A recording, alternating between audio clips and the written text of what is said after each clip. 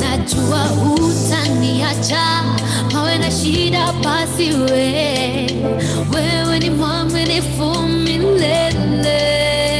Najua hutaniacha, pawe na shida basi wewe ni mwaminifu milele.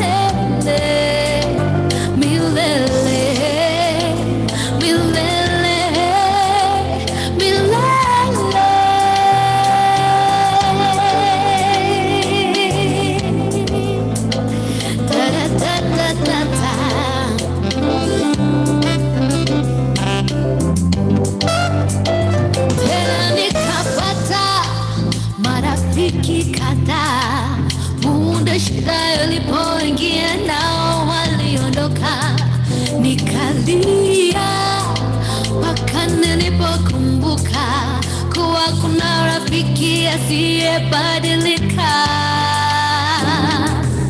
Tangu nikupate Yesu, sitafuti tena. Upendo wako unanipa nguvu Baba, nikiwa nawe Yesu nitaogopa nini? Nitaogopa nini? Najua hutaniacha, pawe na shida basi wewe ni mwaminifu milele. Najua hutaniacha, pawe na shida basi wewe ni mwaminifu milele. Najua hutaniacha, pawe na shida basi wewe ni mwaminifu milele.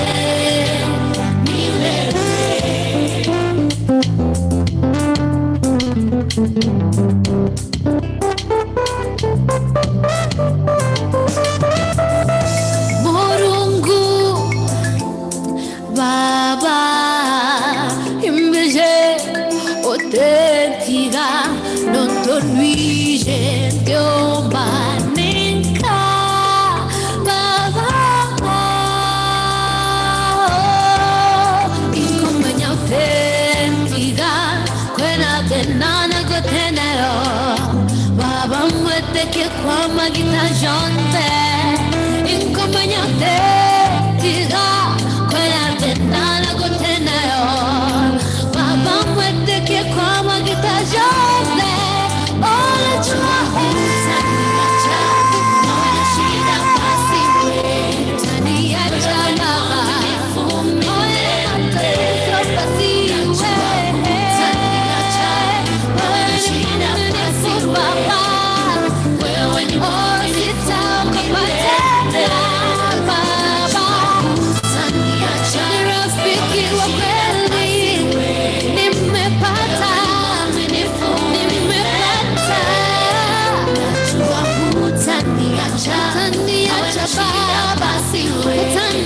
Baba mwaminifu milele. Najua hutaniacha, pawe na shida basi wewe ni mwaminifu milele. Sitafuti tena hutaniacha, pawe na shida basi Baba ni mwaminifu milele. Najua hutaniacha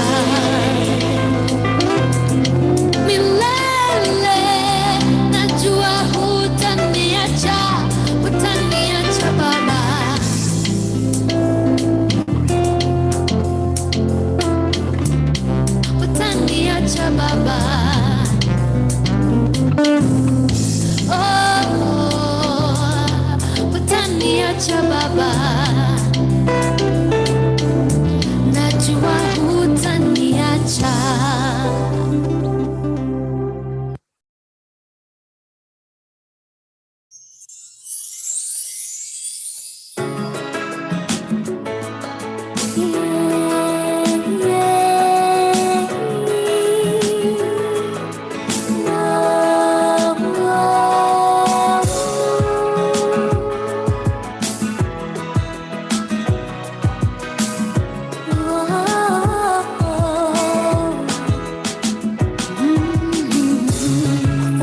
Kinywa changu nikusifu Baba. Baba, umenitendea, nimefika sasa hapa. Wewe kweli ni rafiki, unaniongoza ninapopotea. Upendo wako ni ufananishe na nani Baba? Tabu nyingi kweli nilipitia, hadi nikajipata nikikushukuru. Sikujua mpango wako kwangu Baba, ulijua yote nikiyapitia. Mkono wako ulikuwa umenishikilia nisianguke. Wewe kimbilio langu, kuna mwingine, ni wewe pekee yako, mbele hata nyuma, ni wewe pekee, hakuna mwingine, ni wewe pekee yako, mbele hata nyuma, ni wewe pekee. Tafuta utampata kama yeye alinitoa toka tope la dhambi. Kama sitaona haya ya kumsifu Mungu wangu, siku zote nitamuimbia Baba. Tabu nyingi kweli nilipitia, hadi nikajipata nikikushukuru. Sikujua mpango wako kwangu Baba, ulijua yote nikiyapitia. Mkono wako ulikuwa umenishikilia nisianguke. Wewe kimbilio langu, kuna mwingine, wewe pekee, hakuna mbele hata nyuma, wewe pekee, kuna mwingine, wewe pekee yako, mbele hata nyuma, wewe pekee yako.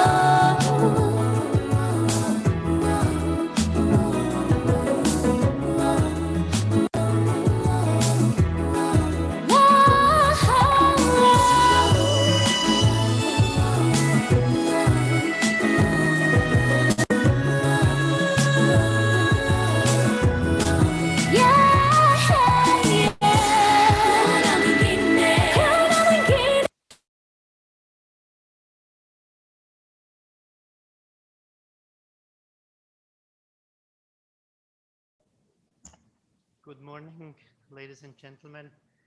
I hope you had a nice evening yesterday and enjoyed company. Some were dancing very well, I have to say. Probably this does not include me. But most important, I think we had the time to chat, to get to know each other better and just simply enjoy also, as we heard. That's what we'd like to do today in the morning. We will start off now for 45 minutes with a panel discussion. And these panel discussions, you see already the representatives here. The main purpose of this session is twofold. On the one hand, to provide an overview about the representatives of these organizations, what these organizations are doing in the field, and also opportunities for collaboration. And second, as you have heard yesterday in the introduction, this project is aiming at identifying synergies, at being complementary, and also being sustainable and enhancing impact. So we have specific focus areas, and we want to make, excuse me, we want to make best use of these organizations that are also working here in the region. Now, how will we carry out these panel sessions? We'll have 2 rounds of questions, each 3 to 4 minutes. So I asked in advance kindly our panelists to be concise and come to the point. And after the 2 rounds of questions, we will open the floor for discussion. Allow me first to introduce our panelists. We have here with us today 4 very distinguished experts in the field. It's Dr. Patricia Gitari, on-site assistance experts from the EU CBN Center of Excellence Initiative. Dr. Gitari is a multidisciplinary scientist and currently an on-site assistance expert for the European Union CBRN COE initiative for Eastern and Central Africa Regional Secretariat. Her role involves supporting 11 partner countries in strengthening their risk mitigation strategy through development of national action plans, capacity building, and threat assessments to ensure preparedness to CBRN emergencies. Prior to joining the EU CBRN Center of Excellence Initiative, she was a lecturer and researcher in chemistry at the University of Nairobi for 6 years with a special interest in transition metal complexes in drug design and discovery. Patricia received her Master of Science in Chemistry and a PhD in Pharmacology from the University of Witwatersrand and University of Pretoria, South Africa. As a postdoctoral fellow, she synthesized antimalarial agents in WHO-sponsored projects at the University of Cape Town, and she has also developed a number of patents. It's nice to have you here, Patricia. Thank you very much. Our second speaker is Dr. Khalid Abdelrahman. He's the head of Security Institutions Capacity Building Intergovernmental Authority on Development. And allow me also to say a couple of words on Dr. Khalid. Dr. Khalid Abdelrahman has a Bachelor of Science in Economics and Social Science obtained from the University of Khartoum. He has also a Master of Arts degree in Peace and Security Studies from Addis Ababa University, and also a postgraduate diploma in International Training Program on Peace and Security in Africa from Uppsala University in Sweden. In his current function, he is the head of Security Institutions Capacity Building Pillar for IGAD Security Sector Program in Addis, and he is carrying out this important responsibility since 2013. Welcome and thank you for joining, Khalid. Our third expert is Mr. Peter Barcroft. Mr. Peter Barcroft is also a dear friend and working with the ISU for a long time. He's Senior Director at Parliamentarians for Global Action. And allow me also to provide some further information on his bio. Peter is an Irish national.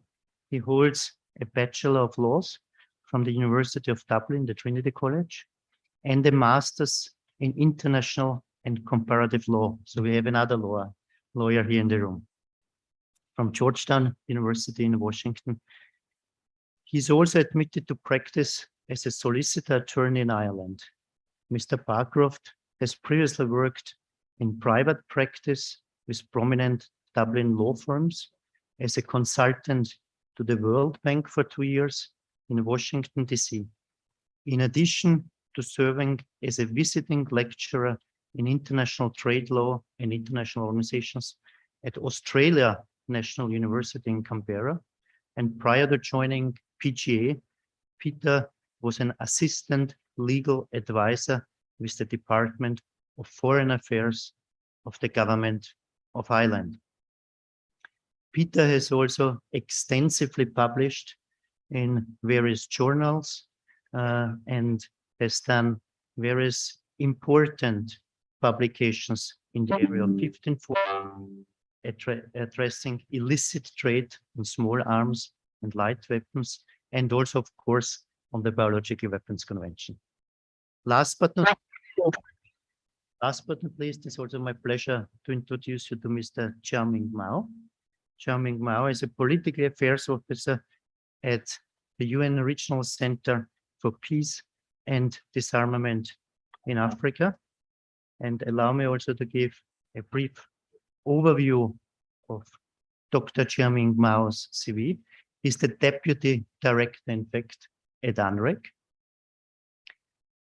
He has joined the United Nations through the UN competitive recruitment examinations, the young professional programs, and has been working at the UN, both at the headquarters and in the field, including Geneva, Vienna, New York, and Africa. Dr. Miao has studied at the London School of Economics and Political Science, University of Southern California, and Harvard Kennedy School. He holds an MPA and PhD in Policy, Planning, and Development. Welcome and nice to meet you and see you again, Jiaming. And now I propose we go straight in.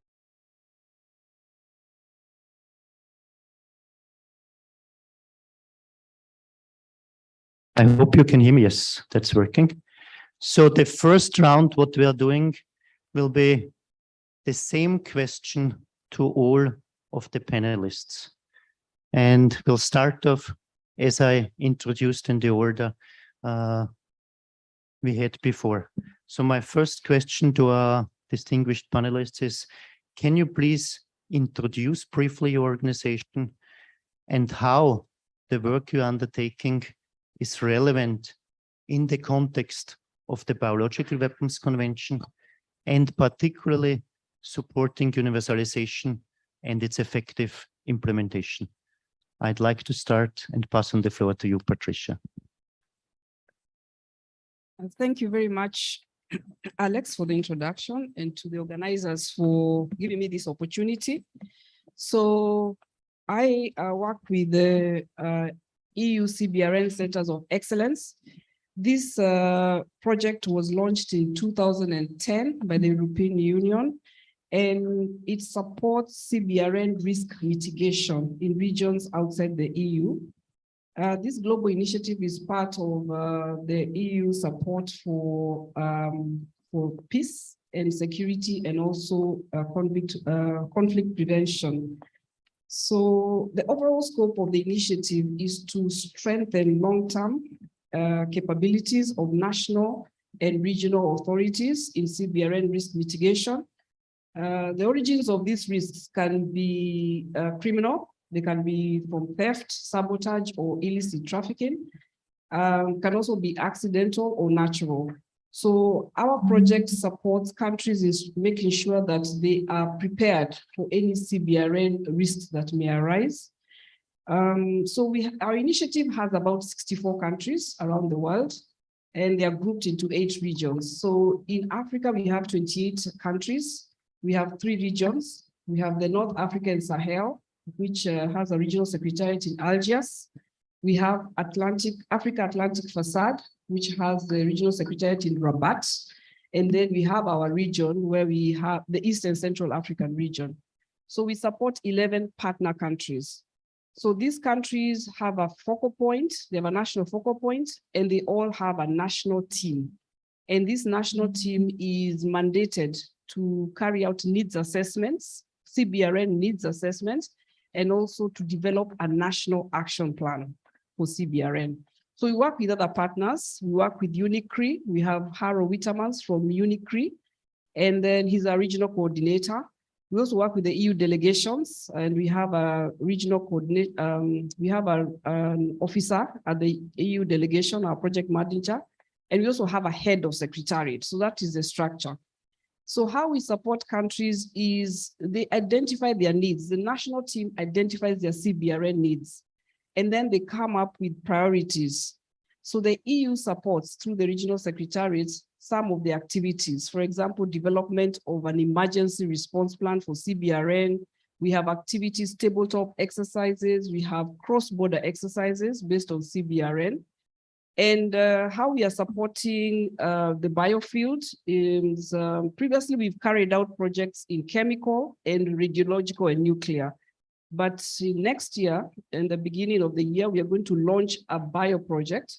This one is going to strengthen the capabilities of countries to mitigate risks that come from biological materials. So this project will be launched early next year. And we have 6 work packages, but we have 2 that specifically speak on the Biological Weapons Convention. The first one is that we are going to support countries to improve or to look at their legislative framework with respect to biosafety and biosecurity. So in this way, countries are going to assess their gaps, and then we are going to assist them in improving on their legal structure. The second work plan that is close to the BWC is we are going to look at how we can improve systems when you talk about dual use research of concern. Because, we cannot stop science, but technology, products that come from all these materials are important. But what we are trying to ensure is that countries are prepared in such a way that these materials do not fall on malicious hands. So when you're talking about strategic trade control, when you're talking about transfer of these materials, when you're talking about reporting, inventories, we are going to carry out mapping of high-risk facilities that have valuable biological materials. So those are the 2 aspects that are going to assist in countries coming closer to engaging and improving their systems in terms of biosafety and biosecurity. Thank you. Thank you very much, Patricia, for providing this first snapshot on what the CBRN Center of Excellence initiative is doing. And it's impressive that already in 28 countries, if I recollect correctly, you are undertaking activities. You have established CBRN teams. You are working on the establishment of detailed work plans and national action plans, which is very helpful and I think useful also in this context. Now, our second speaker, may I ask also to Dr. Khalid to briefly introduce the organization and the relevance of the work undertaken in the context of the BWC.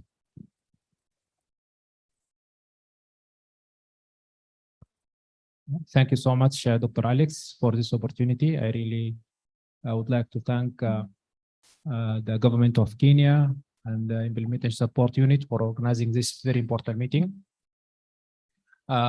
Just as the introduction, IGAD is the Intergovernmental Authority on Development.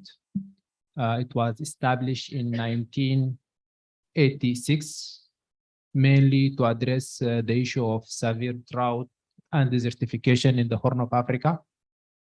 And after 10 years of good work, the leaders of the region decide to expand the mandate to include peace and security, social development, and economic integration. At that time, there was 6 member states. Nowadays, we have 8 member states in the Great Horn of Africa. The African Union considered IGAD as one of the regional economic communities, the building blocks of the African Union. We have in the continent 8 regional economic communities. We have SADC in the south, ECOWAS in the west, ECAS in the center, COMESA, East African Community, IGAD, and Sahel and Sahara, plus the Maghreb Union. Those regional economic communities as considered the building blocks, as I mentioned, for African peace and security architecture. For IGAD, it has a specific mission to assist and complement the effort of the member state to achieve 5 key issues: food security, environmental protection, promotion and maintenance of peace and security, humanitarian affairs, economic cooperation and integration. In general, IGAD is considered as a source, transit, and final destination of wide range of security threats. Here we talk about the insecurity factors, interstate and intrastate conflicts, terrorism, proliferation of small arms and light weapons, human trafficking, drugs trafficking, arms trafficking. So there are many security issues in the region. Respond to this, IGAD has a specific mechanism to address each one of them. With regard to the Biological Weapon Convention, IGAD has a policy framework to provide direction mainly on the issue of biosafety, biosecurity. We have the following instruments: IGAD Environmental and National Resource Strategy, which with much focus on thematic area, biosafety, biodiversity, and plant genetic resources. The second initiative is IGAD Drought, Disaster, Resilience, and Sustainability Initiative, IDRISI, with very important chapter on the biosafety, biosecurity, transboundary diseases, and global health, beside the biotechnology chapter. The third instrument we have is the IGAD Center for Pastoral Areas and Livestock Development, is based here in Kenya, Nairobi. Also, we have the IGAD Health Program. And finally, we have IGAD Peace and Security Strategy, which has 4 pillars. The number 1 deal with conflict prevention. Number 2 deal with transnational security threats. Number 3 on the political issues. And the last one on the post-conflict reconstruction and development. For the second pillar on transnational security threats, it has an objective to contribute to the effective reduction, prevention, responsive, and adaptive capabilities of member states to manage transnational security threats, including CPRN. Our focus here on the potential threats that if any of these terrorist groups try to use bioterrorism. As you are aware, in the region, we have several terrorist groups. We have Al-Shabaab in Somalia and actually operating the whole region. We have ISIS, came from Middle East with some knowledge on chemical and biological weapon issues. We have Daesh, Al-Qaeda, operating from Libya and Yemen. Also, there is another terrorist group operating from DRC, ADF, beside Boko Haram, operating from Chad, not far from the region. In response to those terrorist groups, IGAD had 3 strategic priorities.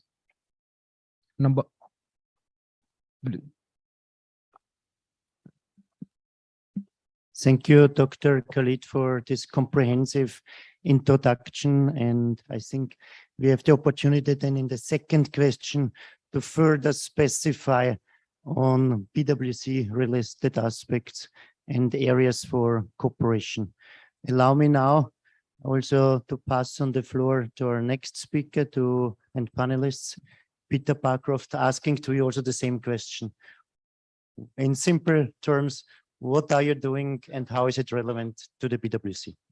Well, very good morning to everyone. Good morning to you, Alex. I know it's the second day, but I hope it's not too late to express our appreciation on behalf of PGA to Nkosti, the government of Kenya, and of course to you and your colleagues with the BWC ISU for inviting us to this extremely important event. PGA is an organization, an international parliamentary association. The organization was established very briefly back in the late 1970s. It was a very different time to today, in some ways very similar in others, the height of the Cold War. Today, PGA is an organization with 3 programs and 9 different campaigns. I'm the director of the International Peace and Security Program. What is it that we specifically do to support the BWC? We have, since 2015, been very involved in a campaign to promote not only the universality, but also the implementation of the BWC, as well as implementation of the resolution that we discussed at some length yesterday, closely related UN Security Council Resolution 1540. In a nutshell, we work with members of parliament and really the campaign consists of 2 components. The first component is education. What exactly do I mean by that? We work with legislators to raise their awareness about the BWC, to sensitize them, to socialize them, really in many ways, as I said, to educate. What is the BWC? What are its main objectives? What are the many benefits of which we heard of at quite some length yesterday? And really as a means of, I suppose, capacity building, enabling them in turn to work with their colleagues to share this information, in turn to sensitize their colleagues to what the main attributes are of the BWC, why it is a treaty that today it's never been more important than it is today. That's the first component. The second component, second phase, because these are sequential, is what I call mobilization. And mobilization is really at what is at the core, at the heart of what PJA is. As the name suggests, this is an activist parliamentary organization, and our objective is an identical objective to the BWC ISU and to many of us here in this room, which is to promote greater universality and implementation of the BWC. I'm delighted we actually have some of our members here with us today from South Sudan, in the delegation of South Sudan. They are one example of many of our members. I'll mention just a few of them now, from Tanzania, the Central African Republic, more recently Namibia, who've been really a catalytic force in working with their government ministries, working within their governments to raise awareness about the BWC. And so anyway, I'll stop there and then we can move on. Thank you. Thank you, Peter. I really just can echo our appreciation for the great work that PGA is, and it really helped to galvanize support for the convention, and a number of the last ratifications and accessions that we had was thanks to the efforts made by PGA. So really a big thank you. Last but not least, allow me now to pass on the floor to our panelist, Dr. Chiao-Ming Mao. Also the same question, could you please briefly introduce ANREC, as well as what is the specific context in the area of the BWC? Thank you very much, Alex. Good morning, everyone. It's an honor for me to share the podium with other distinguished speaker with whom we have worked over the past few years. And also, I'm very grateful to see many familiar faces in the audience, including General Emma from Madagascar. You know, disarmament community is quite small, so we always come across each other. And personally, I'm very delighted to come back to Kenya, where I used to live. So I really feel home when I danced to those familiar tunes last night. So UNREC, in fact, is the UN Regional Center for Peace and Disarmament. In simple words, it's the African Regional Office for UNODA. So in that sense, the unit that Alex and Daniel lead is also part of the family. You know, the UNREC was created by Africa and for Africa in 1986. We are small but very mighty office. We have a continental mandate. We support, you know, the Secretary General's disarmament agenda, the implementation in Africa, the continental flagship initiatives in Africa, such as silencing the guns, and also other initiatives and practical efforts towards the realization of peace, disarmament, arms control, non-proliferation, and peace education. So since our creation in 1986, we have really worked very closely with the African Union and other regional and sub-regional organizations. So our footprint has really been all over the continent. So some of the simple sample interventions we have done over the years, including particularly under the small arms control, we do a lot of policy advice and technical support on the strengthening the physical security and stockpile management of arms and ammunitions. In hotspots regions, such as the Lake Chad Basin region, in the Sahel, and we are now trying to work more in the Great Lakes region. So really, where there are the hotspots of insecurity on the continent, we try to provide our support. So how I think Alex, we're looking at. So we'll come more closely about the second part of the question. Thank you very much. Thank you very much, Chairman, for this introduction of UNREC. And I would say it's the boots on the ground from UNODA, the 3 regional centers that ODA is operating. Now, in a second round of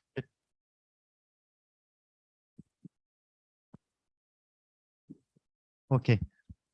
In a second round of question, what we'd like to address is the overall introductory or lead question. Can you share some specific programs for Africa, in the particular for the countries in the workshop, and will further tailor and individualize that to our 4 panelists? So my first question to Patricia, you mentioned at the beginning that you're having specific biosecurity focus in your upcoming activities, and mentioned also 2 particular areas, I think on legislation and DURC. Can you further share some information actually? What are the particular opportunities and how states can make use of this opportunity? Thank you very much, Alex. So as I mentioned, we are launching the project in February of 2023. So our focus is also, we are going to use One Health approach. So the first thing we are going to do is form a team. So we are going to get local experts in each country. So we'll get from animal health, human health, and also environmental health. And then these experts are going to support their countries whenever we have activities. So one of the main one is the review of legislative framework in biosafety and biosecurity. And the objective is to establish compliance with the BWC, with the Security Council Resolution 1540, the international health regulations. So we are aware that there are other initiatives on biosafety and biosecurity. We have been interacting with Africa CDC, because we also don't want to duplicate efforts. So we are going to look at the other efforts that are within the region so that we're able to create all those synergies. In the end, we hope to be able to bring these countries up to speed in terms of compliance of the legislation. There's usually an imbalance in our region when it comes to biosafety and biosecurity. There's more focus on biosafety. So that is why we included creating a framework for dual use research of concern, because we know we have porous borders. You know, sometimes it's very easy even to carry a vial of biological materials across the border. We don't have detection capabilities. So we want to ensure that the authorities who are involved in, for example, transportation of materials, certification of companies, laboratories, are all aware that some materials should not really be handled in different ways. So we have to put in safeguards. We're also working on cyber biosecurity, because you know now most people are putting the information online. It's very easy to exchange data, and we know the hackers are ready for that. In terms of supporting the countries, we really look forward to engaging even the people who are here, because we know our project is going to be evolving as we move along, because technology evolves. I mean, Kenya has now, what is it called? Is allowing GMOs. I think it is very new information. So things change all the time, and we want to keep up with that. And we look forward to working with the BWC, because it's important for us to make sure that we safeguard our countries, our region, from all these bio threats. So basically, that's what we are going to do. We also have biorisk management. We are going to assist countries in assessing their needs, national risk assessments. We also going to look at bio-waste management. So the whole project is quite holistic, and I believe it's going to address the issues. And after that, we can work with other countries, other regions to see how we can also create all these synergies. Thank you. Thank you, Patricia. I think you mentioned a very important point, the One Health approach, and you also referred to the complementarity. It is good that the EU CBRN Center of Excellence is represented here so that we can join forces together on the area of legislative assistance. And we heard also yesterday from Africa CDC on their biosafety, biosecurity, legal framework and strategic initiative. Thank you for that. Now, coming to you, Dr. Khalid, can you share with us some specific opportunities for cooperation and collaboration and areas that you see of particular relevance between countries and IGAD? Thank you once again. I can say there is 3 areas we can work together to enhance the capacity of member states, also in the issue of collaboration coordination with all relevant CBRN bodies, and the issue of promoting the ratification of the agreement. Just let me put more details on these 3 issues. Number 1, to enhance the member state institutional and human capacities to address biological weapon threats. In fact, we have our policy organ meeting, and the issue of bioterrorism was discussed, and there was high-level meetings on CBRN, and we conducted several activities at national and regional level, but still we need to do more. One of those activities was training of trainers on CBRN safety and security, and Dr. Patricia was part of the expert on that event. On the other side, strengthening regional and international cooperation and coordination with all relevant CBRN bodies. In fact, we have several joint efforts with Institute for Security Studies, with African Union, the head commission at Addis Ababa, and also with other African Union mechanism. It has AVRIPOL. This is a mechanism for chief of police, and also there is a counter-terrorism center in Algiers. So with those African Union mechanism, we have a lot of joint collaboration and coordination. Besides to this, also IGAD deliver a brief to 1540 committee in New York and designated a focal point for IGAD in that committee. For the last point, promoting and supporting member state ratification or accession processes. We have 8 member states in IGAD. 4 of them are very active. I can mention Kenya, Uganda, Ethiopia, Sudan, and we have another 4 countries need more efforts. Here I'm talking about Djibouti, South Sudan, Somalia, and Eritrea. And we did several communication with our member state. For instance, last month, IGAD has a meeting in Juba, and we discussed with the authority there. I'm glad Honorable Jade is here. He's a part of that discussion with the parliament, how we can do some effort with the relevant institution to join this convention and to actively implement it in the near future. I can say South Sudan is now progressing very well. Also with Somalia, we did some communication with the Ministry of Defense, Ministry of Constitution and Justice there, and also with Djibouti. Djibouti, our headquarters in Djibouti. So we did some effort, and I think we can build on that. This is in general what is IGAD is doing, and this is our area of collaboration in the future. Thank you.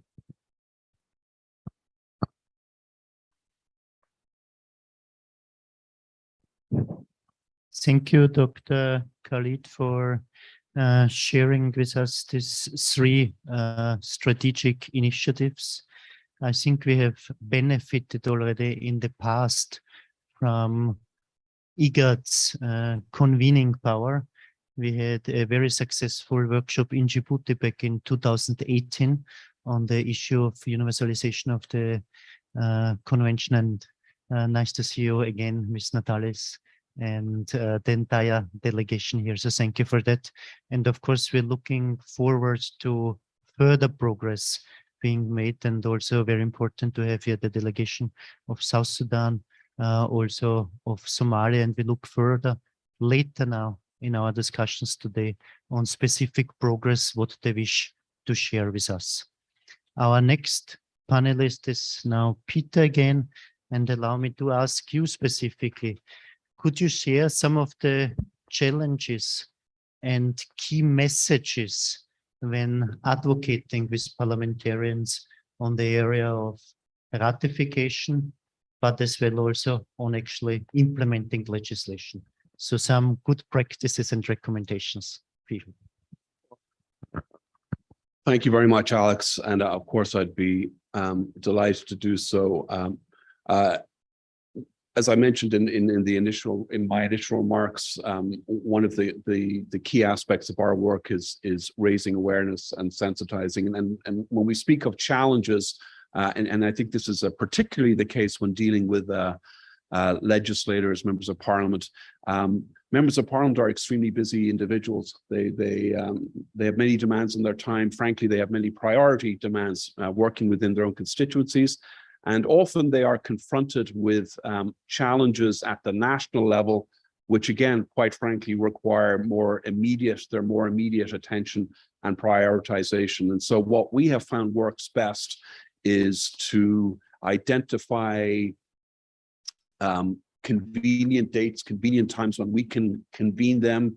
We organize workshops 2-3 times a year at the regional level. We have just had organized a very successful workshop in Dar es Salaam, very kindly supported by the Weapons Threat Reduction Program of Global Affairs Canada.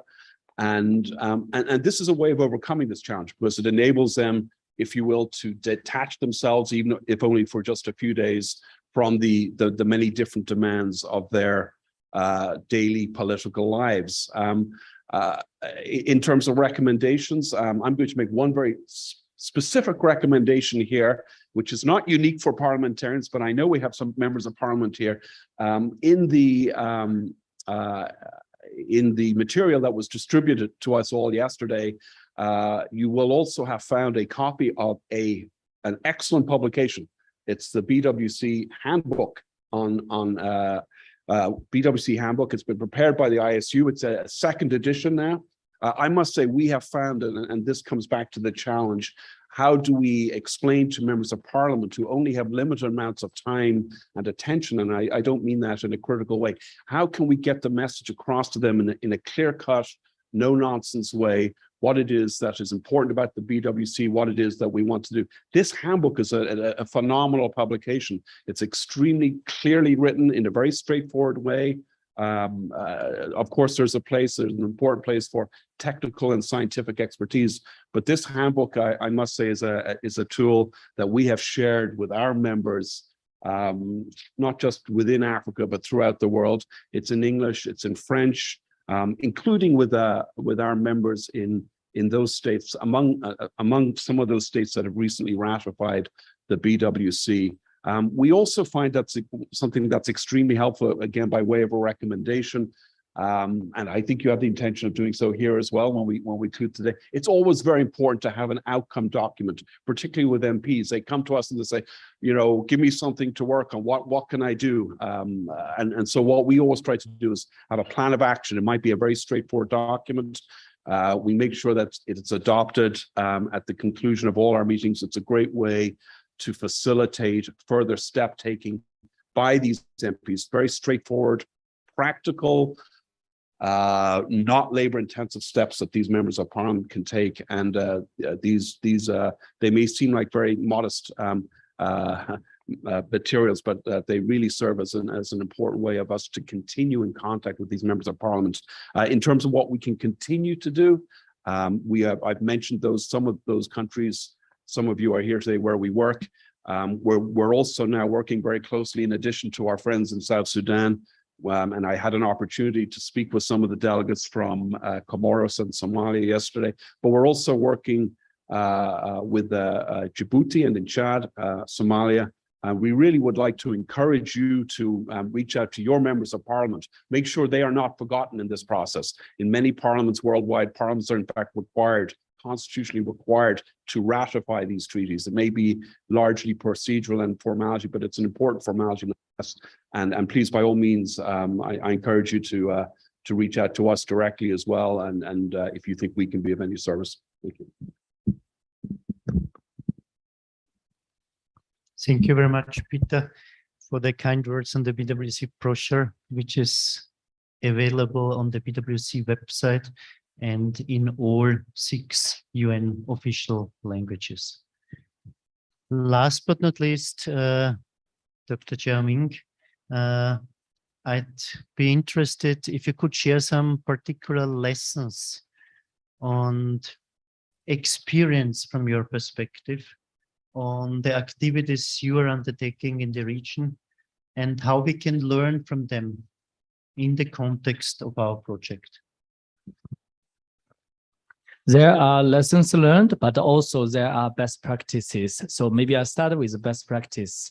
So I think from many interventions that the regional center has carried out on the continent, one good practice is that it is very critical to have a national coordinating mechanism that really drive the process. So this national, in the field of small arms control, we usually have the national commissions, to how to say in French, English, in the fight against illicit proliferation of small arms and live weapons. So usually this interagency coordinating mechanism really is charged with planning and the implementation of various national efforts that include, situational analysis, prevention strategy, response contingencies, scenario planning, and also multi-ministerial level coordination, resource mobilization, research, and also, how to say, some reporting requirements under the treaty obligations. So I would say it is really key to have such a coordinating mechanism that will help drive the overall process. So they can also serve to help review the obsolete laws and also coordinate on research. So I think these are just 2 concrete points to add on. Then the second point is about peer-to-peer information sharing and learning among member states. Typically, member states in sub-regional groups, they share the similar political, social, economic status and challenges. That type of info sharing on a regular, periodic, or even on a ad hoc basis in the form of verbal, electronically, or even in the written form, including from the originating member states to end users, or even through third parties such as BWC, ISU, in terms of lessons learned, best practice from a particular national contact. I think that will really also help to overcome the learning curve for member states who share a lot of commonalities. So I think I will just limit my suggestions on these 2. Thank you very much, Alex. Thank you very much, Jiaming, for highlighting these 2 key issues, the national coordination mechanism and the peer-to-peer sharing mechanism, which are really essential. Now, after you've heard from our panelists, I'd like to open the floor now for any questions that you might have. So please. I see the gentleman in the back.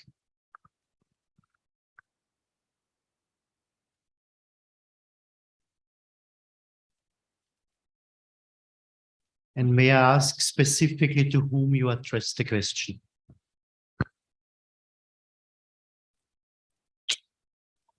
Thank you so much.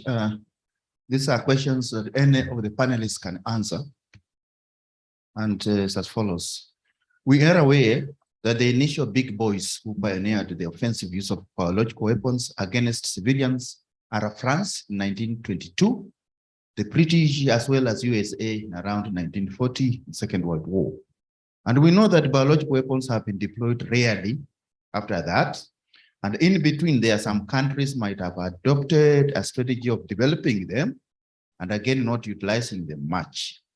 Now, they say that the best medicine to curing the disease of application of biological weapons is threefold. One, transparency.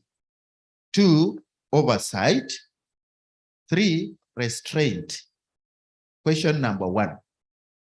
How transparent are the big boys on this matter? Question number two. What magnitude should the oversight look like? Question number three. Now, how can we inculcate into the global citizens a culture of restraint in all humanity as it were, so that the potential to unleash such weapons is mitigated against or seriously reduced? Why am I saying this? Sociologists will tell you people who are able to manage their affairs, they practice what we call the ego principle. Ego principle in the manner that when you get used to something that is so bad and you practice it, you can easily use it. But then when you develop a culture of not effectively utilizing something that is dangerous, again, you can sit and you are comfortable and you are secure. These questions can be answered by any of the panelists. Thank you.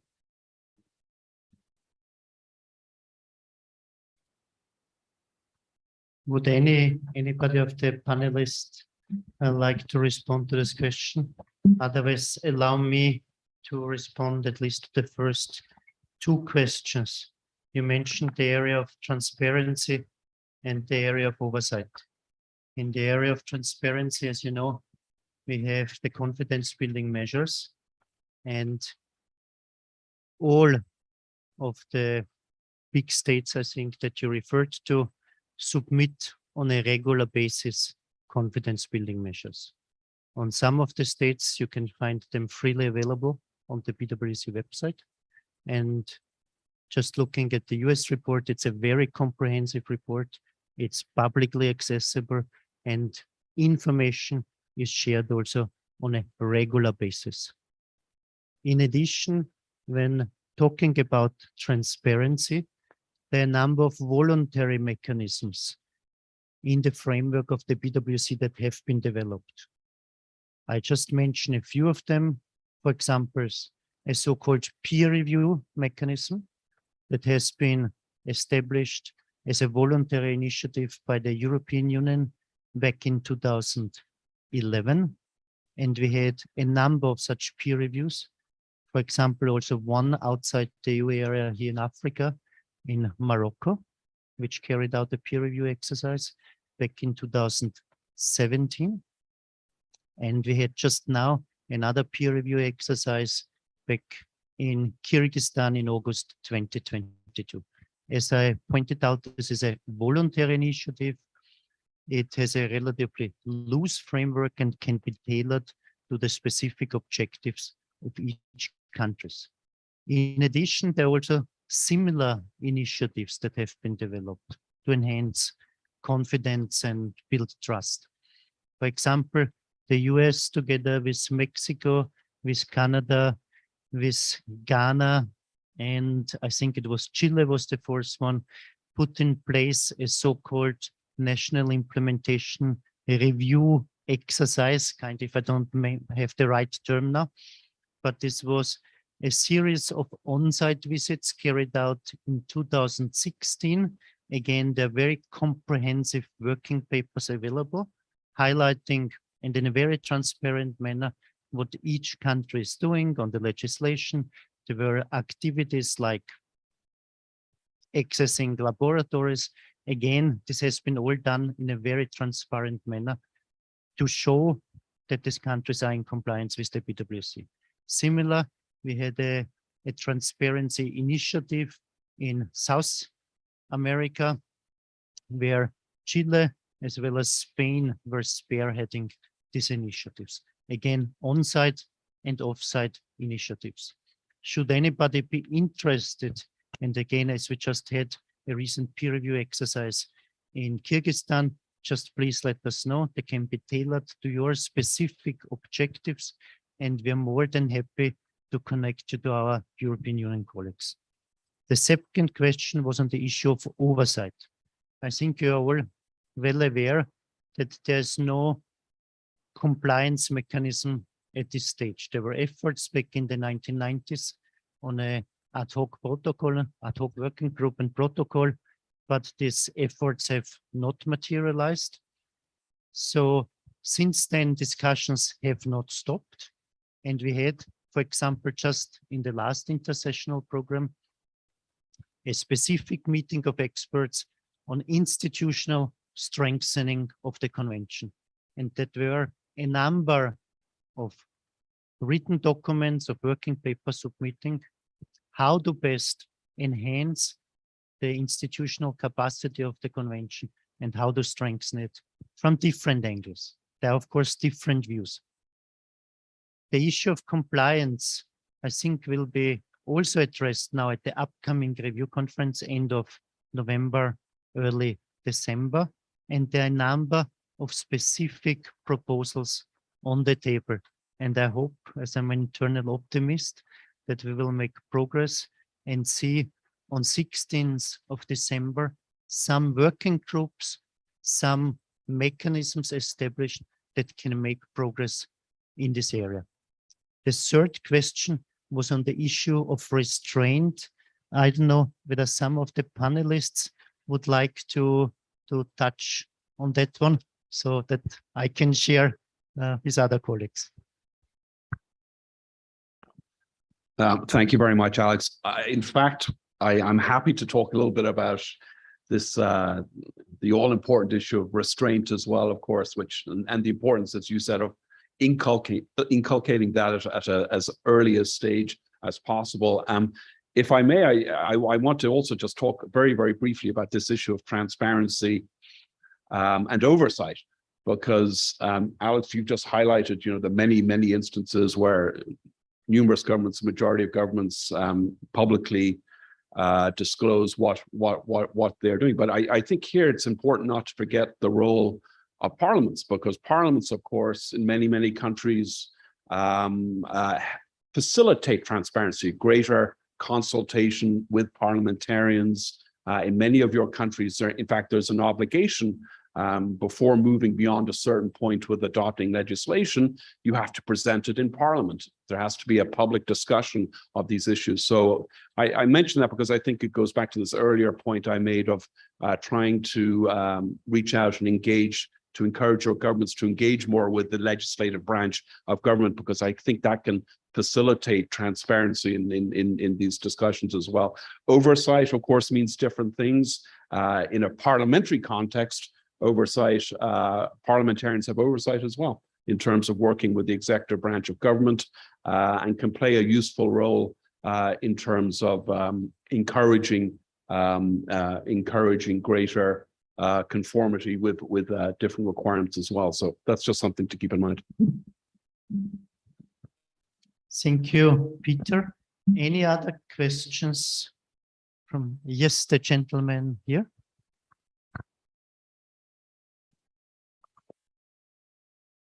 Thank you very much. By the way, my name is Abdullahi from Somalia.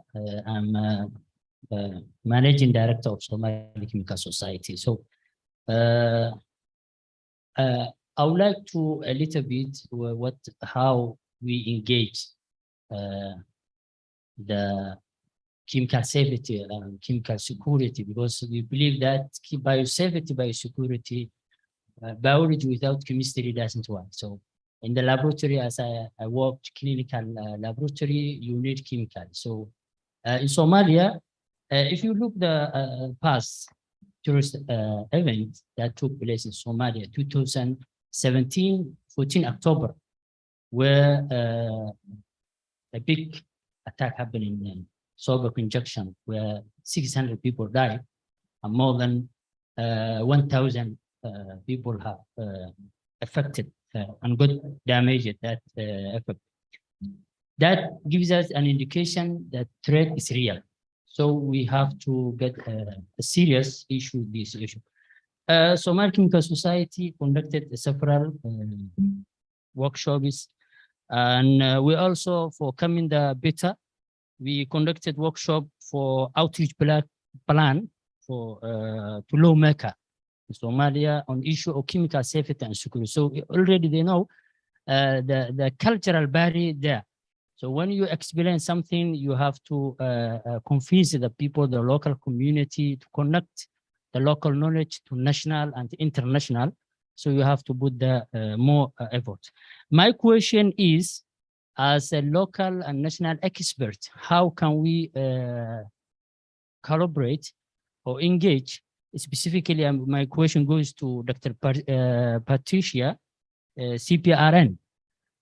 You said there is a biosafety, biosecurity initiative. So how can local experts in Somalia specifically can benefit from that program? That's my question. Thank you very much. Thank you very much. First, I mentioned that we have 11 partner countries in the Eastern and Central Africa region.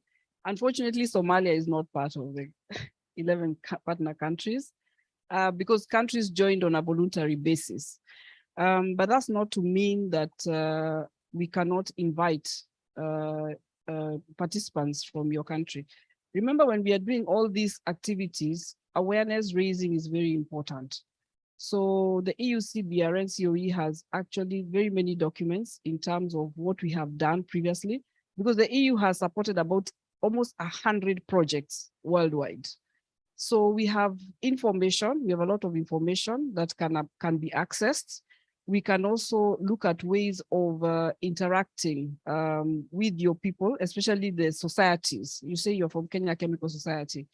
And when we look at, as you say, you cannot really separate, sometimes you cannot separate bio from chemical, because you have more or less the same kind of chemicals that you work with in the lab, biological and all that.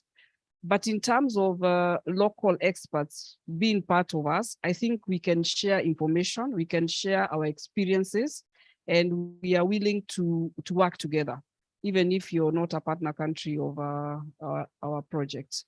So I don't think there's any limitations. Like, for example, Mauritius and Djibouti have requested to join our initiative. So I think partnering with you is not a problem for us. We can always, because the region is one. And if we have porous borders or we have a weakness in one country, then it means that the rest of us are not safe. So we can speak afterwards and see how we can collaborate. Thank you.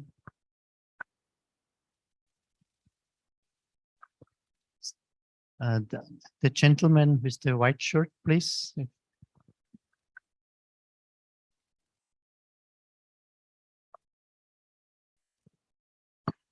Thank you. My question is, maybe I'll begin by introducing, I'm Dr. Francis Xavier Ichani from Kenyatta University. Much of the focus of the Biological Weapon Convention is on measures of preventing use and proliferation of bioweapons, and by extension, the weapons of mass destruction. But my question is, what is the appropriate measure or immediate action in the event of a small scale or sporadic attack of bioweapons? And from the lessons learned from the COVID-19, we saw international response, states setting funds for massive research on the vaccines. And Kenya is not at all partnered with global partners to build a vaccine institution, development institution. But to what extent, again, are these focal point institutions, especially in the 11 partner countries, prepared or capacitated to build what we can call counter biochemicals that can limit the effects of already listed common biological weapons? Thank you.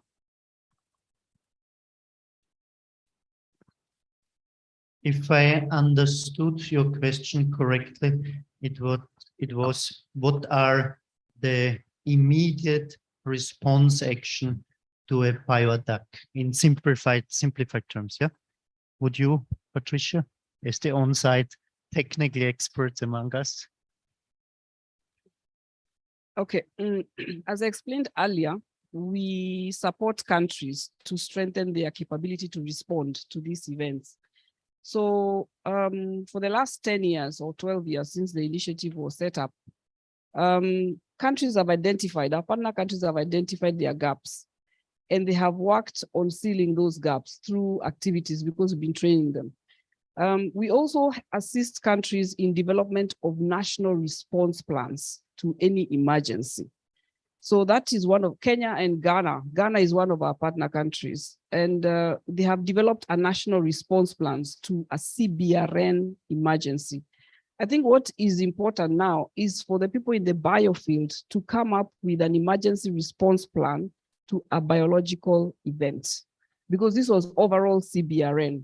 So the EU supports countries in developing a technical capability. And I think that's the first step, because if we have a bio event, just like COVID, you saw how countries were scrambling because they didn't know what to do. Nobody knew what to do.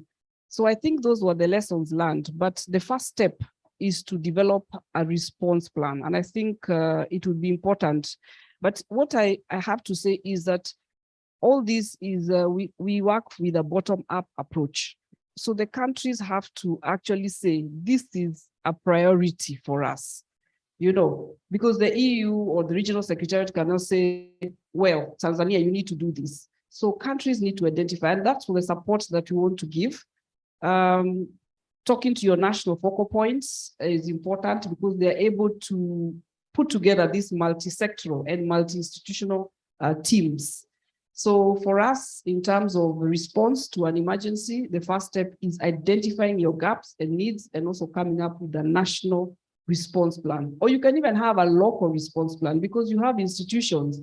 So you can work in such a way that, for example, Kenyatta University can come up with a response plan because these bio attacks or bio incidences can happen within an institution. How do you scale it up? How do you look at which systems use for reporting? Because that is the other issue that we have. We have these gaps where a vial of maybe anthrax can disappear from the lab. Do you have a system of reporting? Who do you report to? What are the criminal investigations that can be carried out? Then you come to legislation. How does the judiciary deal with this? Because you find that there are gaps also in legislation, you know. So I think for us, we can support in development of action plans towards responding to an emergency. And this is multi-institutional because you have to work with doctors, you have to work with technical experts, you have to work with emergency response personnel who mostly respond to these other emergencies like fires and maybe a building has collapsed. But working with all those institutions and experts, you're able to come up with a plan to respond to something like that. And also to work on scenarios. We work with a lot of scenarios, and that is why you carry out these real-time exercises so that we work with scenarios. What could happen if this happened? And also cross-border exercises, which are important. I hope I've answered your question. Thank you very much, Patricia, for this comprehensive response. I don't see any more questions now, or Haro?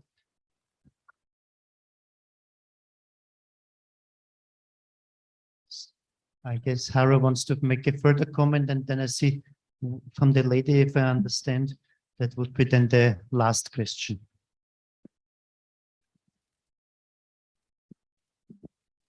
Sorry to keep you waiting, but I think it's better with the microphone. Now, I have two brief questions, one for IGAD. You have a couple of strategies that you highlighted. What would be the way to engage in development of the next strategy, and not necessarily from our perspective, because I'm not part of a member state, but if there needs to be a greater focus, for example, on the universalization of the Biological Weapons Convention, how could member states engage with the ones that are developing the strategy for the next period for IGAD to maybe put it higher on the priority list? So just to understand a little bit how that process works. And I also had a question for Peter. It is Peter, right? The PJ, yeah, sorry. For the engagement that you do with parliamentarians, how is it driven? Is it a country, a member state that approaches you? Or is there an organization like BWC that suggests, well, maybe we should put this more on the agenda? Who's driving your presence? And the background ideas, of course, if we want to engage you, who can do it and how should we do it?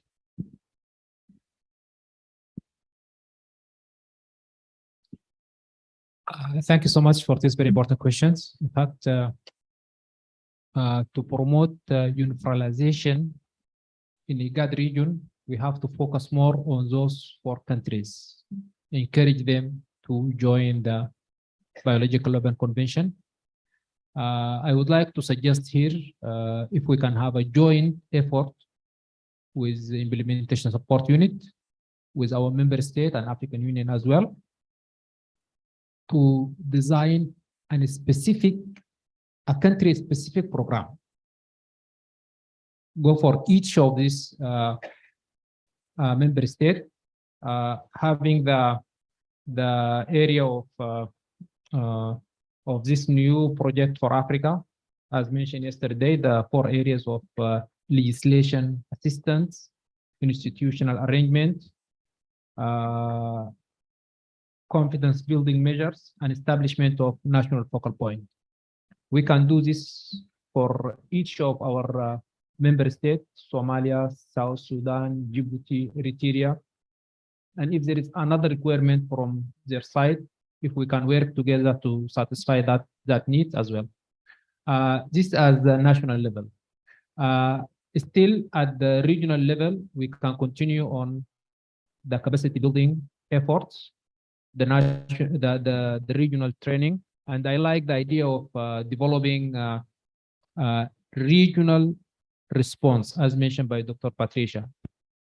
You need to have at national level that emergency plan, but also at regional level, because we have a lot of cross-border security threats, including CBRN.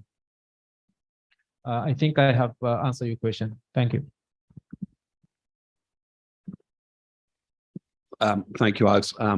Excellent question. Who's driving it? Because I think really what's so important about this is that that this is an issue that is driven at source. That this comes back to this whole issue of national ownership, buy-in at the local level. Insofar as PGA is concerned, we have found, we launched this campaign back in the end of 2015 at the suggestion of Daniel Fix, the BWC ISU. We have found that it has been largely driven, not entirely, but largely driven by our membership. And by that, I mean our membership in different states have come to us within the Secretariat. They've become aware of this new campaign. They've expressed an interest. Unsurprisingly, this interest has exponentially grown in the past 2.5 years as well.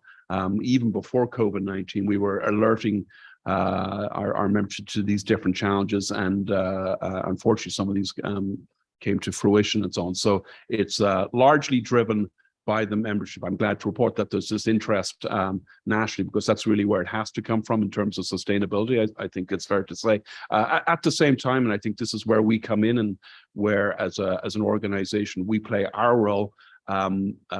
The members of Parliament do need support. They need that technical advice, basic suggestions in terms of how best to invoke the different prerogatives they have as parliamentarians to promote the BWC, and just working on parliamentary diplomacy as well. So yes, I suppose we have a little bit of a driver role there too, but that's really just I would say secondary and ancillary to where the main interest is coming from. Thank you very much, Peter.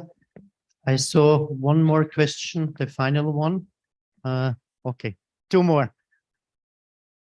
May I ask microphone for the lady?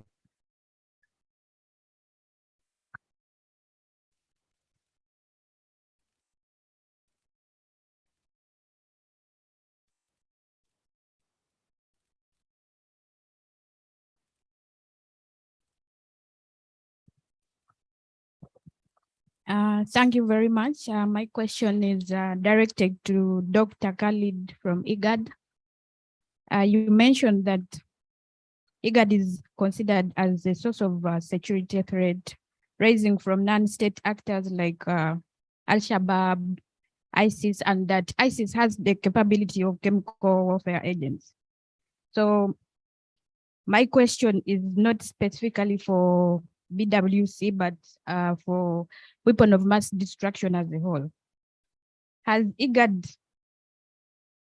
much as IGAD has a policy for framework, my question is, has IGAD set up any CBRN emergency teams to respond to such a threat? So in a case of an attack to any of the IGAD members, and if it is there, how can these countries benefit from those response teams? Thank you. Thank you so much. IGAD has a policy framework deal with these transnational security threats. It is a huge list, and actually we conduct regular technical assessment. The last one was 2020. Before that, it was 2016. So every 5 years, there is a technical assessment. That technical assessment will inform the regional peace and security strategy and also inform the regional intervention. Based on the key findings on the ground, we design what type of intervention we need to do with our member states. So dealing with transnational security threats in terrorism side, as you mentioned, we have this terrorist group, and we did thoroughly assessing their capability and their capacities. And those ones came from Syria, Iraq, they have that type of capability. Part of them located in the north part of Somalia, Abdul Mumin and his group. And also, as mentioned yesterday in the opening session here by top officials from Kenya, there is some indications here in Kenya. So based on this finding, we deal with all security institutions in the region to implement this specific response for each case. So in a nutshell, we have the policy, we have the instrument, and we have type of collaboration, coordination to deal with it. There is a task force to deal with these issues on ground. Thank you. Last but not least, allow me to give the floor to our gentleman from South Sudan. If I may ask again for the may I ask for the mic, please?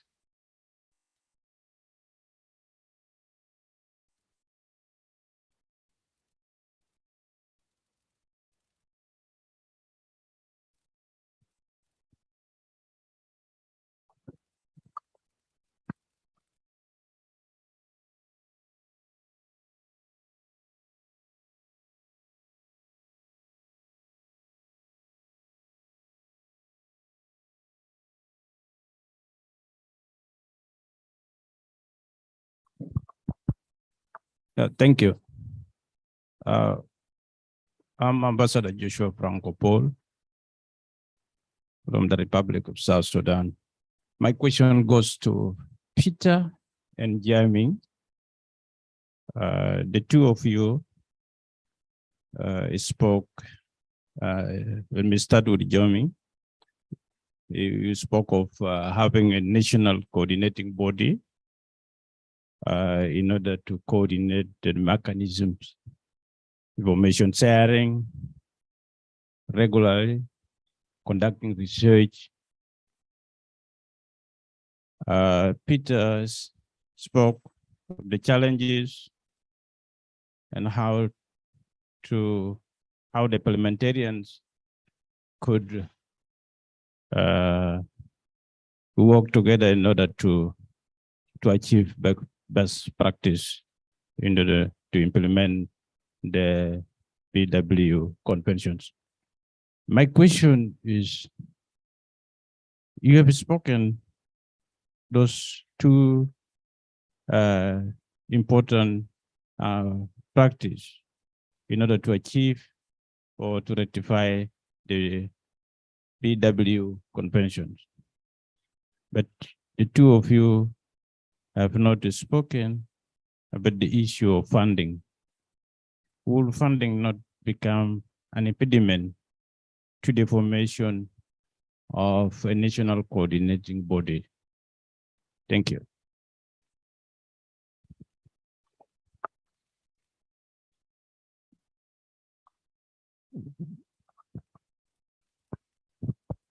Thank you so much for your excellent attentive listening, perfectly recapping the 2 points that I have precisely made. I would say you really hit the nail on the head. Funding to such an initial coordinating mechanism can be challenging. But I'm very happy that we have in the audience some parliamentarians. So I think it's important to give the resource that such a mechanism need to do the job that it requires. So funding is really critical, and also sustainable funding. It's just not the funding to set things up, then discontinued. It doesn't work that way. Another point to add regarding information sharing and peer-to-peer learning is that also helps to member states to understand and clarify, appreciate some provision of the treaty, particular articles, and also that contributes to the core principles of the BWC, I guess, in terms of confidence building. Transparency is a shared responsibility. It just doesn't only fall on the part of member states. Journalists, scientific, medical community, public health professionals. So in terms of early detection of some kind of an agent, in terms of revealing some stories, etc. So it is a shared responsibility, transparency. I just want to add that point to the point that I made earlier. So I give the floor to Peter for more. Yes, funding, of course, is always that perennial issue, the elephant sitting in the corner of the room and looking over, the viability of this work. I think I'm going to make two very brief points because I think Zhang Jimin has already answered very, very fully and comprehensively at least some of the points you're making. There is funding available. I must say, from my own experience working with a parliamentary organization, this is an issue. It's an extremely important issue that comes up frequently in events of this kind. And often the challenge is in fact, surprisingly, not the lack of funding, but the lack of awareness of where to go for this funding.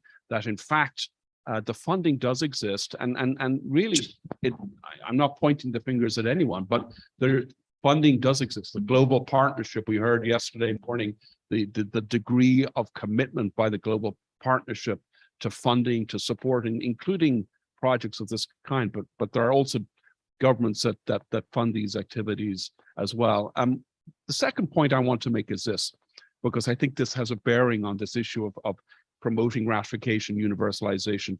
One of the things I think that many existing state parties and international organizations look to. And obviously, I can't speak on their behalf, but I can only speak on the basis of my impression, the impressions I've gained down through years. I think one of the things that they look to when considering assistance for projects of the kind is commitment, national buy-in, and indeed a very tangible manifestation of this is joining the treaty.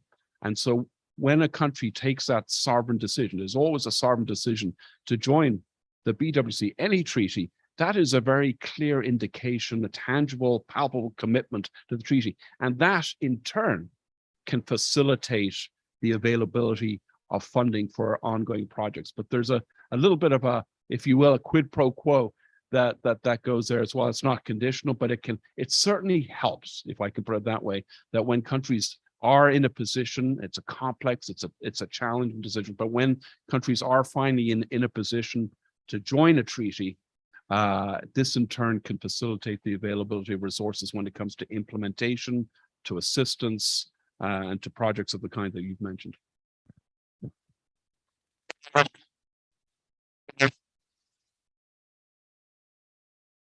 It's working now. So if I understand, we have one more question from the gentleman, and then we need to conclude our session to move on to the national presentations. Thank you. My name is Bunyasi. My question goes to, let me see.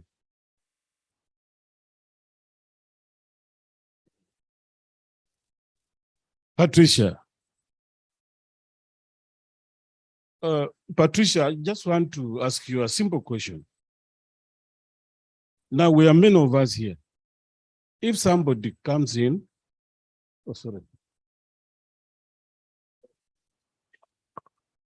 and contaminates these ACs with the Ebola, Marburg, chikungunya, or any other viral agent, what is your response plan as per now?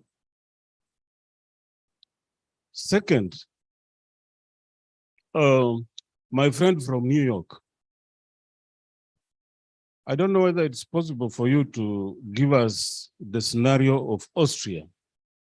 Last time in Austria, I was in a position to see the Ministry of Defense has got armored vehicles that can respond effectively on emergencies such as chemical weapon attacks, biological attacks. They have armored vehicles that can fumigate, that can neutralize those things. I don't know how many countries have got that capability. And can it be borrowed to African country? Thank you.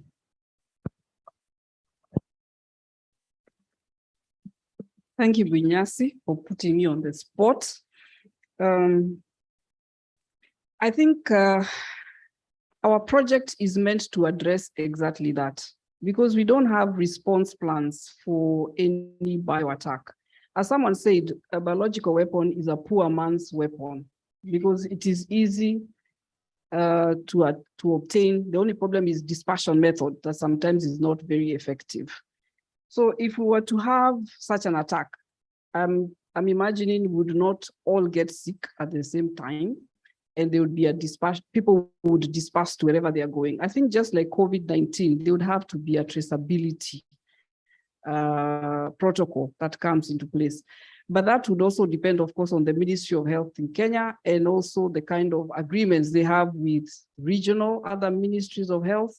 But since people are coming from beyond Kenya, like Alex and the other people, I think this would require international support.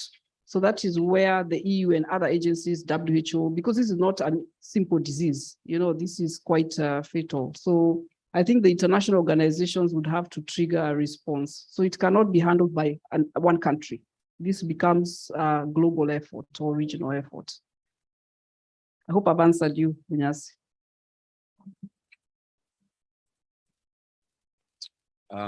Thank you. Yeah, very specific question there on the the potential, the possibilities for access to the resources of the kind you were describing in Austria. I have to say, I don't think I'm in a very strong position to answer that question myself. I mean, I think I would just briefly refer back to the general issue of when different countries, different states are looking for new capabilities, new technology, and so on. It's important to do as much due diligence as possible. Frequently, and perhaps even somewhat surprisingly, there are resources out there. It's a matter of finding out, and those resources can be identified, at least in part, by approaching different governments, either through local embassies within your own countries, or reaching out to the BWC, ISU, and find out. But I cannot speak in the case. I know that the chair of our panel discussion is perhaps somewhat closer in terms of national identity to the country in question than I am. So I'm not sure, Alex, if you wanted to say anything there. Can be also brief, as I was in fact the Siberian officer in the Austrian Armed Forces, and simply the fact that Austria was in the position to acquire the specific equipment because of the mandate given to the armed forces to provide combat support, but also to support civilian authorities in addressing any disasters. There's a specific role in the Austrian, enshrined in the Austrian constitution, that the armed forces have to provide to. So for that purpose, this equipment was purchased. On that note, allow me to conclude now our panel, and let's thank them with a round of applause. So thank you very much. And what we're doing now before our coffee break, we'll hear now 4 presentations on national status quo with respect to the implementation of the BWC. We'll have 4 speakers from Kenya, Ethiopia, Madagascar, and Mauritius before the coffee break, because the presentations will be short. So I kindly ask now the 4 designated speakers from Kenya, Ethiopia, Madagascar, and Mauritius to come to the floor. Please take also your nameplates to easily identify yourself.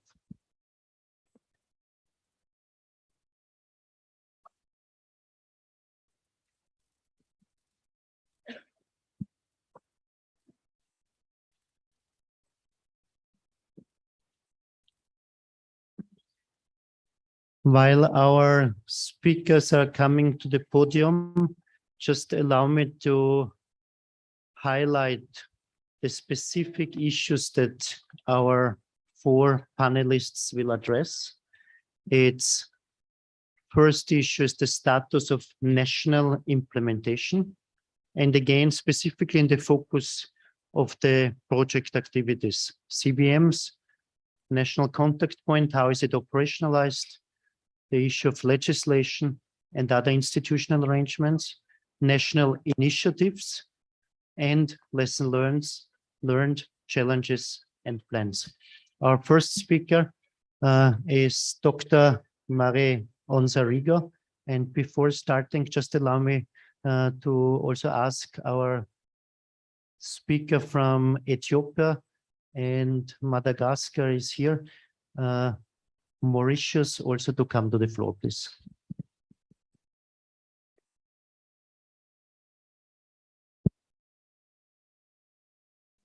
Okay, the gentleman from Mauritius is on the way. So, Dr. Onzarigo, Mare, the floor is yours, and we look forward to your presentation. I ask all speakers to be concise and not more than 10 minutes to allow for questions and answers. Thank you.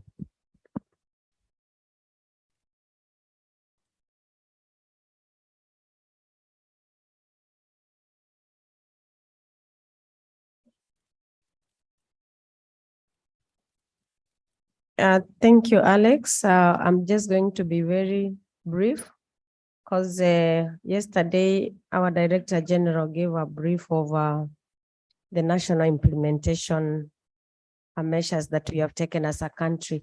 Just a recap, Kenya acceded to the convention on 7th January 1976, and NACOST was designated as a focal point in 2010. And since then, NACOST has tried to play the role that is assigned to a designated focal point, that is coordinate national implementation of the convention, prepare and submit the CBMs, and also facilitate information exchange on universalization. So these functions have allowed NACOST to effectively coordinate different institutions while we are carrying out BWC related activities. Going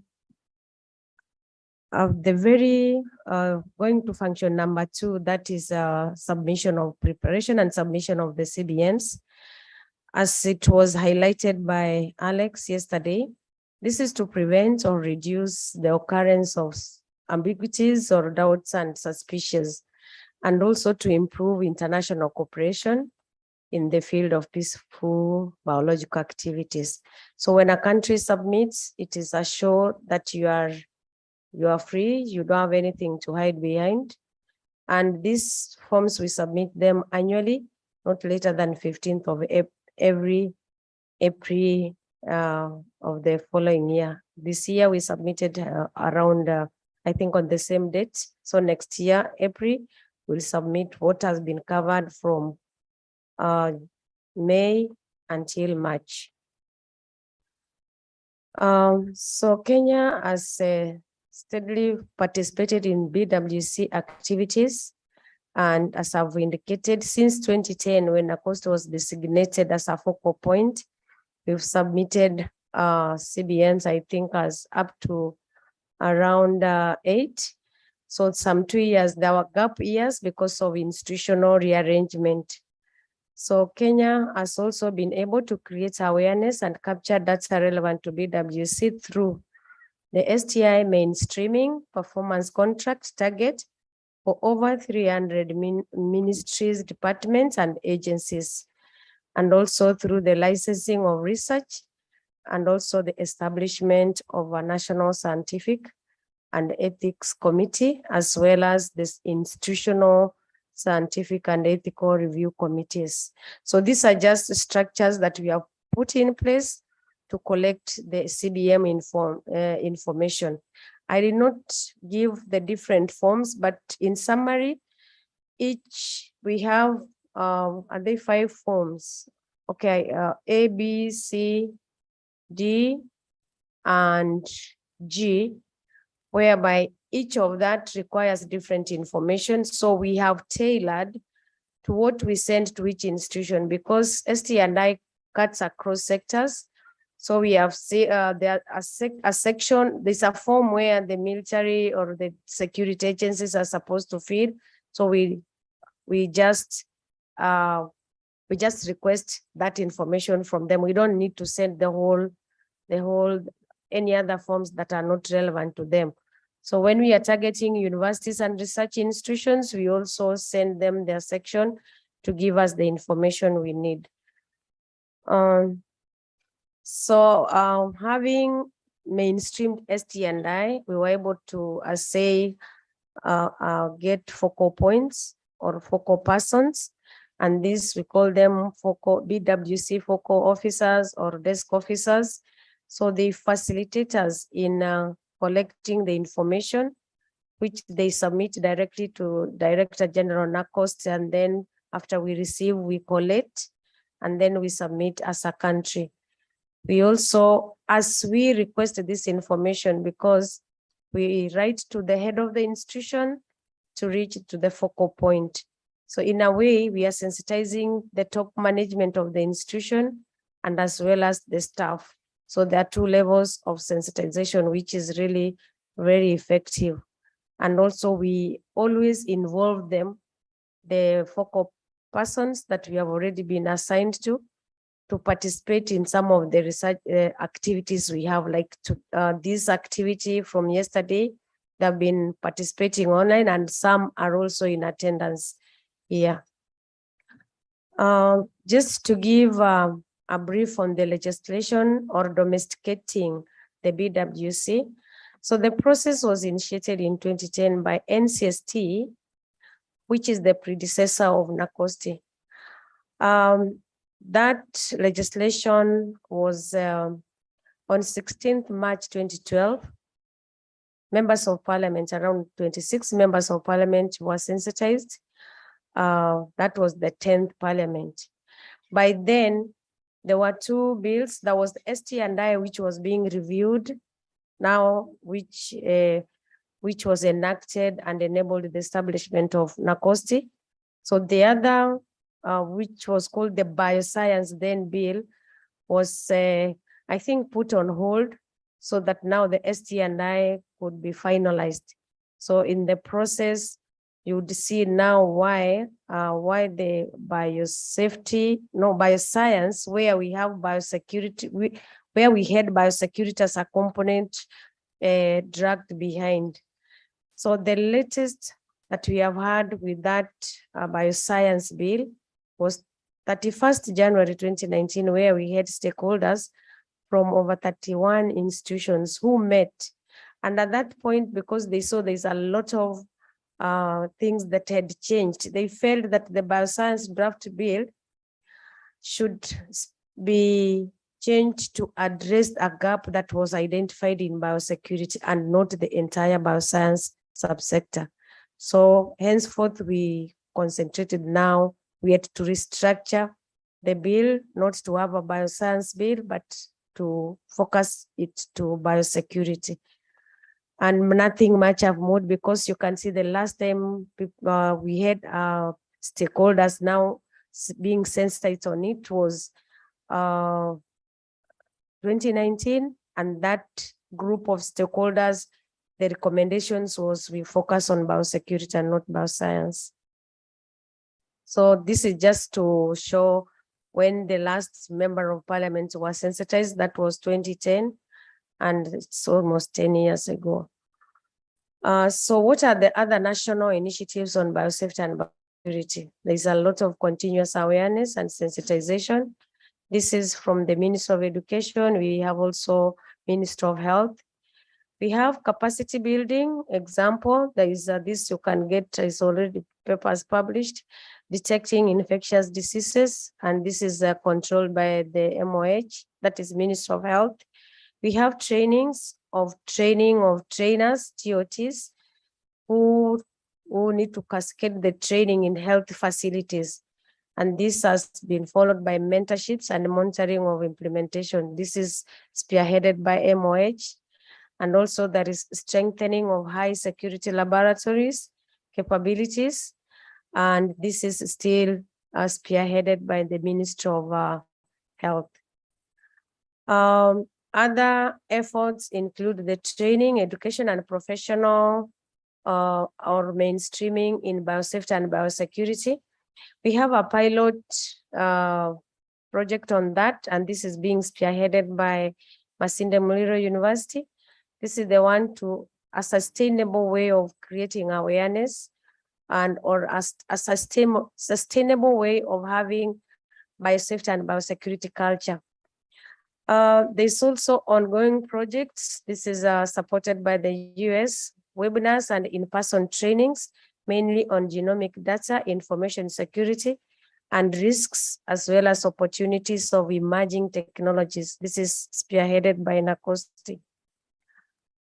So the awareness workshops, seminars, we've really done a lot from 2021.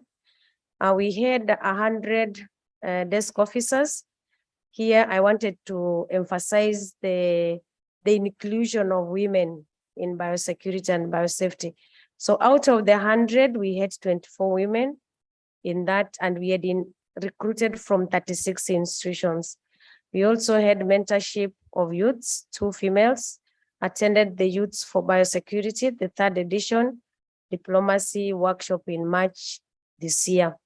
And in April this year, we mobilized 500 youths for the webinar, but the actual attendance was done by 250.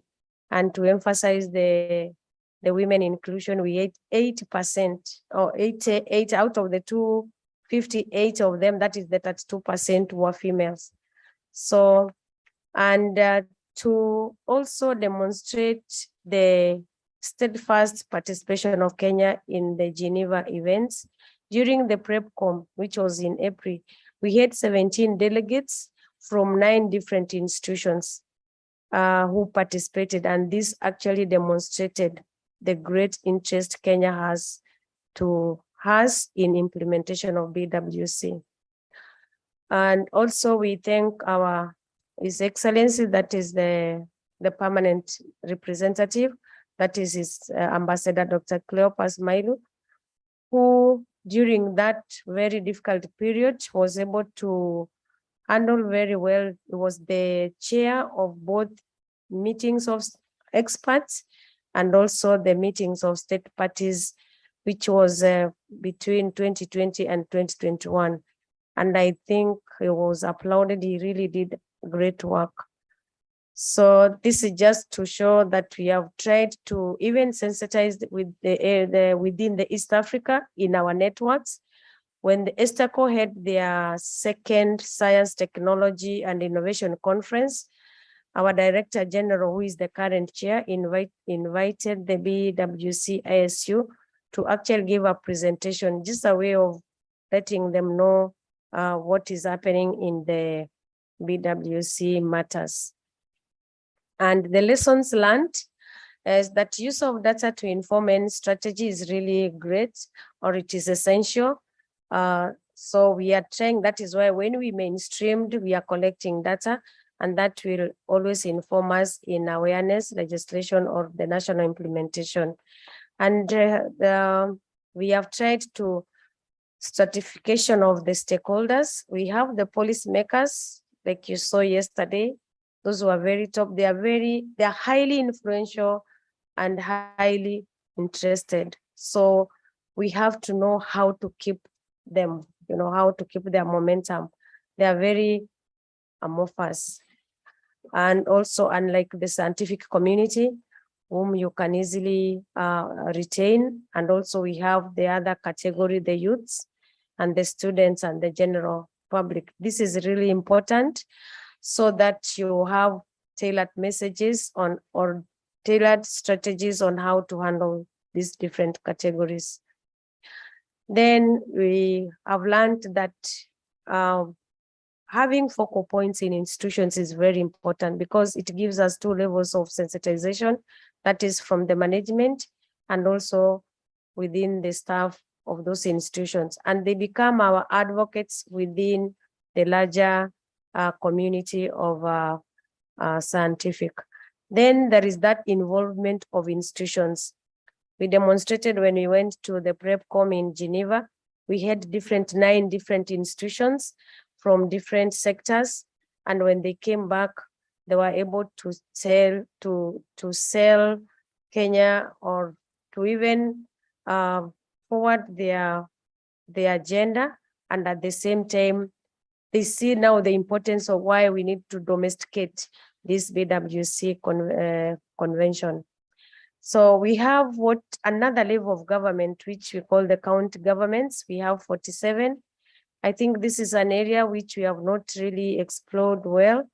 And because we all understand that these areas cover different parts of the country, I think it is now another opening. We need to see how to engage them, because others are within those porous areas, and like Nairobi, the way you handle Nairobi may not be the same as how you handle the county I come from.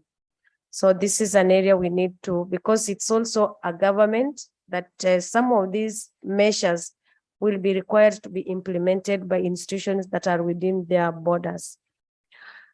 And this is just a demonstration. We had a bilateral, these meetings enable us to have bilateral meetings, and that is where we express our interests.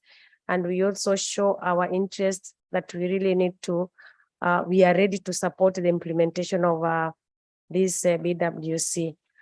And yeah, this is when we were appreciating our permanent representative in Geneva. And this is just to emphasize on what we really prioritizing as a country. So we want to map out the BWC infrastructure and human capital, the national biosecurity strategy, and this will enable us finalize our legal frameworks and also experience sharing, like what we are doing here. It is experience sharing with these other countries who are present. We really need to strengthen the youth capacity because they will carry on the mantle as we leave the stage. Then we have the regional coordination to support the universalization. So here we are really preaching that gospel. And also the cross-border monitoring, we will always support the institutions that are mandated to do that. And also we have these invasive weeds, which are really affecting the livelihoods of our people. And the last one is capacity building for champions and desk officers of BWC. Thank you. Thank you, Mari, for your comprehensive presentation.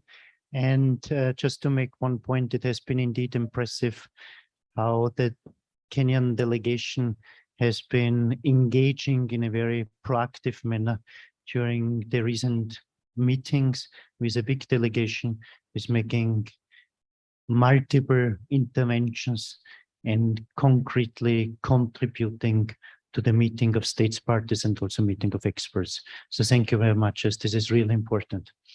Now, I'd like to ask the next speaker. Next speaker from Ethiopia is Mr. Delelkir Bushra, representing the Ministry of Foreign Affairs.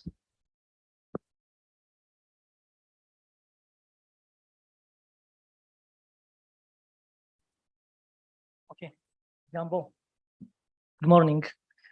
I would like to present the status of biosafety and biosecurity regulations in Ethiopia on behalf of our team. Actually, my name is Masai, and I'm a researcher from Bio and Emerging Research Institute.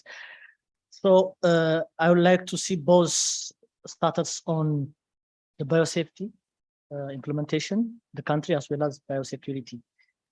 So these are the outlines of my presentation. So in general, I want to see some international protocols or agreements which helps us to have our biosafety regulations in the country. So the first one is the biological diversity, or CBD, was the first initiative that helps countries to have their own biosafety regulations. So it is a landmark field for environment and development as well. So it have 3 pillars. The fair and equity share of or use of biodiversity is assessed on this protocol. So the other major protocol that we have is the Cartagena protocol. So it's focused on the implementation of modern biotechnology to use for development issue. So having these 2 international regulations, Ethiopia have different biosafety and biosecurity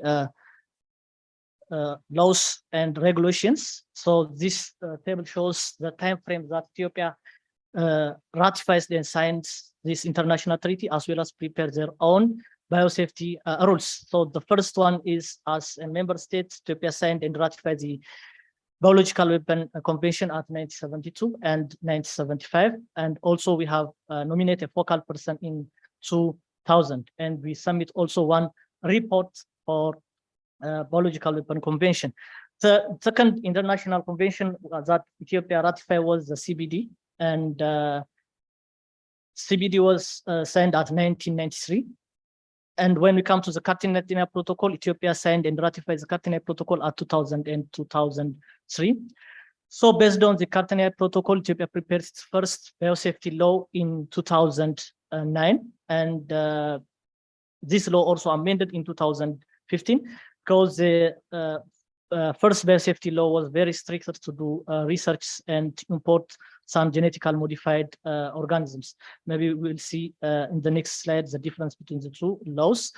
And the other important regulations that Ethiopia have on the biosafety part is establishment of National Biosafety Advisory Committee, and to implement the GMOs or biosafety issues. Ethiopia also have 5 biosafety directives, which was approved in 2018. And also in 2019, we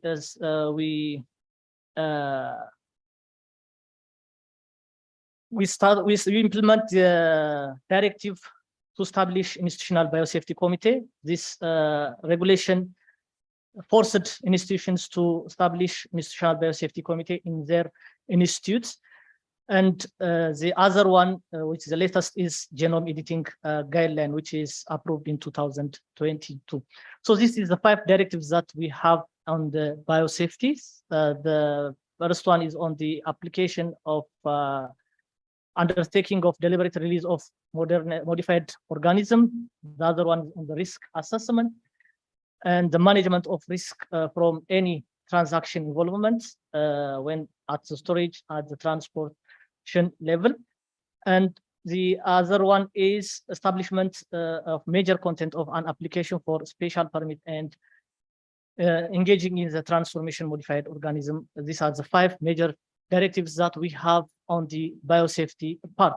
So what was the difference between the amended and the old biosafety law was the amended have or permit the special permit and the advanced informed permits for the research purpose. So the special permit will give a chance for researchers toward their research on compelled field trial as well as on content lab experiment. So after doing a research on compelled field trial and content lab experiment, the product will be commercialized or it can get environmental certification. So it passes through all these safety requirements in the lab and in the field. So we have an institutional structure which is called on National Biosafety Advisory Committee, which is made up from these all institutes which advise the government on biosafety issues. So the Prime Minister assigns individual from this institution to work or to advise on GMOs and biosafety issues. So the National Biosafety Committee have different rules. The first one is giving advice to the government on transaction of genetically modified organism, the issue of national policy and law on biosafety, as well as on biosecurity issues, and identifying effective methods to create public awareness and other related issues on biosafety and biosecurity issues. So up to now, this National Biosafety Advisory Committee give advice and give permission for 2 variants. The first one is on BT cotton. The second one is on Wema maize, which is drought resistant and insect resistant maize. And for special permits, the committee gives a permission for instant, which is our traditional food, on which means on false banana. The other one is tomato. So we are working on the GMOs on this parts. So the other committee is the Institutional Biosafety Committee. So this Institutional Biosafety Committee is a committee which is, or a monitoring committee on each institute. So the regulation forces institution to establish their own biosafety committee before they send their application closer to the National Biosafety Committee. So this committee are also functional in each institute to see some institutional structures, how the application dossier goes. So up to now, the Ethiopian Agricultural Research Institution is the one which is applying for to have just environmental clearance on GMO. So the application dossier was seen by their institutional biosafety committee in the research institute and passes to EPA. EPA is the one which controls or which is mandated to work on the regulation of biosafety issues. So EPA will send the dossier to the National Biosafety Committee. Our National Biosafety Advisory Committee will see the application dossier and back to EPA with their concrete technical advice to the government. So this is a simple pathway that the permission will go through.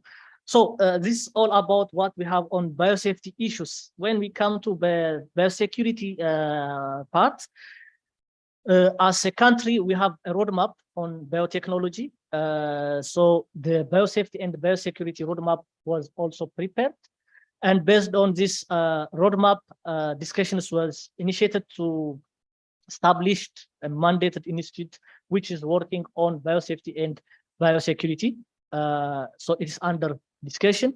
And also we have a draft biological action plan was prepared as a national level. And also there is a discussion to improve the legal framework to incorporate the biosecurity issues. The good thing that we have is we have well-established biosafety system, so we can implement the biosecurity issues using that that system also. So these are the major progresses that we have in the country. So what are the challenges? The main challenges that we face is on capacity building, both human and financial capacity to develop different legal frameworks on biosecurity issue. The other one is institutional setup. Actually, it's under discussion, but we need to have strong institutions that works on biosecurity and biosafety issue. The public awareness is another challenge that we face, and the gap on the legal framework also a challenge that we face. Thank you very much. Thank you very much for the concise presentation, and also on a positive note to highlight again that Ethiopia has in place a national contact point for the BWC and also has submitted a CBM report back in 2011. Now, I'd like to pass on the floor to our next speaker from Madagascar, and I'd like to ask General Emma from the Ministry of Defense for his presentation.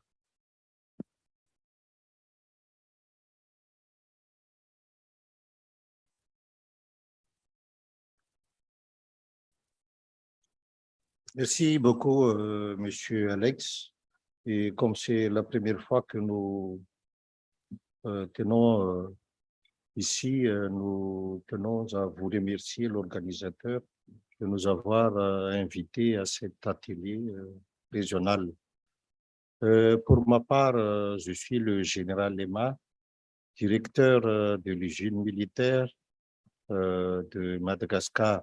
Je suis le point focal national de 1540 et qui dirige donc la délégation nationale pour cet atelier. Pour notre part, Madagascar et la Convention sur les armes biologiques. Madagascar a signé donc la Convention dans les années 71 et puis a ratifié cette Convention en 2007. La Convention a pris effet donc dans les années 2008. Le ministère de tutelle et le ministère de la Défense nationale qui jusqu'ici donc coordonne tout ce qui est armes, que ce soit de destruction massive que des armes de petit léger et des armes sous munitions. Madagascar n'a jamais eu donc de programme ni de politique sur les recherches et le développement en matière de défense biologique et aucun problème n'étant vu jusqu'ici, sauf que depuis 2019, nous avons pu établir le plan d'action national sur la matière de armes de destruction massive, notamment sous la direction donc de la résolution 1540 que nous allons reparler tout à l'heure. Jusqu'ici, donc, nous avons soumis 4 rapports pour les mesures de renforcement de la confiance. Et le laboratoire qui travaille étroitement avec le ministère de la Défense nationale sur la recherche de défense biologique reste jusqu'ici donc l'Institut Pasteur de Madagascar qui travaille, c'est un établissement privé scientifique qui travaille également avec l'Institut Pasteur de Paris. Je ne vous apprends pas la mission, les missions principales de l'Institut Pasteur, je pense que nous en avons tous. Seulement, donc, la capacité, la potentialité de ce laboratoire nous permet déjà d'avancer dans ce domaine de biosécurité et sécurité biologique en ayant les 3 centres de recherche à sa disposition. Le financement de l'Institut Pasteur, comme nous le savons tous, c'est un financement privé, mais il reçoit tout de même des subventions publiques et privées. En ce qui concerne les instruments connexes, comme a été expliqué depuis hier, il y a la résolution 1540 qui supporte les 3 armes. Madagascar établi et a élaboré donc un plan d'action national en 2019. Ce plan comporte 3 axes stratégiques principaux dans le cadre juridique, donc la refonte, la mise à jour et prise en compte de toutes recommandations donc dans les instruments internationaux, régionaux. Et puis en deuxième axe, la coordination de tout ce qui est structure de coordination à mettre en place. Et en troisième axe stratégique, il y a le contrôle, c'est-à-dire le côté pratique, la mise en application de tous les plans et puis les politiques nationales en matière d'armes biologiques, nucléaires et chimiques. En perspective, à l'issue du Covid, donc, nous comptons reprendre les activités prévues dans ce plan national d'action. Et c'est pour cette raison d'ailleurs que nous avons eu le mérite de bénéficier du soutien technique et financier du comité 1540 depuis la branche africaine de l'ONIDA.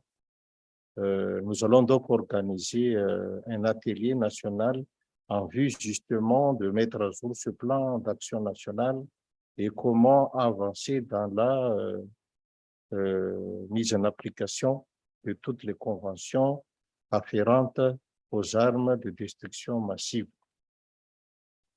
Donc, premier défi pour nous, c'est de mettre à jour notre loi nationale sur l'ensemble des armements, qui date pour l'instant de 1969 et n'intégrant pas toutes les dispositions des instruments internationaux émergents. Mais à notre sens, donc, il y a avant cette refonte, en attendant, donc, on doit débuter déjà par la formation sur le domaine bio, chimie, sécurité et sécurité biologique. Voilà ce que Madagascar peut nous partager pour cette présentation et on vous remercie de votre attention.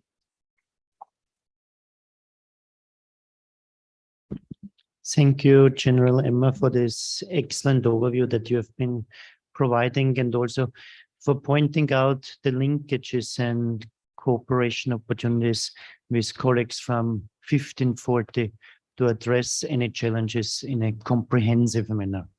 Last but not least, I would like now pass on the floor to our speaker from Mauritius, Dr. Mokshand Foblal, who is a specialist microbiologist. The floor is yours.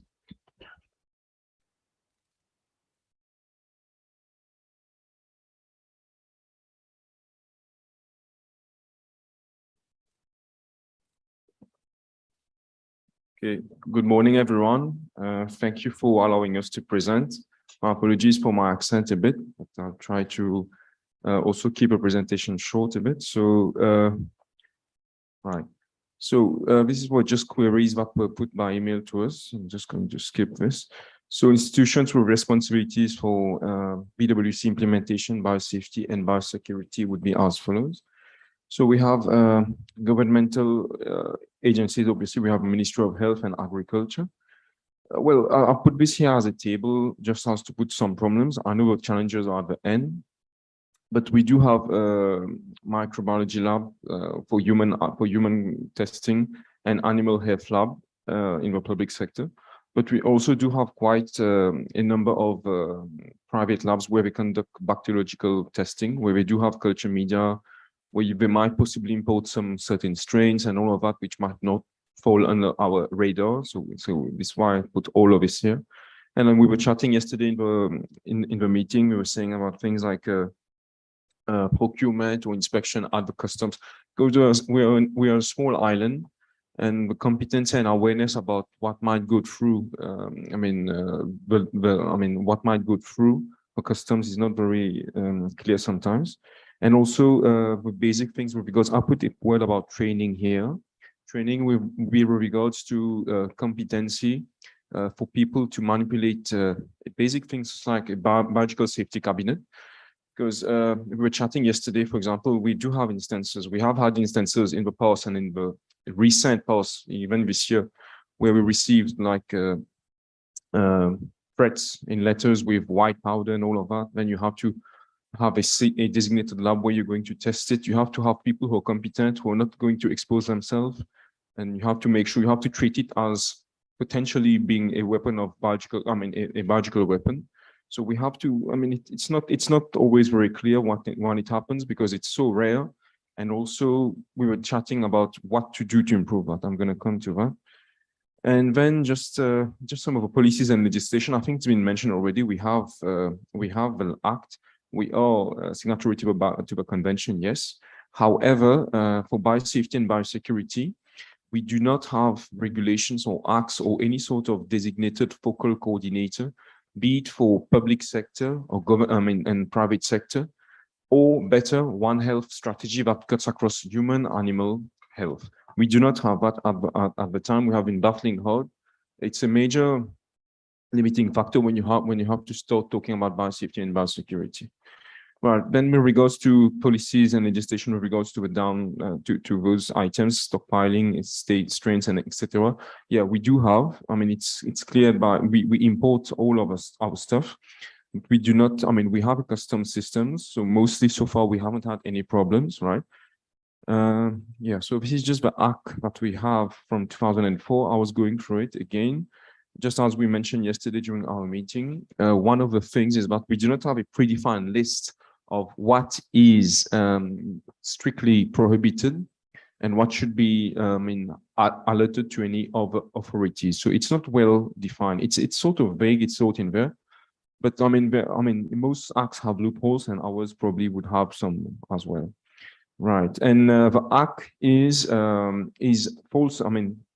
Enforcement of the act falls under the Ministry of the Defense, which in Mauritius will be the Prime Minister. Right. And then basic things, but other legislation we have would be, we have an occupational safety and health policy where it makes mention about biological hazards at the workplace. To me, because any sort of specimen that may or may not contain spores of any sort of powder are sent to the human clinical diagnostic testing lab. So these are people who are coming to work who do not necessarily have all the training and all the competency, or the required retraining competency assessment on a regular basis. And then we have, all of that, the occupational health and safety. Then we have, I was just looking at the Security Council, the 1540 codes. We went through that yesterday. I'm not going to go into more details about that. So yeah, let's just keep this slide. Yeah, this is something we have to work on, confidence building measures. We were discussing that maybe when we go back, we have to actually highlight who's filling that, and whether it's being filled in a way just to please the BWC, or whether it's being effective at the national level in that way. Now, coming to some of the relevant biolaboratories and research institutions engaged in biosciences in the country. So we have Ministry of Health and Wellness. We have these three labs: the Central Health Lab, Human Diagnostic Purposes, Vector Biology Division, the Mauritius Institute of Health. Most of potential specimens and tools that you may use to harness a biological weapon would be probably at the Central Health Lab. We diagnose mostly. Then we have a Mauritius Institute of Health. Then we have a division of veterinary services of Ministry of Agriculture, where we do have a laboratory where the potential for zoonoses exposure to our fellow veterinarians has been highlighted. I'm going to talk who has highlighted that. So we are aware there are many gaps. And also we do not have a very robust biosafety policy with regards to the lab side as well, the lab side. And when the biolaboratories and research institutions in the government sector are as such, most of Research Council, etc. And then we have, more interestingly, those in the private sector. Now, the private sector, we have been chatting yesterday. The government is trying to make Mauritius a pharmaceutical hub in the region, and they have promulgated regulations and acts and provided means in the budget to give incentives to private companies to come to the island. Now we're talking about even genomics, and we're chatting about, we have those over different labs where we have some amount of government overlook as to what's going on. But to me, we should always be reinforcing with them, and just a good communication is always key in those areas. And this is just what's going to happen. So we were talking about vaccine production yesterday and genomic testing facilities, and this falls under biological weapon to some extent. And yeah, so we have that. Yeah. Now, with regards to implementation of related international instruments, just something I wanted to skip. Yeah. So we have our local, the customs falls under, works with the Mauritius Revenue Authority. So something that was bizarre was that importation of microorganisms and all of that falls under the purview of Ministry of Agro-Industry and Food Security, which is not very straightforward. We're not very sure sometimes, so we do not get calls, and sometimes things go through. And we have lab material that falls under them as well. So I've highlighted here microorganisms. That would be ATCC strains and viral cell culture and other items as well, biological specimens as well. And then last but not the least, these are, to me, very important, national initiatives, if any, with regards to biosafety and biosecurity. Okay, so we have, I've put it here very simply, we have the health sector strategic plan, which was, compiled by the Ministry of Health of Mauritius, 2020-2024. Among the different things were management of, active surveillance and all of that. This is not really much BWC. The part of BWC would be here with data collection, transmission, analysis, and information across different sectors. And then we have, more interestingly, a surveillance network. Our colleagues from Madagascar and Comoros would be well aware. We have a network between the Indian Ocean countries, which enables sharing of timely information. For example, when we had chikungunya and dengue previously in the past in the region, these are not strictly related to BWC, but this gives you an idea of how good communication was. So we do have this network where we can share information. And this is one example of that collaboration that we had.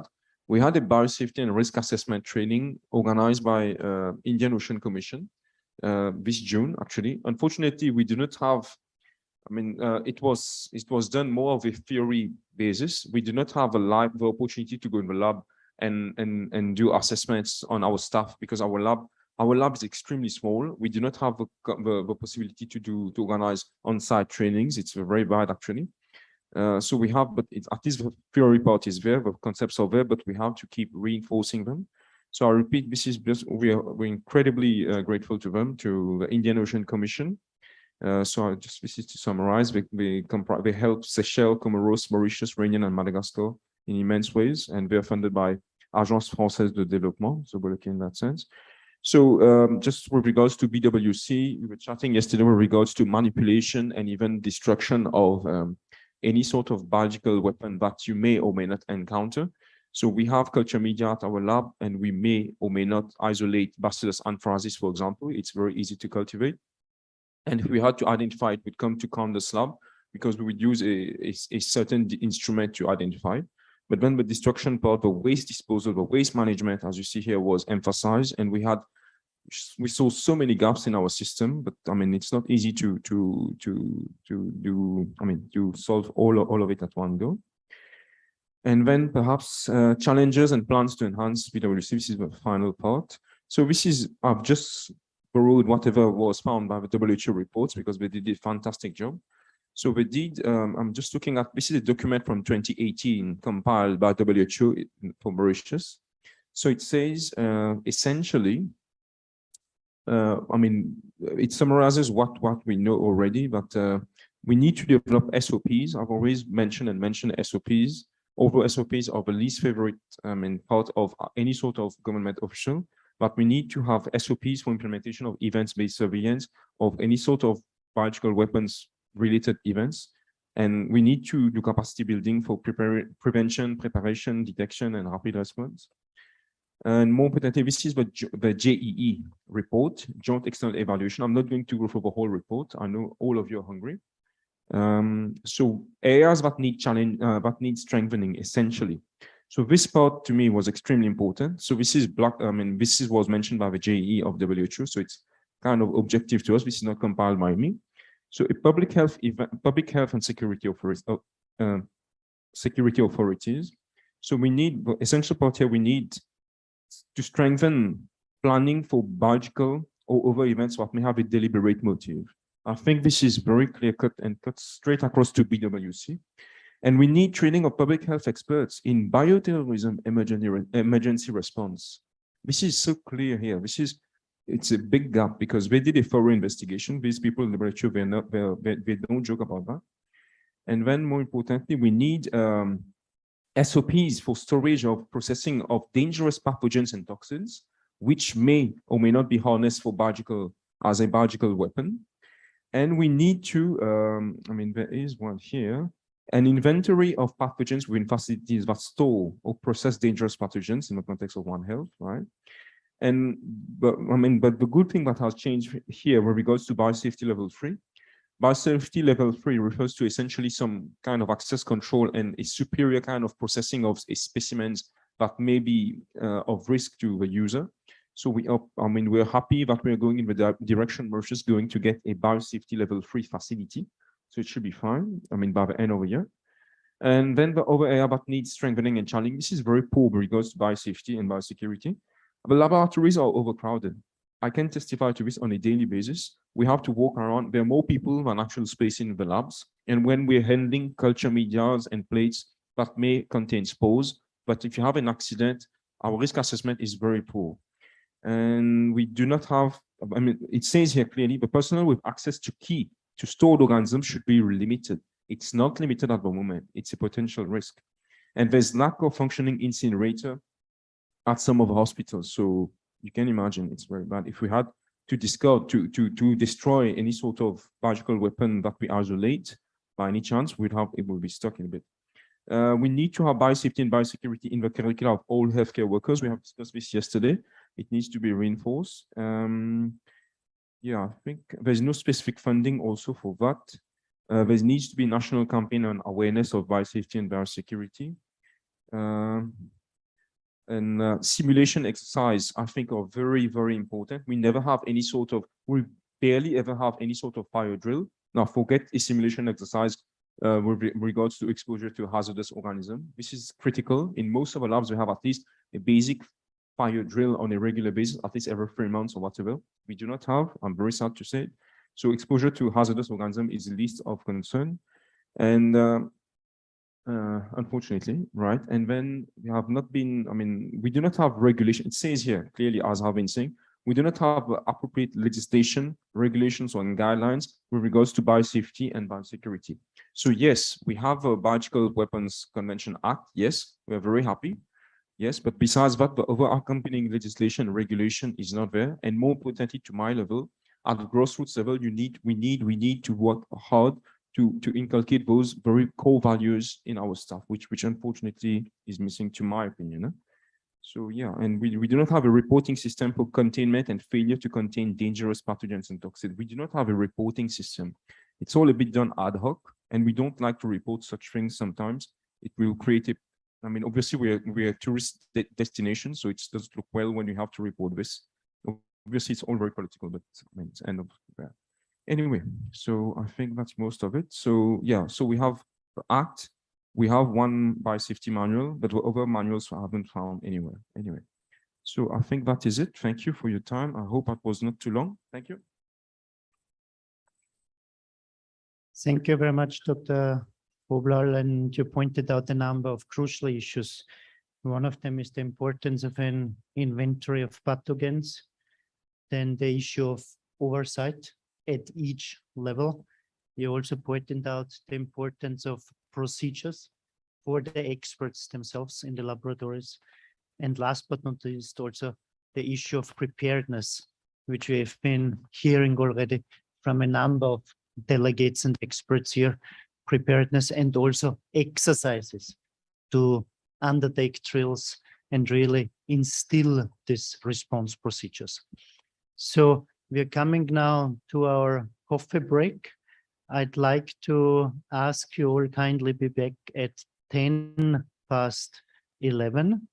And at 11:10, we'll proceed with the remaining 4 speakers from the Seychelles, Sudan, Tanzania, and Uganda. And I kindly ask them to be then straight at 11:10 at the podium. Thank you very much.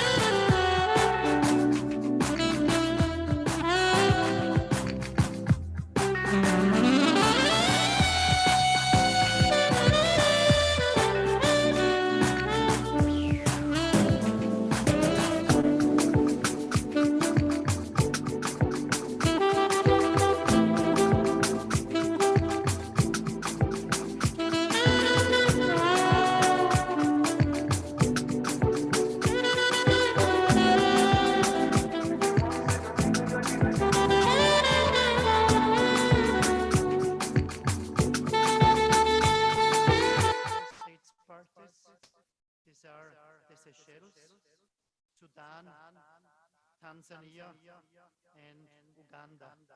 And allow me now to pass on the floor to our first speaker from the Seychelles, and I kindly ask our technical expert to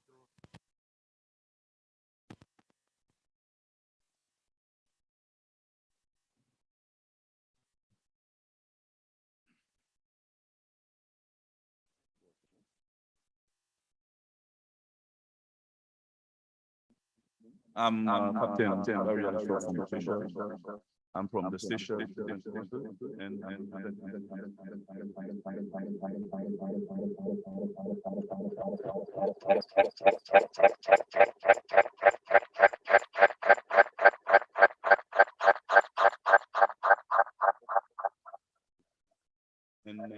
came the 10th November 1979. the biological weapon, activating poisonous and other were commonly used in wars. There was an attempt in 1925 to ban the use through Geneva Protocol, formerly known as the Protocol for Prohibition of Use in War of activating poisonous and other gases of bacteriological method of biological method of warfare. However, many countries had reservations which rendered the convention ineffective. Institution responsible for BWC station. We have station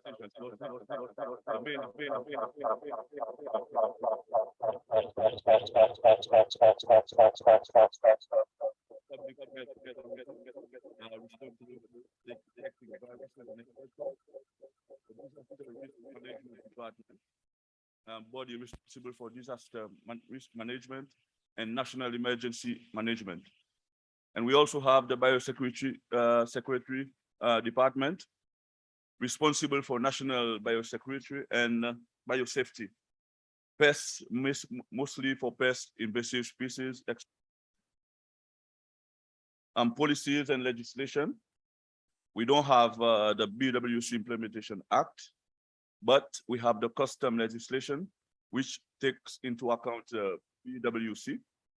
We have the human, animal, and plant legislation, which focuses more towards the safety, and the disease control legislation. We also have the Prevention of Terrorism Act 2004, which makes mention of the BW. An overview of the relevant biolaboratories and research institute. We have the Seychelles Bureau of Standard, the authority in charge of standardization. They have basic laboratory equipment, such as ovens, water baths, autoclaves, biosafety cabinets, laboratory microwave, centrifuge, microscope, and homogenizer. They also have major equipment such as gas chromatograph, high performance liquid chromatograph, automatic assumption spectrometer, and UV-IS spectrometer. And they are expecting an inductively coupled plasma mass spectrometer. We have the Ministry of Health, which is responsible for detecting diseases, and also the Public Health Authority, which they have the lab, and the Biosecurity Department in the Biosecurity section. Challenges and plans to enhance BWC. Challenges, we do not have a specific act to cover BWC. There's a lack of awareness amongst security forces and border control, and there's no plan in place for implementation of the biological weapon convention. There's no focal points, national contact points for BWC officially appointed. There's no biological weapon in Seychelles covered under the CWC. And fundamental task of the country is to control on import. Okay, the conclusion, Seychelles is signatory to the BWC. It is not yet domesticated, and there's no contact point appointed. And like I said, there's no action plan in place to implement the BWC in the Seychelles, which is a good thing. We are participating here. I'm participating here so we can get the necessary help. So our recommendation is to support, to receive support, the Seychelles to domesticate and implement the BWC, support with awareness nationally and in the region, and capacity building for implementation of the BWC. It was very short since we have signed the convention, but it's not been put in place in Seychelles.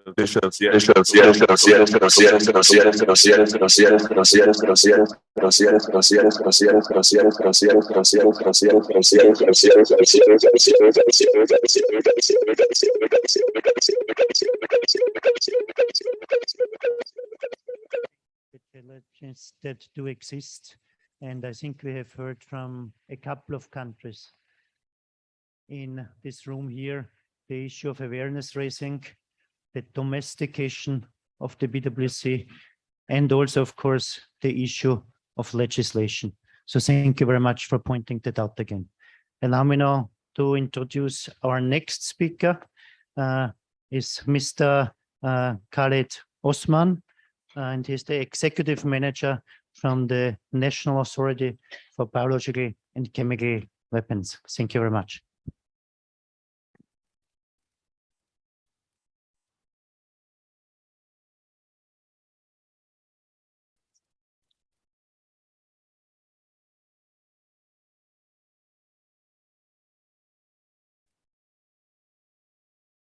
Good morning. Thank you, Alex, for the opportunity. My name is Khalid. I am the executive manager of the Sudan's National Authority for BWC and Chemicals and CWC. My presentation is very agile, and I will try to make it as short as possible. I will go through these points, Sudan in quick points, introduction, and the organization of the National Authority, and the national implementation framework. And I will talk about the European Union scholarship, and I will conclude my presentations by the activities planned for the next year. Sudan is one of the most large countries around the world. We have several land boundaries. Sudan is very rich in terms of agriculture, mineral, animal resources. Our population about 45 million, and Sudan is the Red Sea gateway for the neighboring Gulf country. Our capital is Khartoum, and our official language is Arabic. As an introduction, I can say Sudan signed and ratified the BWC in 2003. In spite of that, although of that, till now, Sudan didn't have a full-time and independent body, national body, to manage this important and sensitive issue. In 2016, the BWC was signed to be under the National Authority for the Prohibition of Chemical Weapons.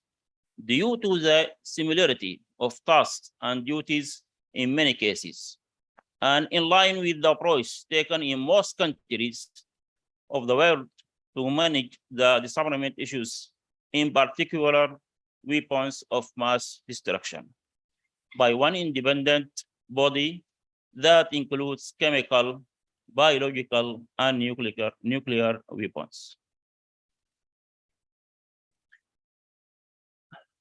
Since 2016, many issues took place between the Ministry of Defense concerned with the file and the Council of Ministers to start a legal establishment by issuing a law according to which the National Authority to be appointed as a focal point for the BWC, and authorized it to initiate steps for the national implementation of the convention, starting with the harmonization of legislations.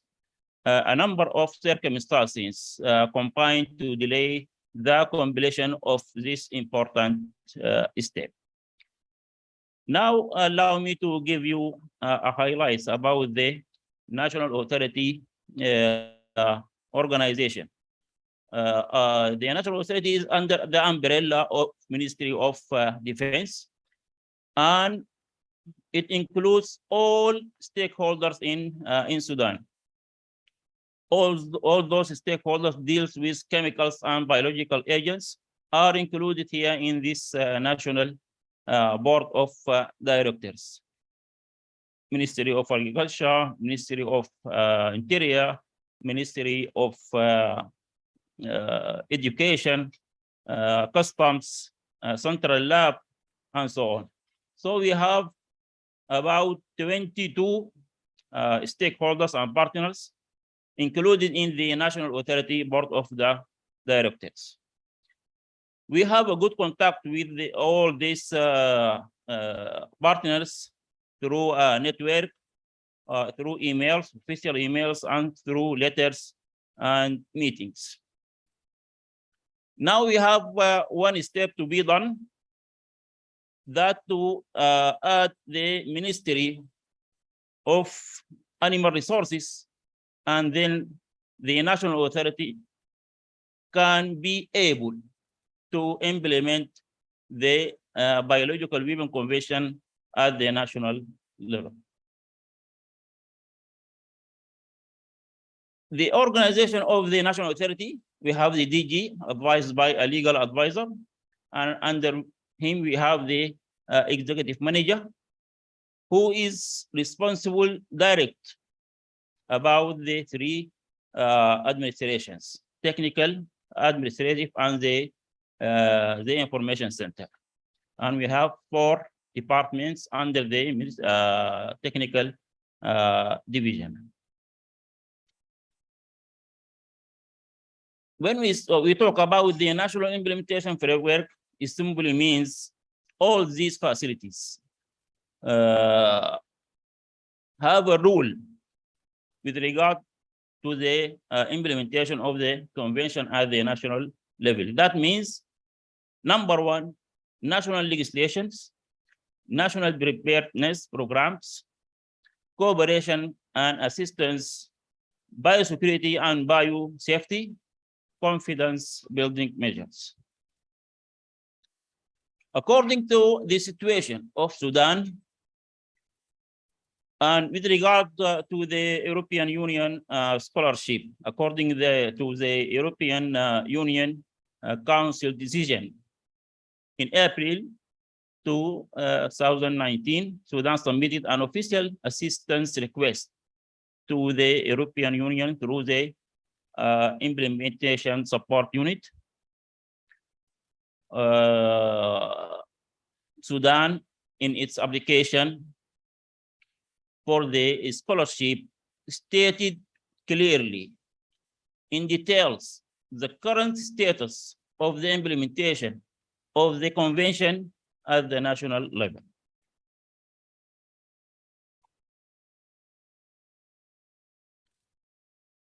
The points were detailed in the request. So we request for drafting the BWC law, training, technical assistance in the 2 fields, programs to raise human and institutional capacities, roadmap for preparing the national biological emergency plan, and roadmap for raising confidence building measures. Based on that, Sudan officially notified in November 2019 that it has been accepted for the European Union scholarship.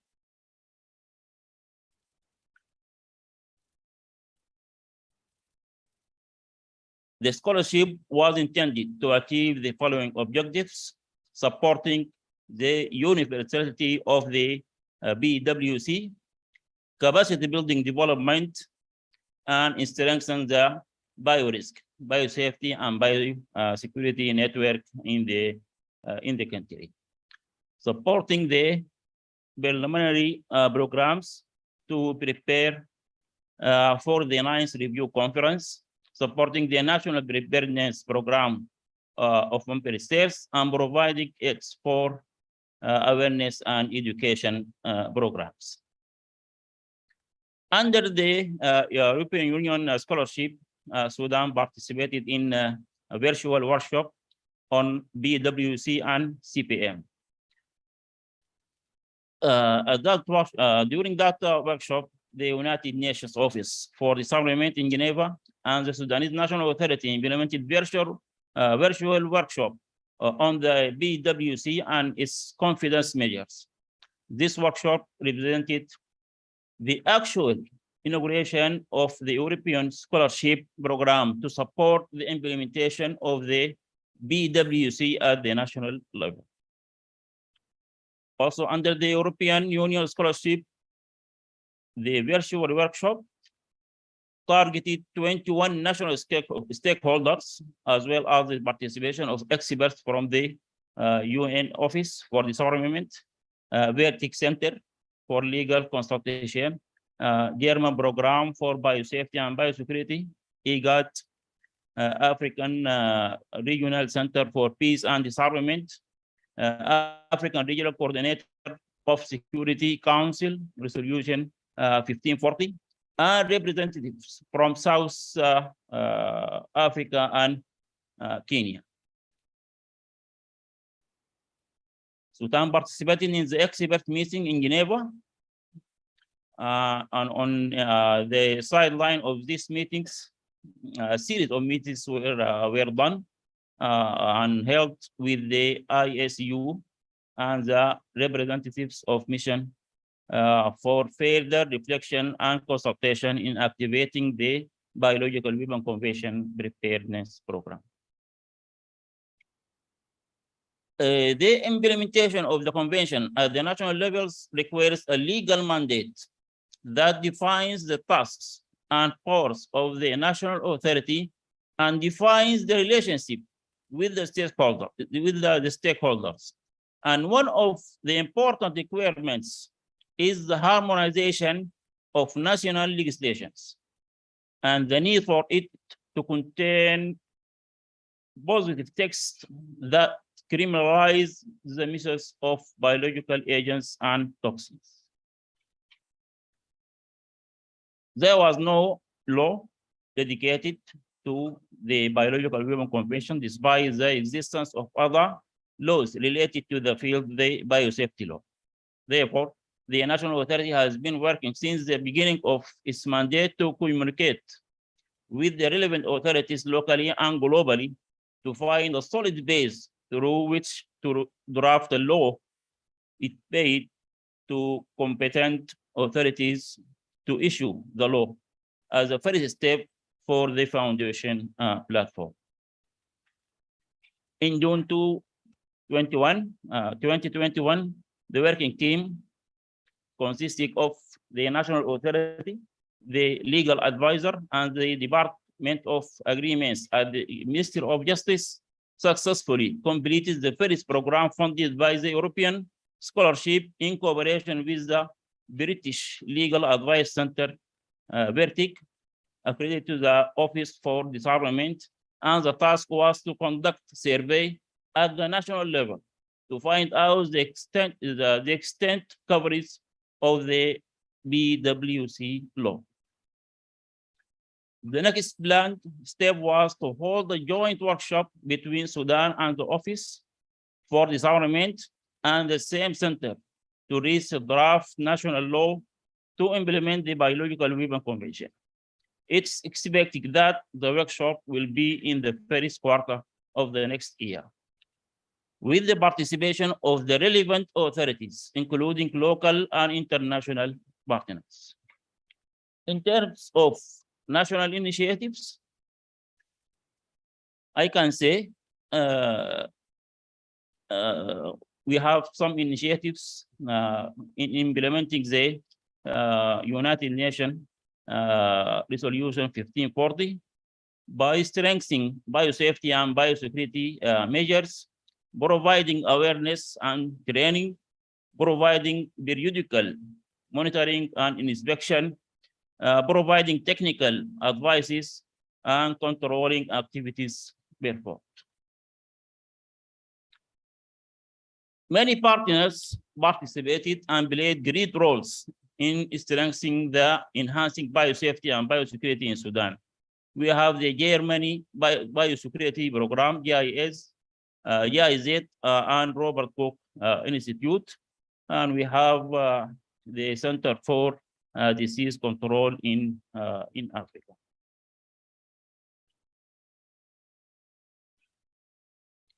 The National Network for Biosafety and Biosecurity includes all related national institutions in Sudan. They are listed here.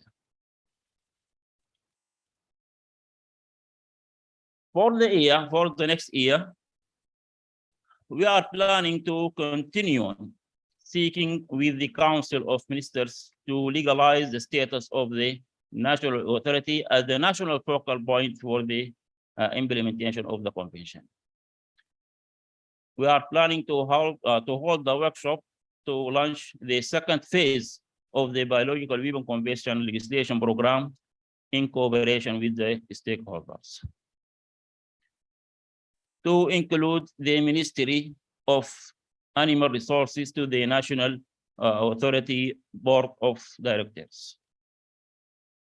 Preparation and sending the CPM reports, activating the existing communication channels with the stakeholders, and benefiting from the German program for biosafety and biosecurity. And in terms of challenges, I think the main issue is the legislation. And this is one of our activities. We have a website and we have a periodical magazine. We have Facebook page and WhatsApp group. Thank you so much.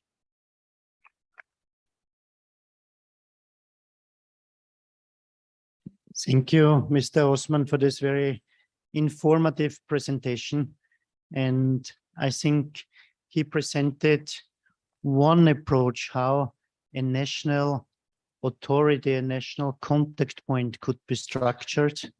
And I also would like to congratulate for putting this really holistic structure in place. And also from our side, it has been, as a result of this comprehensive approach, very easy to communicate with Sudan. Allow me also to thank you for your efforts made in the context of the European Union Council decision implementation.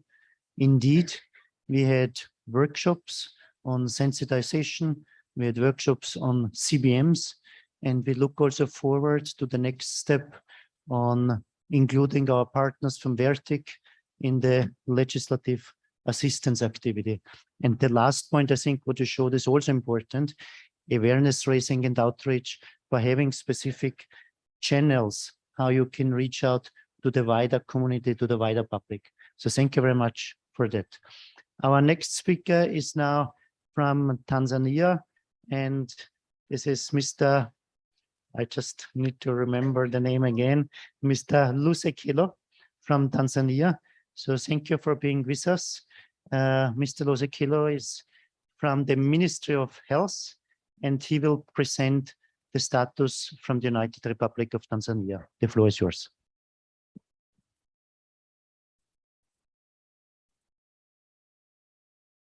Thank you so much, Dr. Alex.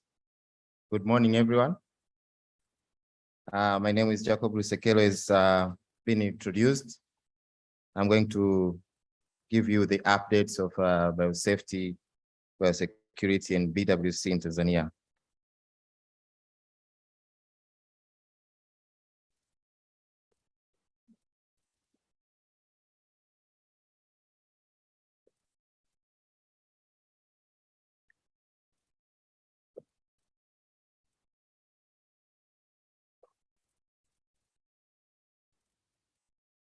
So Tanzania is among the committed countries in biological weapon conventions and IHR and global health security agenda core capacities.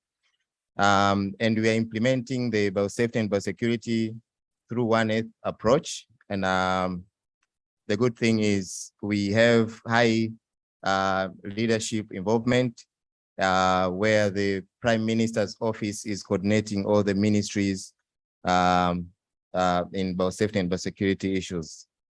And through that, we have a multi-sectoral technical working group involving the key members, and the focal point for biological weapon convention is the core member of the multi-sectoral technical working group.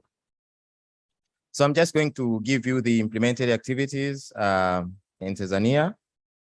We started the pace on May 2017, where we identified the stakeholders to be involved in the biosafety and biosecurity issues. This came at end after the joint external evaluation assessment and where we developed the national action plan, and we were forced to implement the biosafety and biosecurity's activities. And then we initiated the technical working group and developed the TORs in 2018. And then we started the pace of reviewing all the acts and legislations in Tanzania that are supporting biosecurity aspects and BWC. And we have a variety of acts at hand in Tanzania. We have the Public Health Laboratory, Private Health Laboratory Act that's supporting the licensing of private laboratories, and we have Public Health Act mentioning at least the transportation of dangerous pathogens, and we have the Government Chemist Act detailing the licensing acquisition of chemicals and toxins, and we have Tanzania Atomic Energy Act also detailing the same on the atomic energy. And so we had to do the risk assessment, and we had to select the select agents. So the good news, until now, we have the list of dangerous pathogens and toxins that we have already selected. And we have already prepared the fact sheet for each select agent to be shared even by policymakers when we are developing the act. But also we developed the concept note of the act, and this act will be hosted by the National Public Health Laboratory, which will be overseeing the acquisition, licensing, transport, and storage of dangerous agents that we have already mentioned before. But also we have developed the national guideline for biosafety and biosecurity, which will be used by all laboratories dealing with dangerous pathogens in Tanzania. Another thing, we conducted the mapping of all laboratories that are dealing with dangerous pathogens in Tanzania, including clinical laboratories, veterinary laboratories, research, academic, and other high containment laboratories. And the aim was to determine their capacity to proliferate, store, transfer, and secure biological agents. And this chart just shows you the proportion of the laboratories that we have mapped out, and we have determined that they have capacity to proliferate, and somehow they are storing the dangerous agents. And we noted that biosafety is a little bit advanced rather than biosecurity in the implementing laboratories. And we noted that we have inadequate number of incinerators, and most of our laboratories, they have incidents, but they are not reporting and they are not investigating because the system is not yet established. So we had to prepare this national laboratory biosafety and biosecurity guideline.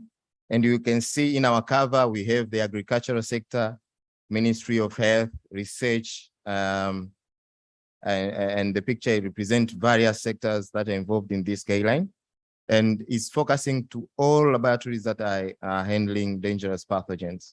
And the good news, this guideline has been approved, as you can see, has been approved by the Ministry of Health and the Prime Minister's office, which oversees all the other ministries.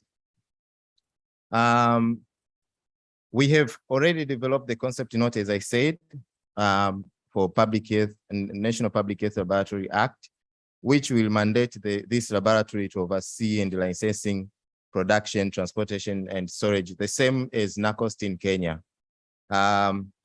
This is example of the fact sheet that we have developed for each select agent.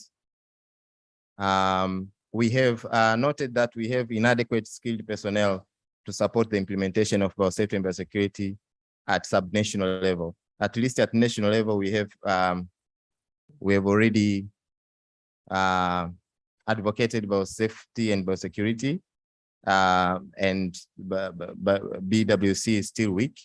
And we have inadequate resources to support all these interventions. And during my bilateral meeting, we noted that we have weak link of communications when it comes from outside the country to reach the relevant sectors. So the background of my PowerPoint is blue, just to show you the vast water bodies of Tanzania. We have lakes and oceans, and we have the highest mountain in Africa, Mount Kilimanjaro. You are invited. And we have Ngorongoro crater. You can just come and visit, see how people are living with lions peacefully. Karibu Tanzania.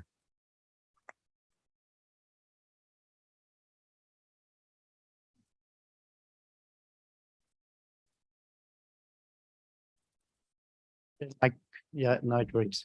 Thank you very much for the very detailed presentation. I found it also very interesting how you did the mapping exercise of the laboratories, and also both in a qualitative and quantitative perspective drew some key lessons on the issue of biosafety versus biosecurity, and also I think highlighted that important finding on further investing into biosafety, biosecurity efforts and awareness raising at the subnational level. I think another very important point that you raised. So thank you for that. Our next speaker is from Uganda, is Mr. Tagasvir, who has been long working in the area of the BWC. And I look forward to the presentation of Uganda. Thank you very much. Thank you, Mr. Chairman, for the kind introduction. Good morning to you all. I'm authorized to speak on behalf of the Ugandan delegation on the progress so far of implementing the Biological Weapons and Toxin Convention in the Republic of Uganda. I wish to share with you 8 aspects on how Uganda is progressing to implement the Biological Weapon Convention. Firstly, Uganda did became a state party to the Biological Weapon Convention 30 years ago, when the country deposited its instrument of accession in Washington on 12th May 1992. And thereafter, it designated a national contact point for the convention, and that person is Colonel Chris Bagamba of the Ministry of Defense and Veteran Affairs. Now, to present on the institutions with responsibilities on the Biological Weapon Convention, biosecurity, and biosafety. These institutions cover the whole spectrum of ministries, departments, and agencies of the government of Uganda, and they include Ministry of Health, Ministries of Agriculture, Tourism, Wildlife, Minister of Security, Minister of Internal Affairs, and then the Department for Science, Technology, and Innovation. Now, concerning policies and legislation on biosafety and biosecurity, first in 2010, Uganda did a study, first of all, to establish the scope of biosafety and biosecurity in Uganda. The aim of this study was to arrive at a consensus of the understanding of what biosecurity and what biosecurity means among various institutions in the country. And that study was conducted by the Uganda National Academy of Sciences, which constituted a committee of experts. Now, that study concluded that the current legal framework in Uganda does not comprehensively prohibit or prevent the malicious use of biological weapons as defined in the convention. And therefore, that committee recommended that 2 options for the government. One would be to amend the current legislation to domesticate the Biological Weapon Convention, or to create a standalone act, a separate act for implementing the convention. Afterwards, following those recommendations, the government convened various stakeholders, and as of now, a draft biosecurity policy has been developed, and that policy is being drafted into a bill present to Parliament. And if Parliament enacts it, that draft bill would implement the Biological Weapon Convention in Uganda, as well as cater for the implementation of the United Nations Security Council 1540 resolution. Regarding policies, current policies and legislation in Uganda pertaining to the convention, we have the Animal Diseases Act of 1918, there is the Public Health Act of 1935, we have the Plant Protection Act of 1937, we have the Penal Code of 1950, we have the National Environment Management Act of 1995, the Occupational Safety and Health Act of 2006, the Anti-Terrorism Act of 2002, amended in 2005, as well as the Toxic Chemicals Control Act of 2015. Uganda has participated in confidence building measures under the convention and has submitted a report in 1996. We had an expert mission from the EU in 2011, and that EU concluded that regarding the requirements in the form A to G, that for Form D, the active promotion of contacts, and for Form E can be provided with the current legislation, the current laws. Now, regarding biosciences, laboratories, and research institutions, in 2011, the country established a national sample transport system, the hub system, and this was to do three things. One, to harmonize transportation of lab specimens, reduce cost, and improve access to specialized lab tests. The hub system covers the entire country, 125 100 lab hubs, and over 3,000 facilities. Now, regarding initiatives on international instruments like International Health Regulations 2005 and the United Nations Security Council 1540, we have performed an on-site assessment for international health regulations, and this will be implemented. Already there is a national action plan for health security to implement the international health regulations. And also there are efforts being conducted to contribute to revision of the international health regulations by 2024. And the country has participated in efforts to negotiate a new treaty on pandemics or other instrument by 2024. The ongoing initiatives on biosafety and biosecurity.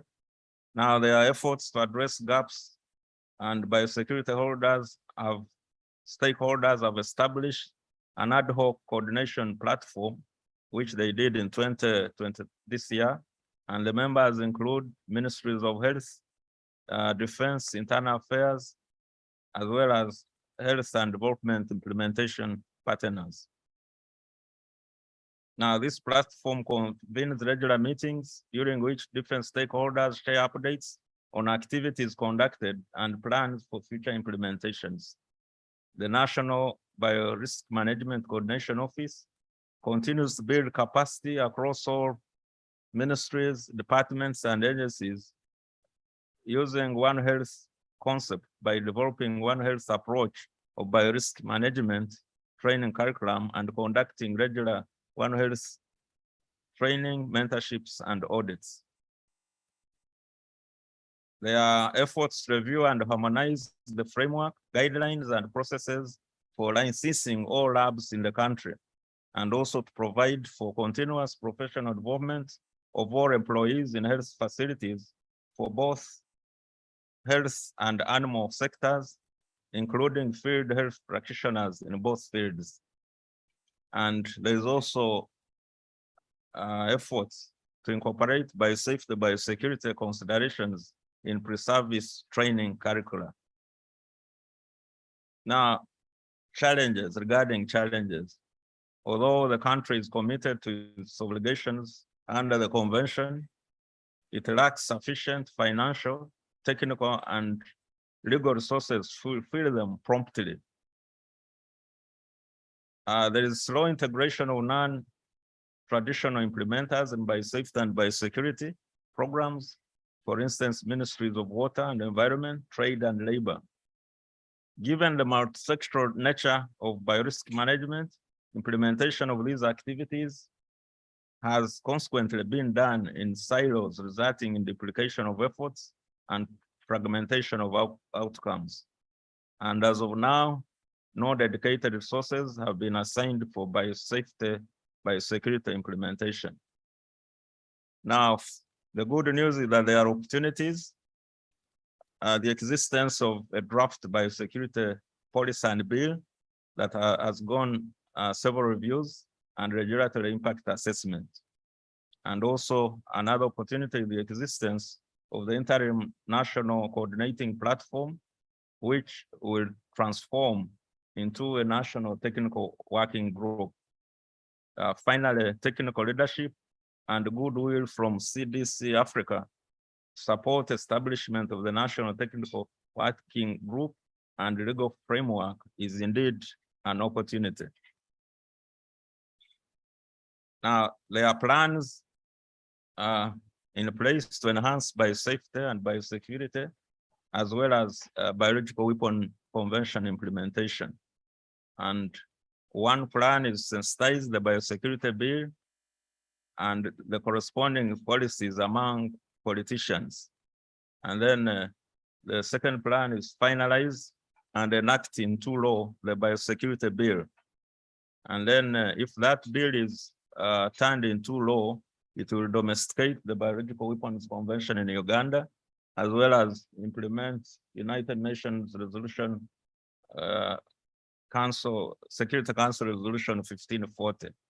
And also there are plans to now more frequently compile and submit confidence building measures. Thank you for your attention.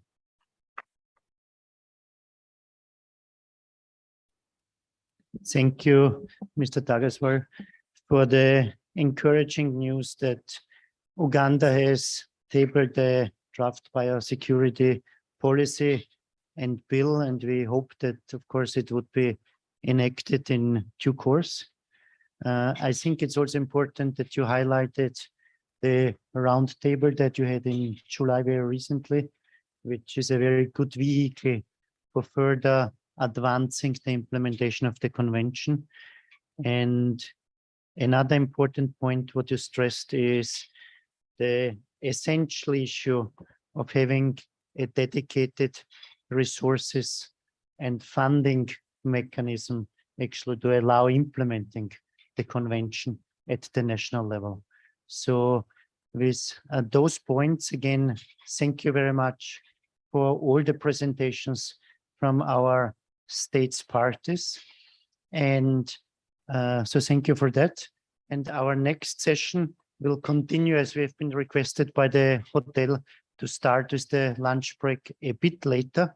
So what we are doing still before lunch, we move now to the other round table where we will discuss progress made by signatory states and non-signatory states towards joining the BWC. So again, I'd like to thank you and a round of applause to those and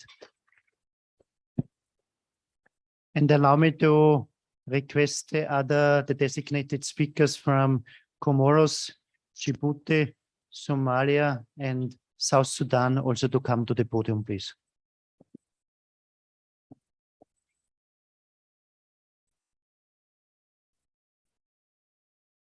So many things inside of my jeans. Slide down, DBTs, DBTs.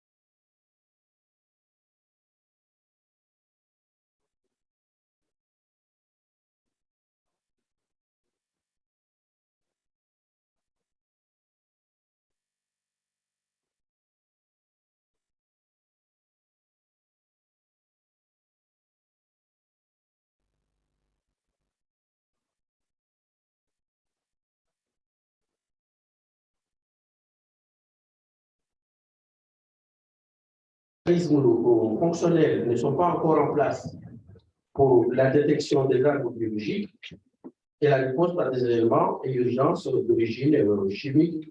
Il en est de même pour l'environnement favorable à la gestion d'événements d'origine chimique. Donc, au Comores, malheureusement, il n'existe pas de politique, de plan ou de législation au niveau national pour la surveillance, l'alerte et l'action.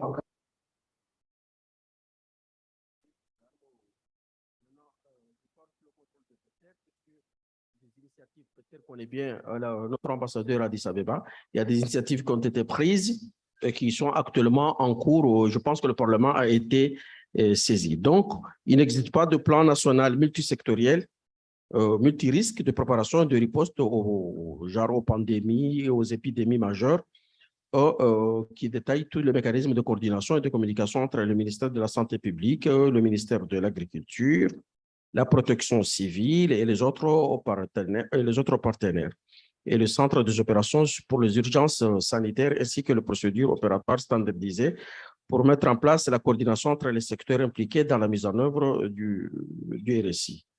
Maintenant, j'ai voulu, comme professeur Alex l'a si bien dit, vous faire quand même un état de lieu sur la biosécurité et la biosécurité un petit peu dans le pays, tout en sachant que dans ce domaine, il y a quand même l'existence d'un groupe technique qui est chargé du confinement du poliovirus dans le cadre de l'éradication de la poliomyélite et d'un circuit organisé de transport et de transfert des échantillons vers les laboratoires collaborateurs de l'OMS à l'extérieur. Voilà. Il y a eu une formation sur les normes de sécurité pour l'acheminement des échantillons biologiques vers les laboratoires régionaux à l'intention des douaniers et des formations sur les procédures d'envoi sécurisé des échantillons biologiques potentiellement infectieux à l'intention des laboratoires qui ont été organisés. Cependant, nous notons l'absence d'une législation ou réglementation nationale en matière de biosécurité et de biosécurité et d'un plan national de gestion des déchets biomédicaux. Je pense que ce plan est en cours actuellement. Il y a des formations sur la gestion des déchets et d'un programme de formation en biosécurité et biosécurité. Ce que nous devons aussi noter, c'est la précarité des interventions de base. Par exemple, dans le cadre de la prévention et le contrôle des infections au niveau du pays à faible revenu intermédiaire. Donc, nous avons des patients, des soignants, des accompagnants qui sont exposés aussi au risque des infections. Donc, tout en sachant qu'au total, nous avons 39% de structures qui ne répondent pas à aucun service en gestion des déchets et qu'aucun signe d'avertissement de danger biologique et le contrôle d'accès qui est insuffisant. Et nous avons des postes de sécurité microbiologique qui sont insuffisants, qui sont limités au laboratoire LCB2. Mais nous avons bénéficié d'une formation en biosécurité en mai 2022 qui a été financée, comme nos amis malgaches l'ont dit, aussi bien dit, une formation en biosécurité en mai 2022 qui a été financée et dispensée par la COI, c'est-à-dire la Commission de l'Océan Indien. Donc, moi, en tant que point focal du ministère de la Santé au Comores auprès de l'Africa CDC, effectivement, je fais partie du groupe de travail technique qui a été initié par Dr Maruta au niveau de l'Africa CDC et au niveau de Comores. J'ai essayé aussi d'initier ce groupe, mais qui n'est pas totalement fonctionnel, je l'avoue. Voilà, ceci pour plusieurs raisons. Il y a d'abord un arrêté ministériel de mise en place du groupe de travail technique national sur la biosécurité et la biosécurité qui n'est pas encore établi. Il y a aussi le manque d'assiduité de ses membres aux meetings qui sont animés par le groupe de travail technique du CDC Afrique. Voilà. Et malheureusement, nous avons un manque d'appropriation des autorités sanitaires sur les questions de biosécurité et de biosécurité. Voilà. Donc, et absence au niveau des établissements sanitaires d'un budget spécifiquement alloué aux activités de biosécurité et de biosécurité. Maintenant, est-ce que nous pensons qu'il doit y avoir un plan pour la mise en place d'un groupe de travail technique national? Et pour cela, nous préconisons dans nos recommandations de faire un plaidoyer du point focal et des partenaires tels que l'OMS, l'UNICEF et l'Africa CDC auprès du ministère de la Santé pour la mise en place d'un groupe de travail technique national sur la biosécurité et la biosécurité et de promouvoir avec l'appui technique des partenaires un plan de sensibilisation des établissements sanitaires du niveau central et intermédiaire du pays sur la nécessité de s'approprier les objectifs du programme de formation et certification de l'Union africaine en matière de biosécurité et de biosureté. Maintenant, il convient aussi d'organiser en Union de Comores, avec l'appui de partenaires, un atelier de planification d'un programme d'activité de biosécurité et de biosureté des établissements sanitaires du pays à tous les niveaux, central et intermédiaire, et au niveau aussi du district. Et comme nous avons des défis et aussi des opportunités, en matière de défis et d'opportunités, c'est d'organiser une mission des experts aux Comores, en particulier une mission des experts du CDC Afrique, pour identifier les gaps, nos manques en matière de biosécurité et de biosureté et sensibiliser les autorités sanitaires sur la pertinence de constituer un groupe de travail technique national multisectoriel. Et aussi promouvoir, le cas échéant, une formation dédiée aux membres nouvellement désignés du groupe de travail technique multisectoriel sur un programme d'activité relative aux questions de biosécurité et de biosureté. C'est aussi la nécessité de former des responsables de biosécurité et de biosureté dans les établissements sanitaires du pays. Maintenant, je ne vais pas être trop long.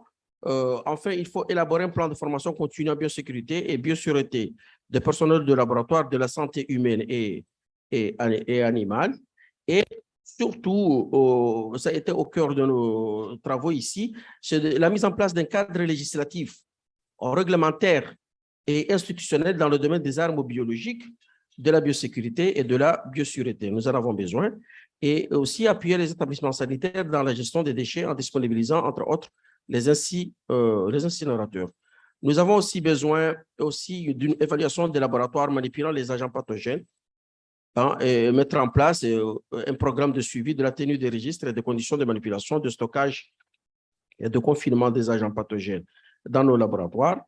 Et sur ce, il y a une nécessité de procéder à la mobilisation des ressources financières pour l'exécution du programme d'activité de biosécurité et de biosureté. Sur ce, je vous remercie de votre aimable attention. Thank you very much, Dr. Yusuf, for providing this very comprehensive overview. Some points that I took away from your elaborations was that you are already working closely with the Africa CDC, being part of the technical working group. And it's good also to have our colleague from Africa CDC, Dr. Yaures, here with us. I think this opens up a number of opportunities more at the technical, at the operational level. You also mentioned the need for a legal and institutional framework. And I think that is where from our side on the project, we could come in and support on this aspect. So thank you very much for that. Allow me now to introduce our next speaker, and this Djibouti is already here. Let's do it alphabetically, if you don't mind.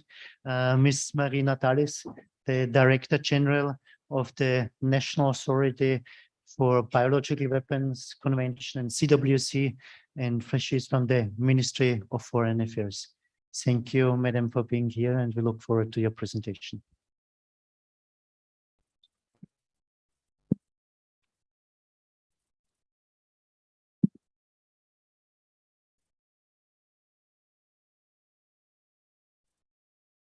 Je vous remercie. Je vous remercie de m'avoir passé la parole. Je vais présenter les activités de Djibouti sur le plan de la lutte contre les armes de destruction massive.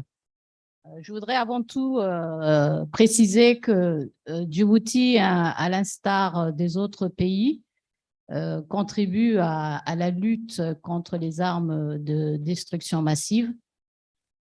Et d'ailleurs, nous avons adhéré à la plupart de ces conventions.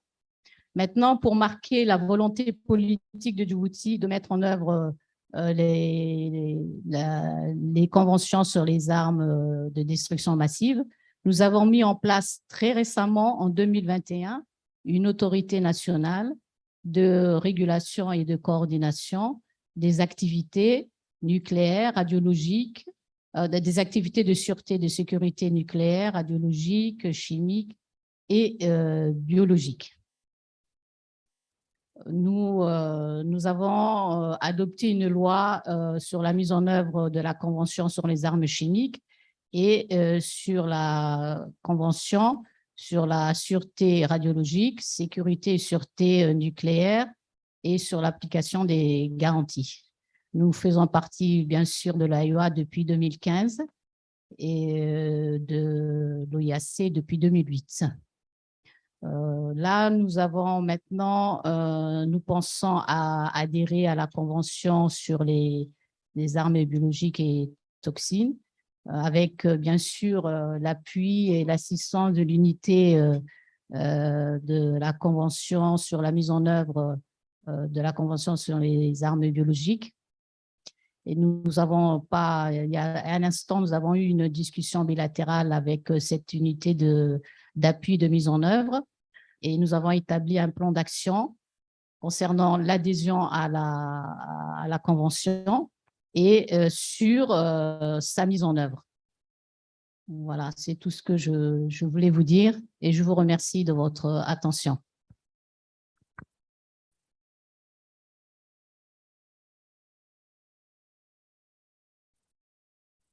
Thank you, Ms. Natalis, for sharing with us progress from Djibouti on the way forward, joining the BWC. It's, I think, encouraging news that together, I think we can join forces and putting together this work plan, this national action plan on the way forward.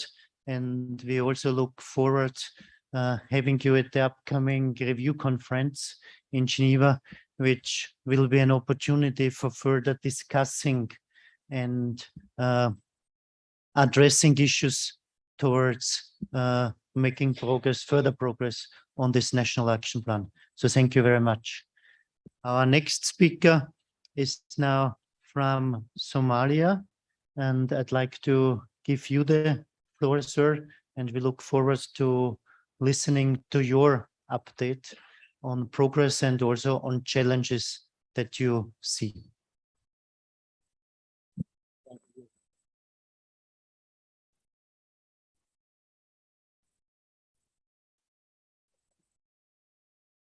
Thank you, Alex, for having us here to participate in this wonderful program. In the case of Somalia, I think it is a special case because Somalia is not yet part of the BCW. When it comes to public health and biosafety and biosecurity, we have of health and human service who is responsible to lead the biosafety and biosecurity. And also there is other international organization that support the conducting capacity building when it comes biosafety and biosecurity. Example, CDC Africa also supports the supports the Minister of Health, and also we have WHO. In fact, we have a national public health referral laboratory that was funded by WHO, who is currently functioning, and where the samples of collect when it comes to disease outbreak, the sample, the cholera sample collect from the over the corner of the counter and then bring it to the lab and then they analyze. We have a technical, my sister, she is the one who is responsible to the virus department to also the malaria section. So she was trained and then she is capable to handle that sample. So in general, there is initiatives by safety, by security in the country. Currently, the ministry is planning to have regional laboratory where there is ongoing preparation to train the staff that is will be capable to handle to manage the regional laboratory. In Somalia, when it comes by biological weapon action confession, we have no plan yet, but in the future we are willing to be part of the BCW. By the way, Somalia is already part of the CWC, signed in 2013. So we, as a result of this, we conducted several workshops regarding chemical safety, chemical security. I think up to now we train more than 500 participants from different sectors: small, medium, industry, academic sector, government institutions. As a result of that, the Ministry of Agriculture developed dual-use chemicals for fertilizers, so to mitigate that things. So in the future, I hope the Somalia will be part of the BCW. We have challenges in Somalia when it comes to biosafety and security. We have lack of awareness. There is a cultural barrier. We have absence of national implementing legislation for the BWC. I hope BWC will support us a technical expertise when it comes developing the regulations regarding with the BWC. We have inadequate financial support for conducting institutional capacity building. We have lack of sustained engagement with the biological practitioner, where we have number of private laboratory who run this. I think we are willing to be Somalia free zone or terrorist free zone, because the current government is fighting against the terrorist group, and I hope, as I mentioned it in my comment earlier, the bio threat is real. So we are willing to have technical support from BWC to engage more Somalia, and that's what I want to conclude my comment about Somalia. Thank you, Alex. Thank you very much for pointing out the current status and also the challenges that you face. I think it's good, while making reference to the CWC.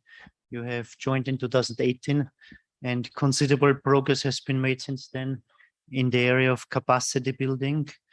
And I think, while of course CWC and BW are institutionally very much different, there are opportunities, I think, to learn, to use some existing networks and platform and help, I think, moving forward also in the area of the BWC.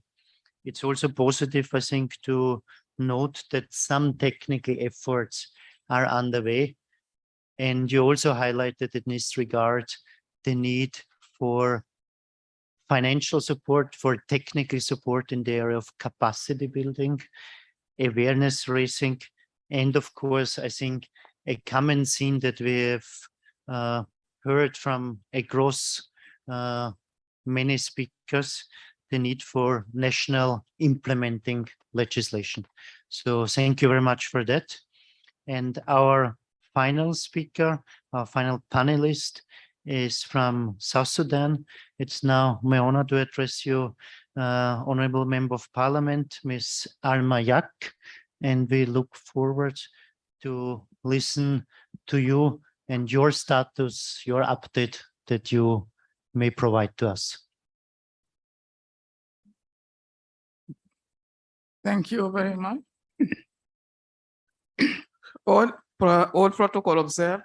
I want first to start by passing my greetings from my Speaker of Parliament, Gemma Nunu Kumba, and from our Minister of Foreign Affairs, as well as my colleagues, Dr. Stans, Chairperson of the Committee for Peace and Reconciliation, and Ambassador Joshua Franco, Full Director General for Public Relations in the Ministry of Foreign Affairs.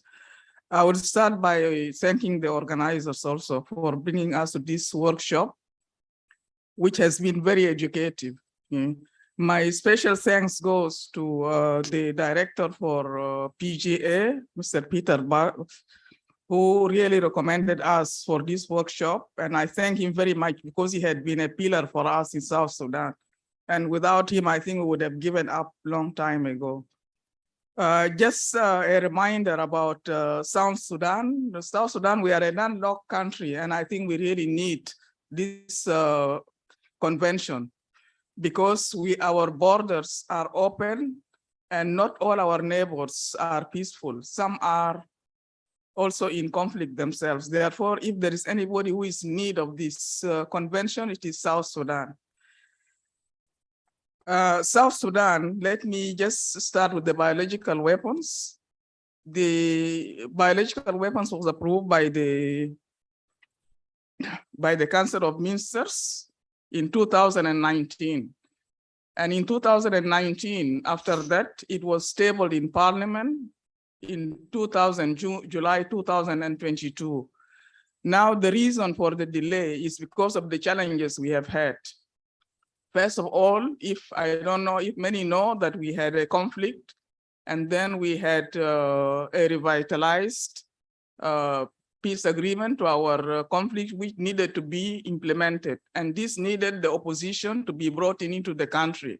And this took a long time for the warring parties to be brought together in order to form one parliament and one executive. The second challenge was also that of the COVID-19, which came in, and this also debilitated us. And that's why there is a gap between the approval by the Council of Ministers, 3 years, and tabling in Parliament. So our current status is that the biological weapons is at the level of the Parliament, the committee level, who are now working on it and to table it at any time. Just an overview of the chemical weapons, it is also at the parliamentary level. And also, hopefully, we'll be able to ratify that.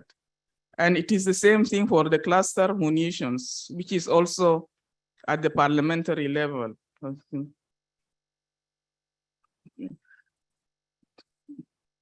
Therefore, because of the challenges which I have just mentioned, that's why we were not able to join, but not because there is no political will. Lastly, on the biosafety and biosecurity, South Sudan has got a very poor biosafety and biosecurity section because the national lab, they don't have a structure in place at the moment. And when I visited the lab, they said that they are still working at the structures. But what is available now is an association called Biosafety and Biosecurity Association of South Sudan, who are not yet even well established. Therefore, I think this is an area which we need to alert the Ministry of Health. They don't have any regulations in place at the moment. There are no policies. And there are no legislations as well. Therefore, this is an area which really needs us to work on once we have ratified the biological weapons. Thank you very much.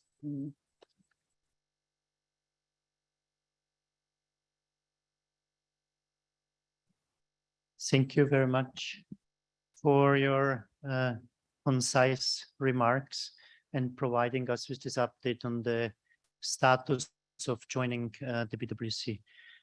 I think also noting the very senior delegation that South Sudan has here at this workshop testifies to the political importance that it is paying to joining the BWC in due course. So thank you very much for that. And allow me also to thank Peter Barcroft for supporting us in bringing the South Sudanese delegation for here. I think this excellent collaboration has been starting early in the past and is really a very important tool to make further progress. So thank you very much, Peter, to you personally, and also to PGA. Now, as we're having here our representatives from states that haven't joined yet, I was wondering whether there are any questions to the representatives here. And I wonder whether our experts from the international or regional organizations that are with us in the room have any particular thoughts or suggestions that they would like to share. May it be from 1540 perspective, may it be from IGAT, may it be from the EU CBRN Center of Excellence, so or from UNREC. I'm just wondering, I think could be interesting where we could identify potential linkages or synergies to support and facilitate joining the BWC. And I see Aina's nodding, so I'm looking forward to your question to the delegates.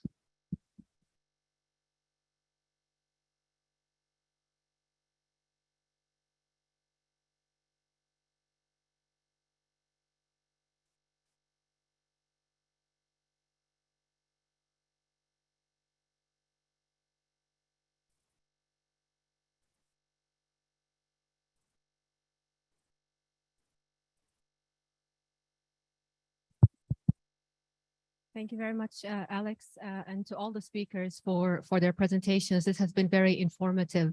And we have also heard a lot of encouraging signals where states are making concrete progress towards either implementing or ratifying the Biological Weapons Convention. So these are very encouraging developments that we remain available to support in any way that we can. In terms of Resolution 1540, I believe we have identified a number of synergies over the past couple of days. Many of the states that have spoken today do not, for example, have 1540 points of contacts. And in institutions that are already doing this work at the national level, they would be really ideal potential points of contact. So as we look at the BWC's program, we would very much like to cooperate with you and see how we can maximize this current charge and this current attention to ensure that points of contacts are designated for the BWC as well as 1540. We also recognize that biosafety and biosecurity are priorities for the region, and we could also provide tailored support on these particular aspects within the 1540 context. As I said yesterday, there's already a great deal of alignment between the obligations of the two instruments, and so we can certainly help in making sure that these objectives are met through also maximizing the resources available. So thanks again to the speakers and to you, Alex, for moderating this session. Thank you.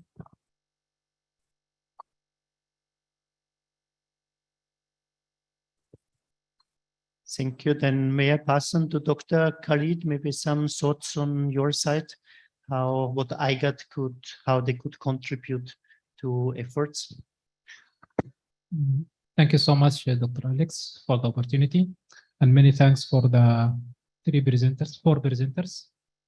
In fact, it seems there is a political will to join, not only to join the Biological Weapons Convention, even to go further to effectively implement all the components.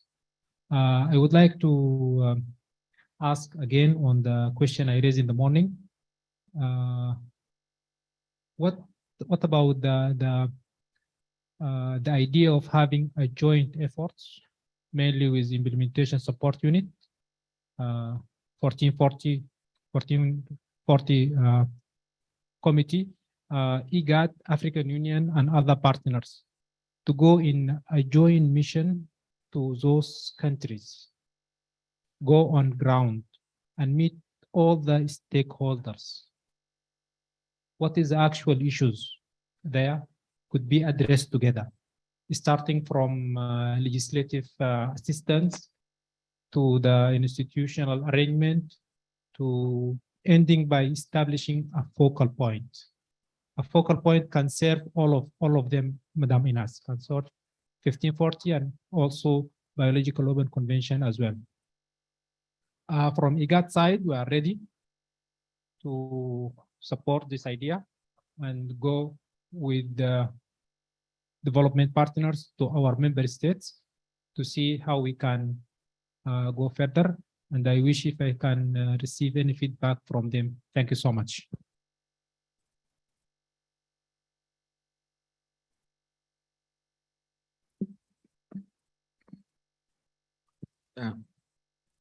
Thank you very much. This is Dr. Juras from Africa CDC. I just want to give a general comment because I heard many things on biosafety and biosecurity. And I also noticed that for the Eastern African Technical Working Group meeting, we have not yet received many participants, many nominations from countries. And it will be good to share the nomination as soon as possible for each one nominee per country, and for each nominee also to prepare a presentation on the situation of biosafety and biosecurity, maybe highlighting the areas where the countries need support so that we can discuss in details during the meetings. Thank you very much.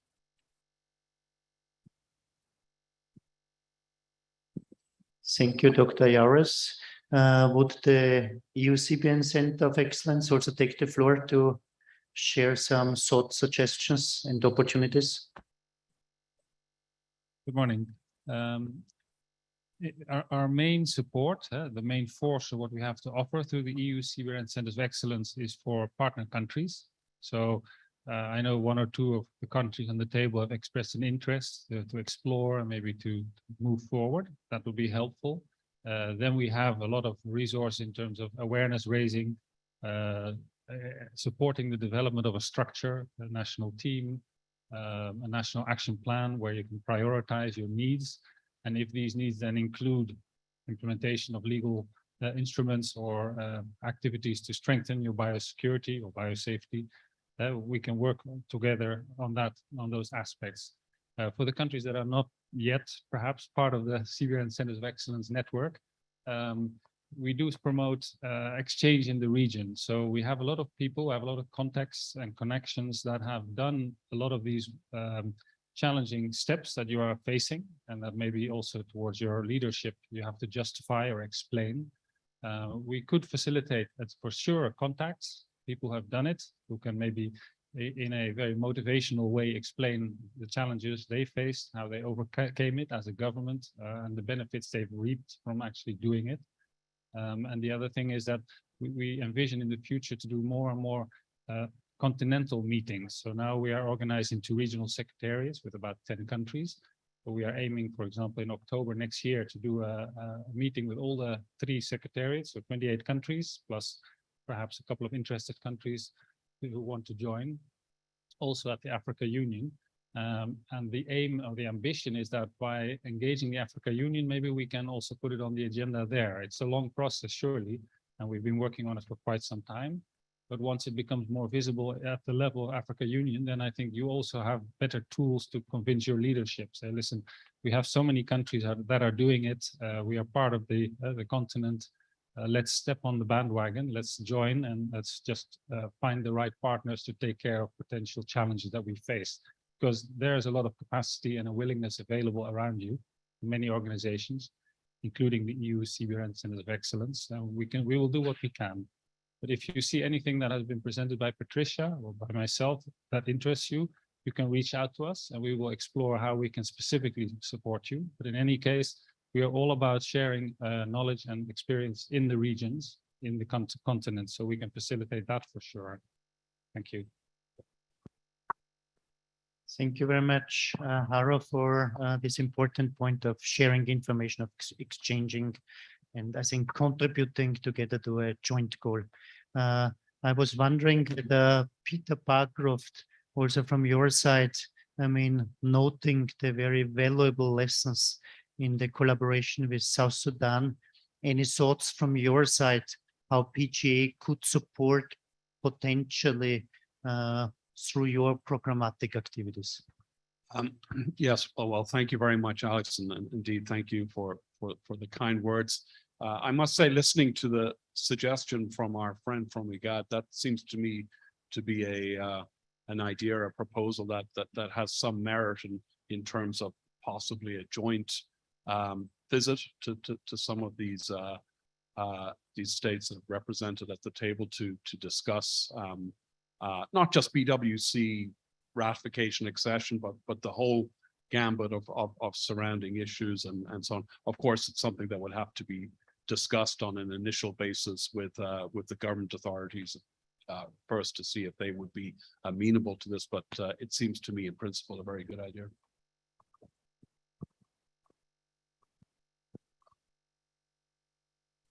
Thank you, Peter. Just I'm wondering whether there could be any opportunity for South-South cooperation also, and whether any of the participants here with us today might wish to share any views, any suggestions that you have. I see the gentleman here. Thank you. Bunyasi is the name again. I have a suggestion. The suggestion is I'd like to give an example of Uganda. A few years ago, I attended a meeting in Mnyonyo where President Museveni came to address. And he said that citizens listen more to politicians than doctors. And actually it made sense. Now, when you go to Uganda, anything to do with biosafety, biosecurity, biological weapons, chemical weapons, President Museveni is the boss. He gives directives. And that's why Ugandans enjoy. Right now, in fact, Act of Parliament, let's say it's out because it's complete. I'm sorry, I have more information about Uganda than Ugandan themselves. They're very much ahead. So what am I trying to say? I'm saying that BWC engage presidents of respective countries directly. If you do, even if they don't work, but so long as they talk, things will run smoothly. For example, make a delegation to Southern Sudan. Meet the president, tell him the issues. It will bring a lot of changes. Let's not go working through proxies. No, let's go directly. And our DG Kenya, he has left. I wanted to advise him that let him engage Dr. Rudo if the delegation from Geneva is still here. Pay a courtesy call, explain, and it will change the game in this country. Thank you.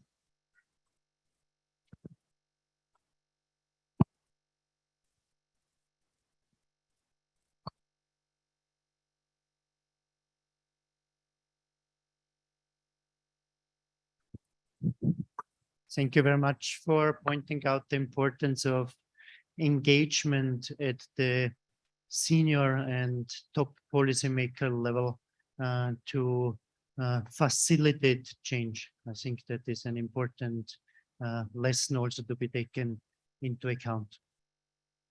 Now, as I understand from our Kenyan counterparts and hosts, we still need to wait a bit for the lunch. And that's why if Dr. Onsarigo, as I understand, we need to wait another 25 minutes until we can go to lunch. So what I would suggest now to start with the special session by Kenya, and in parallel from our side, we can have one bilateral meeting with those delegations that haven't had yet the opportunity to discuss on BWC matters. So I ask kindly the delegation for the bilaterals, the delegation of Uganda, then just to wait outside the room. We can do this before lunch. And I think my colleague Fanny, if she still has also one delegation that we can bilateral discuss with, and I ask our Kenyan colleagues to proceed with the special session until 13:15. So that's 25 minutes. And then we break for lunch until 2:30, please. Yeah. And again, a thanks to our panelists. Thank you very much.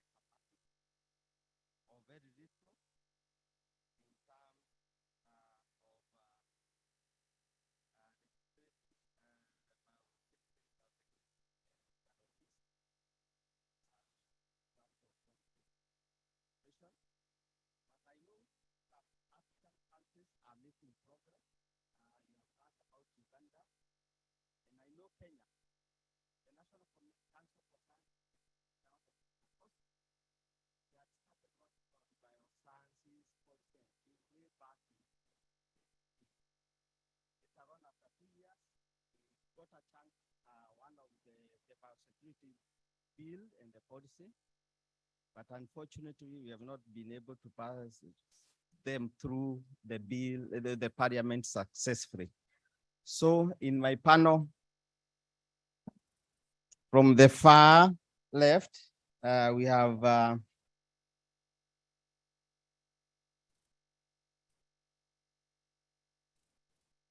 I'm just going to give a brief profile.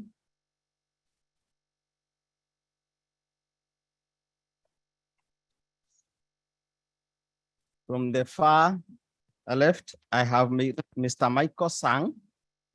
He's a senior assistant director of public prosecution. He is the head of counterterrorism, transnational and organized crimes division of the director of public prosecutions. Mr. Sang has a master's degree in international law from the University of Cape Town, South Africa. He has over 10 years prosecutorial experience at the DPP office.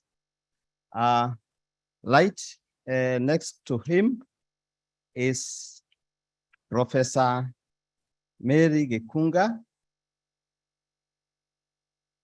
Professor Mary, she holds a PhD in mathematics and natural science from the University of Bonn, Germany, an MSc in biology of conservation from the University of Nairobi, and a BSc in botany and zoology from the same university. Next to her is Mr. Bruno. He's an OGW, Assistant Inspector of Police. He's the Director of Corporate Communication and National Police Service spokesperson. He has a master's in criminology from the Casters University, UK, an expert in transitional organized crime, money laundering, and financing of terrorism. And he has served as a transnational organized crime expert in United Nations Police in New York from 2018 to 2021. And then I have my co-chair, professor from Masinde Muliro University. And next to him, just next to me, is Mr. Joshua Motua. He is the head of forensic biology unit in DCI. He is the head of forensic biology unit and a qualified forensic molecular biologist of more than 10 years of experience as director of criminal investigation, National Forensic Lab. He also a master's in forensics from Osaka University, BSc biochemistry, Egerton University, and has been trained as a forensic image processing expert at the National Research Institute of Police, Tokyo, Japan, forensic photography, BKA, Germany, basic forensic crime investigations at DCI Academy, Nairobi, trainers in crime scene investigation and laboratory quality management system, New Delhi, India. So I think we'll start from Mr. Sang. Kindly tell us what you have in terms of countering bioterrorism in the criminal justice system in Kenya. Thank you. Welcome.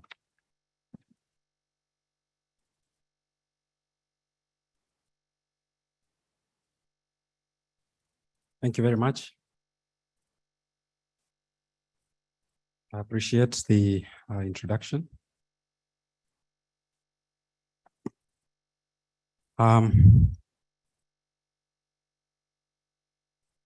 I got the information a bit late, and I was not able to do a presentation that can be put on the screen. So I'll just move forward and share with you what the ODPP has been able to do in terms of enhancing criminal justice capacity to prevent and counter bioterrorism in a deeply polarized world.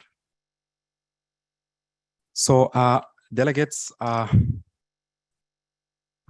participating countries, I know some have stepped out, regional partners, representatives of the Global Partnership Against the Spread of Weapons and Materials of Mass Destruction, African Signature Initiative, who have guided the supporting of universalization and effective implementation of the Biological Weapons Convention in Africa project.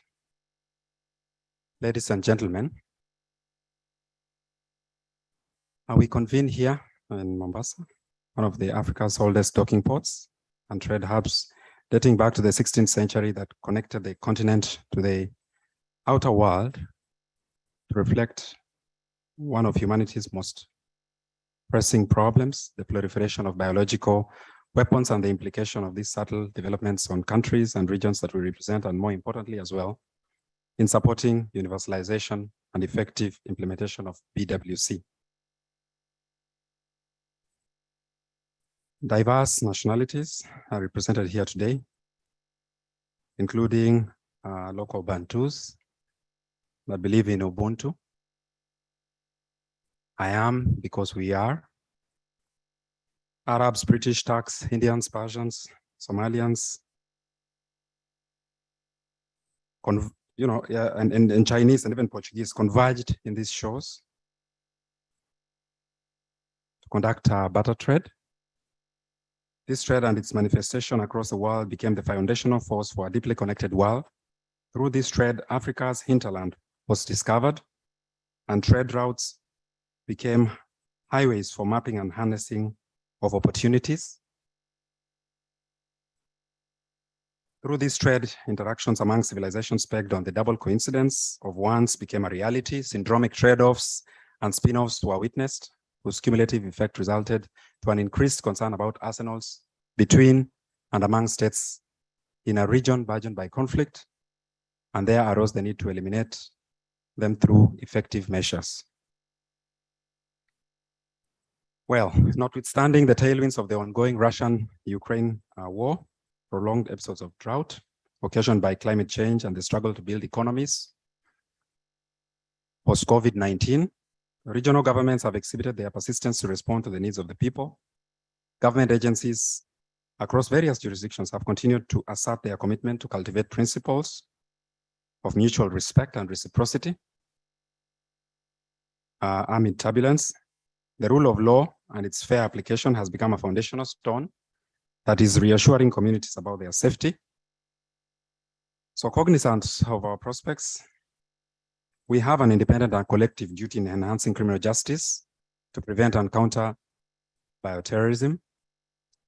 This regional workshop underscores how bioterrorism and humanity's failure to share relevant data and information on use or plausible use of biological agents is endangering our collective security. Detection, our collective security and safety by obscuring detection of terrorist motives, trends, and patterns, and the danger they can cause in countries within our continent and to our people. This workshop demonstrates resolve regarding measures that must be taken to eliminate the development, production, and stockpiling of chemical weapons, and further provides for negotiations. Well, we must admit hazardous chemicals, including weapons of mass destruction, pass through our borders, sometimes undetected. Ambitions to accumulate more wealth by state and non-state actors alike has revealed a new frontier, one that has led entities into the sphere of delicate research and development that undermines biosafety standards to an extent that is unacceptable by the BWC. This extent of evil makes it important for criminal justice actors to be supported in reporting, collecting, and keeping accurate data, sensitizing and promoting access to justice in a bid to enhance openness. The ODPP earlier this year convened a multi-agency, multi-stakeholder, and multi-sectoral consultative series of workshops, culminating in the formulation, drafting, development, and operationalization of interagency guidelines on cooperation and collaboration in the investigation and prosecution of terrorism and terrorism financing, including proliferation of weapons financing, which is a topic that we are discussing now. This milestone is indicative of our commitment to build capacity among criminal justice actors.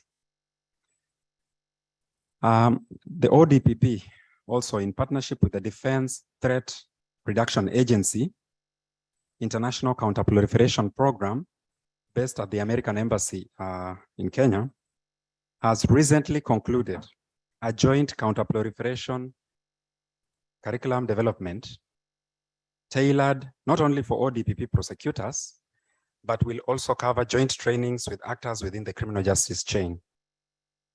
Upon approval by the DPP, the curriculum will create counterproliferation awareness, our national risk assessment, including in-depth knowledge on the inextricable nuances and links between the proliferation of weapons of mass destruction and dual-use goods. When I mention the issue of dual-use goods, I know many are aware in this room that as we speak, we do not have any legislation that is touching on dual-use goods. There was a legislation that was introduced in 2018. It has since been changed. It's called the Strategic Strategic. It was first Dual-Use Goods Bill. Now they call it the Strategic Trade Bill. But it is within the ministry. I think it's domiciled within the Ministry of Interior and the Ministry of Health. It has taken quite some time. We've not passed it. It has not been tabled in Parliament. There was indication that it would be tabled in the last Parliament, but with the change, with the recent elections, it has again to be tabled afresh. There's an inextricable link between the movement of dual-use goods and the risks that we are discussing today regarding movement of biological weapons. Well, the complexity of the so-called bioterrorism war means it cannot be won or prosecuted by the ODPP alone. The DPP, Mr. Nudin Haji, has on many occasions pointed out that success can only be witnessed through interagency coordination, cooperation and collaboration at home and within the region. Multi-agency partnerships between law enforcement agencies, emergency medical services, healthcare, public health, especially in the infectious diseases section, laboratories, like the one that KRA has, like the one that is recently opened in June. I think a presentation was made on Tuesday. And I think DCI will also elaborate on it. The National Laboratory, the government chemist, and even laboratories housed in our universities would add value to investigations and prosecutions. Well, the ODPP has also developed what is called an Uadilifu case management system and other review tools for objective assessment on the totality of evidence obtained before a decision to charge is made. The decision to charge guidelines provide a quick reference to guide prosecutors, therefore fostering decision-making as we work very closely with DCI. I mean, from the point of detection, depending on whatever agency that is represented here, local agencies that are here, and there are quite many. Once detection has been seen, then investigation is conducted by DCI, and we are able to move forward in decision-making to prosecute any incident. Through this, it is aimed that there will be greater collaboration and coordination in detection, investigation, and prosecution of suspects found with biological weapons, running illegal labs, moving components of such bioweapons, or moving money with a purpose to acquire such weapons or sponsor third parties, as well as is covered under the convention. Science has shown that if our interaction with food biotechnology is not monitored, we run the risk of changing the genetics of the next generation. We have learned that the ongoing debate relating to GMOs nationally is quite delicate and requires backed up peer review research and development programs that must be open to the public for scrutiny of the activities to enable formulation and implementation of acceptable norms And it's a great thing that the National Biosafety Authority is here. And at the right moment, they will be doing their presentation towards that angle. And this makes the implementation support unit of the BWC one of the most defining interventions in ensuring biosecurity. Other risks, of course, that we are awake to include the recent controversies surrounding researchers easily altering DNA and RNA sequences and modifying gene function using CRISPR technology. So doubtlessly, the success of the ISU will be hinged on parties' adherence to the convention as agreed by consensus during the 6th Review Council, the 6th Review Conference, which calls upon signatories to ratify the convention. Considering the fluidity of technological advancements globally and spillover across the region, it is necessary that state parties consolidate knowledge and constantly appraise themselves about emerging technologies and the risks that they portend. So, doubtlessly, supporting ISU implementation will control production and stockpiling of biological toxin weapons, identify their supply chains and active safe destruction. This kind of mitigation is possible if we monitor our points of entry and exit. And when I talk about our points of entry and exit, KRA plays a very fundamental role. I'm sure they are represented here. We have the East African Customs Management Act that covers, particularly, I think, section 18 to 21 of the East African Customs Management Act covers the aspect of prohibited goods and restricted goods. So the importation, there's a schedule, part A and part B of the schedule covers prohibited and restricted goods. Some of those goods we are talking about, and I had mentioned earlier the issue of dual use goods. Some of those goods are listed there. Some of the components of the materials we are discussing here are also listed there. They cannot enter into our jurisdiction or move out of our jurisdiction, courtesy of the East African Customs Management Act, which is enforced by the Kenya Revenue Authority, of course, working within the multi-agency framework.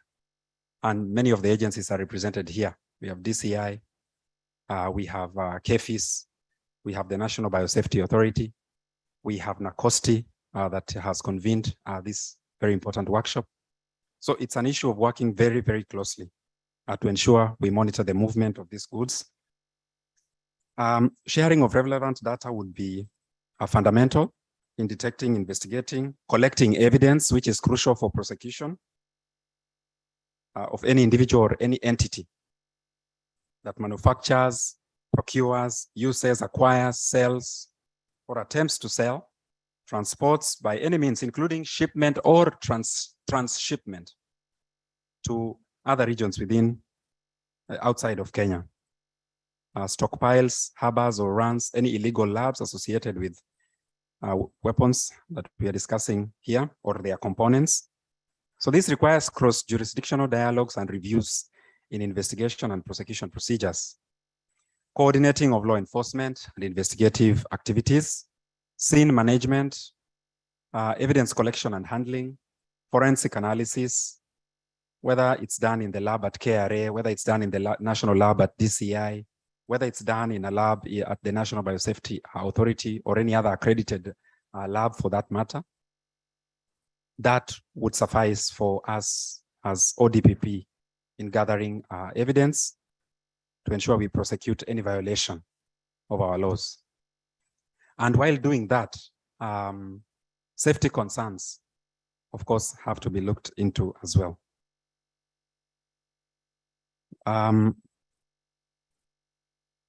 Further, legislation, so greater collaboration, greater public awareness and commitment by partner states would strengthen the ISU and the convention in their undertakings.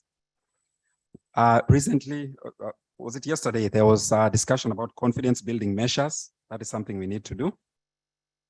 So On behalf of the Director of Public Prosecutions, Mr. Nudin Haji, the ODPP wishes to extend its gratitude to NACOSTI for your gracious invitation to BWC ISU for hosting. And it has been my sincere expectation that this workshop would be interactive, and it has been interactive. So I appreciate the opportunity, and I'll respond to any questions after the other panelists also have shared their presentations. Thank you. Thank you, Mr. Sang. Now we are going to have one more presentation before we break for lunch. And may I now introduce a representative from National Biosafety Authority, Mrs. Ann. She's a Senior Biosafety Officer, and the title is Technology, Innovation and Registration in Countering Biological Threats, Lessons Learned in Kenya. Welcome.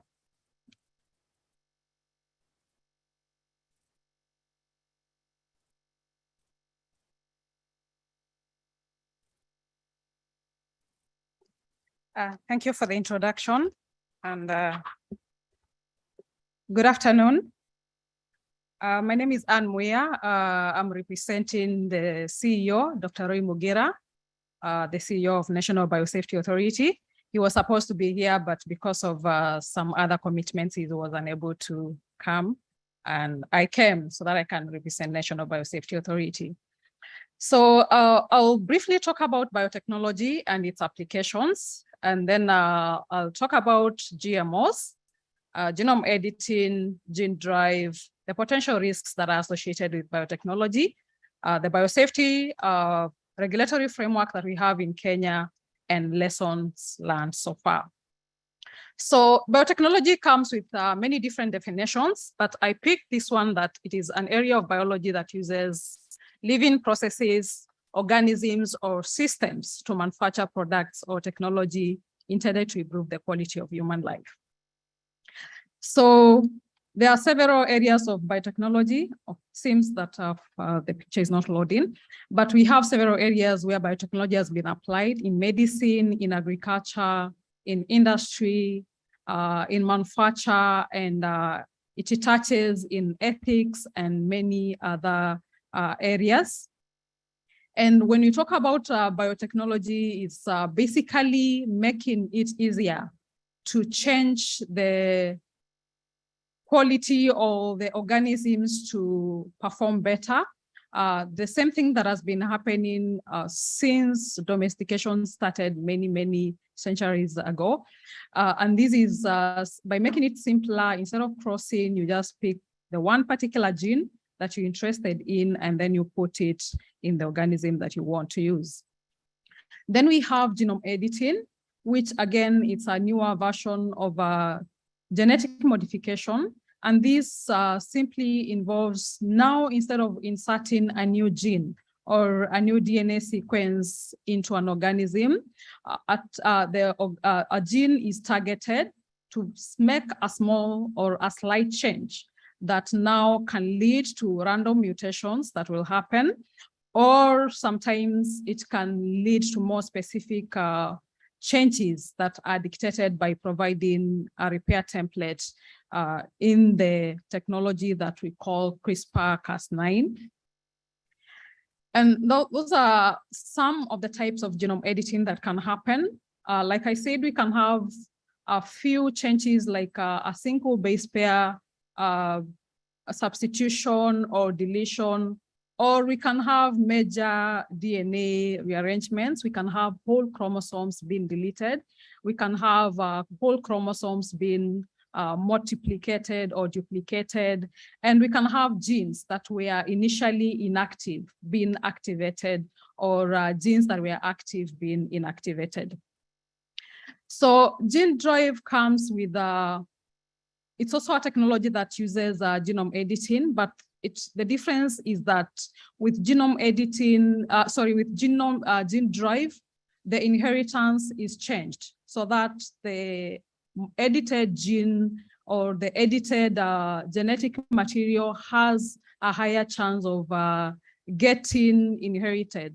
Normally, any new gene that has been introduced into an organism will have 50% chance of being inherited to the next generation, what we call the Mendelian inheritance. But when it comes to gene drives, it becomes very easy to introduce a new trait and to make sure that the new trait is inherited every time in the next generations. So we have two main types of gene drives that have been studied so far. We have the suppression drives, and this is basically to insert an harmful trait into an organism so that it can be cleared. And this has been used for harmful pests, something like the fall armyworm, such that the populations are reduced. And then we can also have modification drives, whereby organisms are disrupted to ensure that some mechanism inside them are changed. For example, we can have a modification gene drive whereby, for example, a rodent is converted and it's unable to transmit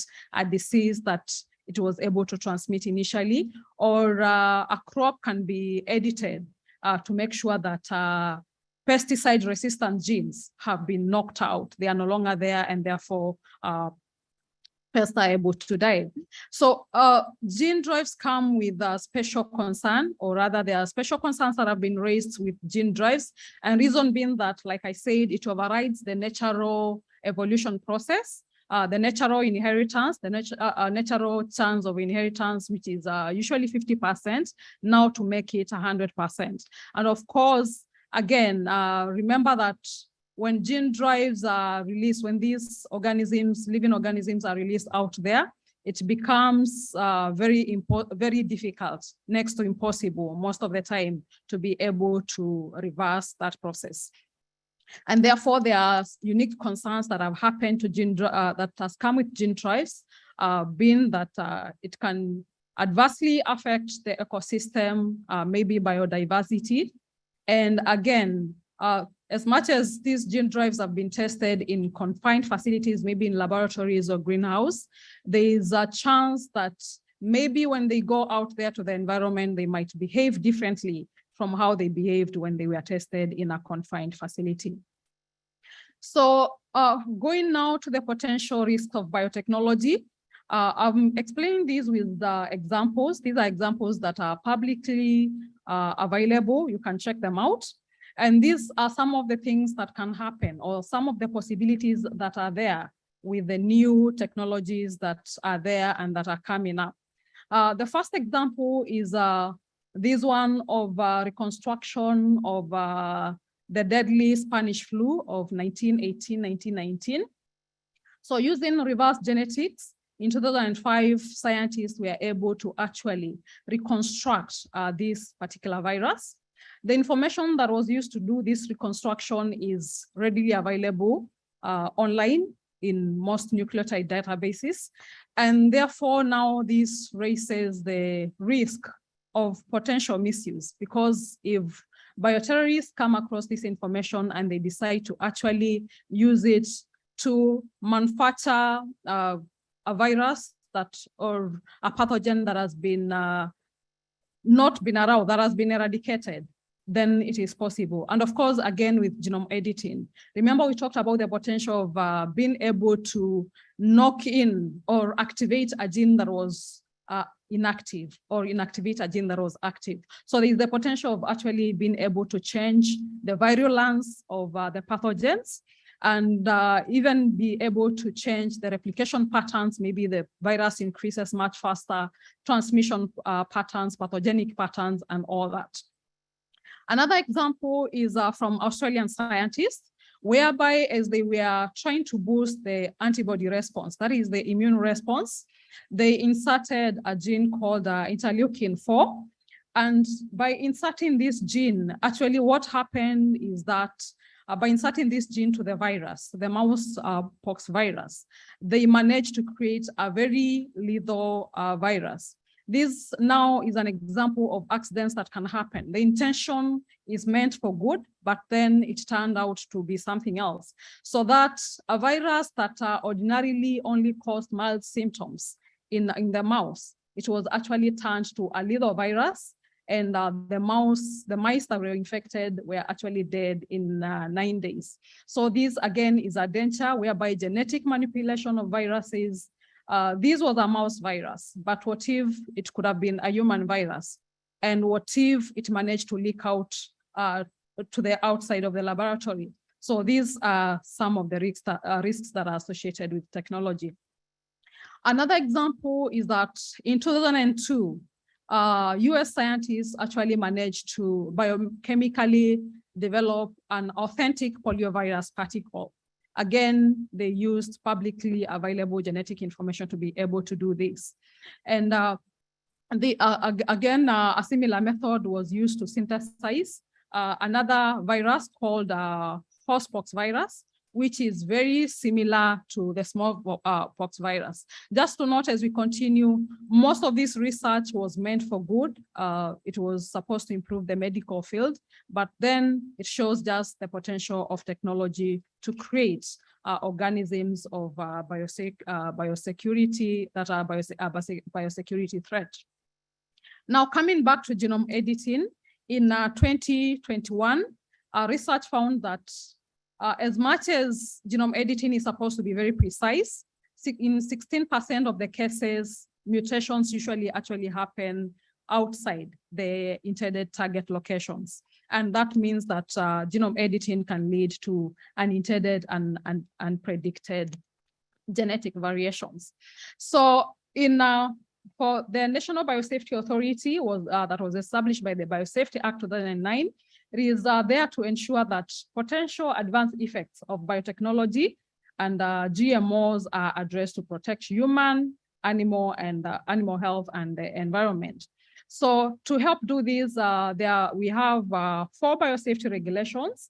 The contained use that is supposed to govern all the research involving biotechnology, import, export, and transit that is supposed to govern the transport of GMOs, environmental release that is supposed to govern cultivation and placing in the market, as well as labeling that is supposed now to give the consumer a choice of knowing what is a GMO and what is not. So anyone that intends to undertake any activity that involves GMOs, they are supposed to apply using the applicable forms in the regulations mentioned up there. And then they should first get clearance or approval from the National Biosafety Authority before they undertake any activity. Now, in approving or giving clearance for these activities, there are different information that is usually required. And one of the most important is the objective of the modification. So we have this organism that is occurring naturally. What is the objective of actually modifying it to do something different? And of course, the methods that are used to do this modification, and what are the changes that manage to come to this organism and their effect in the organism's interaction with the environment. We also usually require information on the project personnel, those who will be doing the research, to everyone that will be working in the laboratory. We usually need to know who they are, and they are supposed to be trained before on biosafety matters before they actually commence the work. So once applications are received, they're usually reviewed in a process that takes 90 to 150 days that involves different regulatory agencies in Kenya, as well as independent experts, and then it can either be approved or rejected. Now, once the approval has been given for undertaking a particular activity, first of all, before the activity starts, again, we usually have inspection of the facilities where the activity is going to be done. And for all GMO work, a BSL-2 requirement is usually needed. And information must be given on how the GMOs or the biotechnology work is going to be handled. And at all times, records are supposed to be kept on the quantities of GMOs that have been developed, and if any have been disposed, the method that has been used to dispose them. And we usually have annual inspections to make sure that all these conditions are adhered to. For genome editing, the same thing. We require information as to why it is being done, the methodology that has been used, and the changes that have been achieved in the organism. So in regulating genome editing, we usually have two categories. There's a category where they are not regulated as GMOs, and that is when there's no new gene that has been introduced, or when there's a new gene that has been introduced, then they'll be regulated as genetically modified organisms. So lessons learned so far, the current framework that we have has been enough to regulate the first, what we can say, traditional genetic modification methods. But we have seen that the Biosafety Act has some legal gaps when it comes to the emerging biotechnologies. That is things like genome editing, gene drives, synthetic biology, and the others that are coming up that have not yet arrived. So that is it from the National Biosafety Authority. And to get to know more about what we do, you are invited to our 11th annual Biosafety Conference that will be happening from the 29th November this year to 2nd December. It will be in Naivasha at Sawela Launches. You are all invited. Thank you for listening. Thank you very much. And may I beg for your indulgence? We go for lunch, and then we'll continue with the other presentations after lunch. Thank you very much for your listening.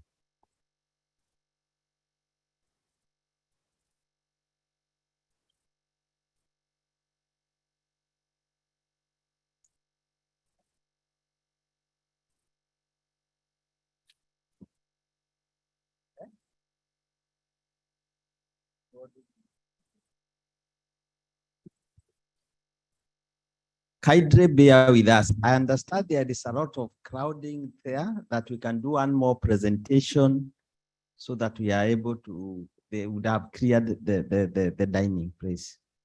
So can we have one more presentation and then we break for lunch? Kindly. May I now introduce the third speaker, Brigadier Mororo. I had not introduced him.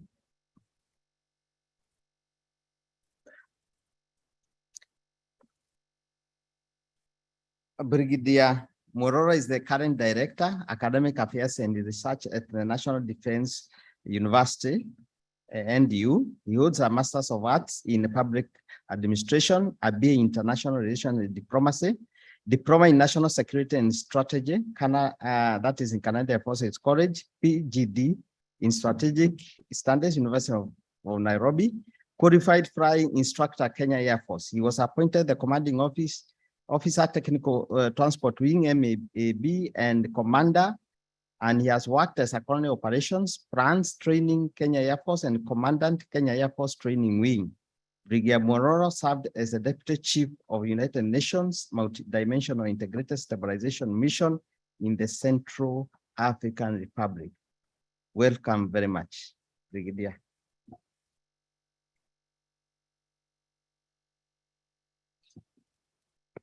Thank you so much, Chair, for that introduction. I'm not a scientist. I'm not going to speak on behalf of the Kenya government. I'm not going to speak on behalf of the Kenya Defense Forces. I'm just going to throw things out there so that when we are thinking about biodefense, we have a starting point. So don't quote me as a representative of the government or the Kenya Defense Forces. I'm just speaking as a participant, somebody who has been invited for this conference from the National Defense University of Kenya. I'll start with a quote. And I have this quote because I've been trained across the world with my brothers, partners from many countries, the United States of America, the Canadian Forces, and others. I've traveled across the world. I'm a graduate of a few colleges here and there, and a few universities here and there, various levels. I'm a prosecutor of war, defense, and security studies.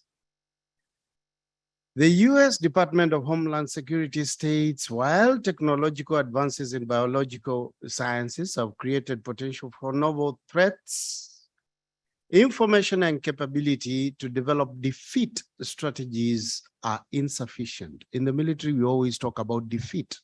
Look at your enemy and say what you can do about it to defeat that enemy. The enemy today is bio,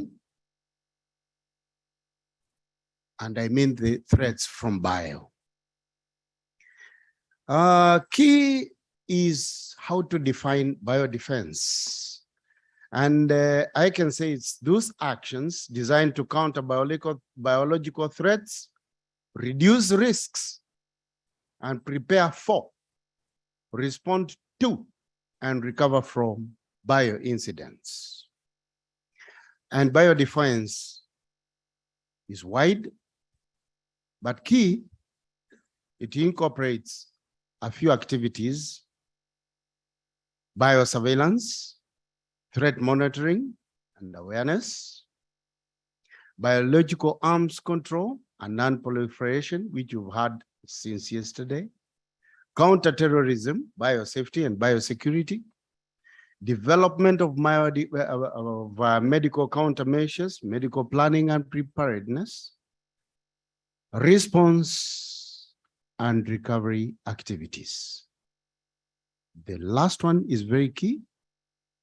And if you can remember, our Minister of Defense, the CS, talked about COVID, and we were caught up in that last phase.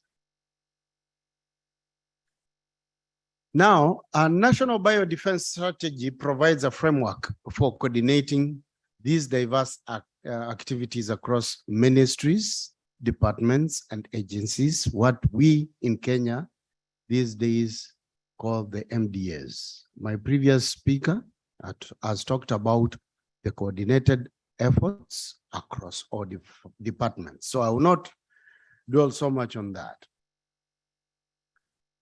When you think about developing a strategy, we in the military, we sequence things in the form of a campaign.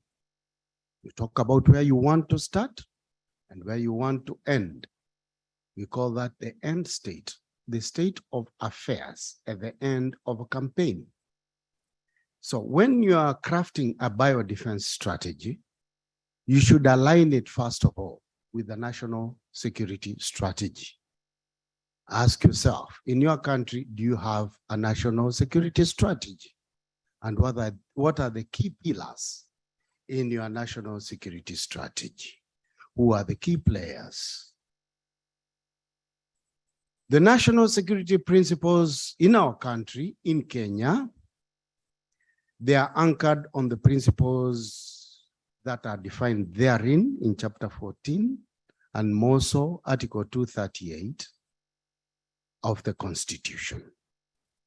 Those of you who are able to access that, you can quickly Google, access that chapter.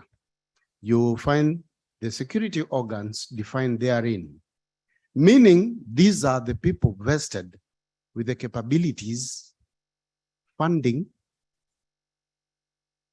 resources, and the mandate to prosecute national security. The level of preparedness, and I'm going to show you graphically this after some few slides. Preparedness is key to biosafety and biosecurity. When you talk about CBRN in totality. 2019, COVID-19 comes in, and this has demonstrated to you the devastation, a pandemic, whether created by nefarious agents, by state agents, or otherwise, whether it's natural what it can do, what it did to our lives, more so the loss of your relatives, the loss of key personnel in your national population. So look at that. Since yesterday, we've heard about the access to weapons of mass destruction. I'll not go to the tactical level. So some of what is written on that slide has been talked about. I'll not belabor, but just remain alive to the fact that we in the defense forces, we are always monitoring so that a few characters here and there do not escape from our labs, cross borders, in or out, to cause harm to the population. And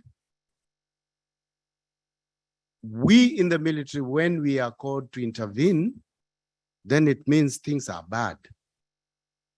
If you cannot contain it by medical means, medical apparatus, internal security forces, and then you call in the military, just know that things are going bad.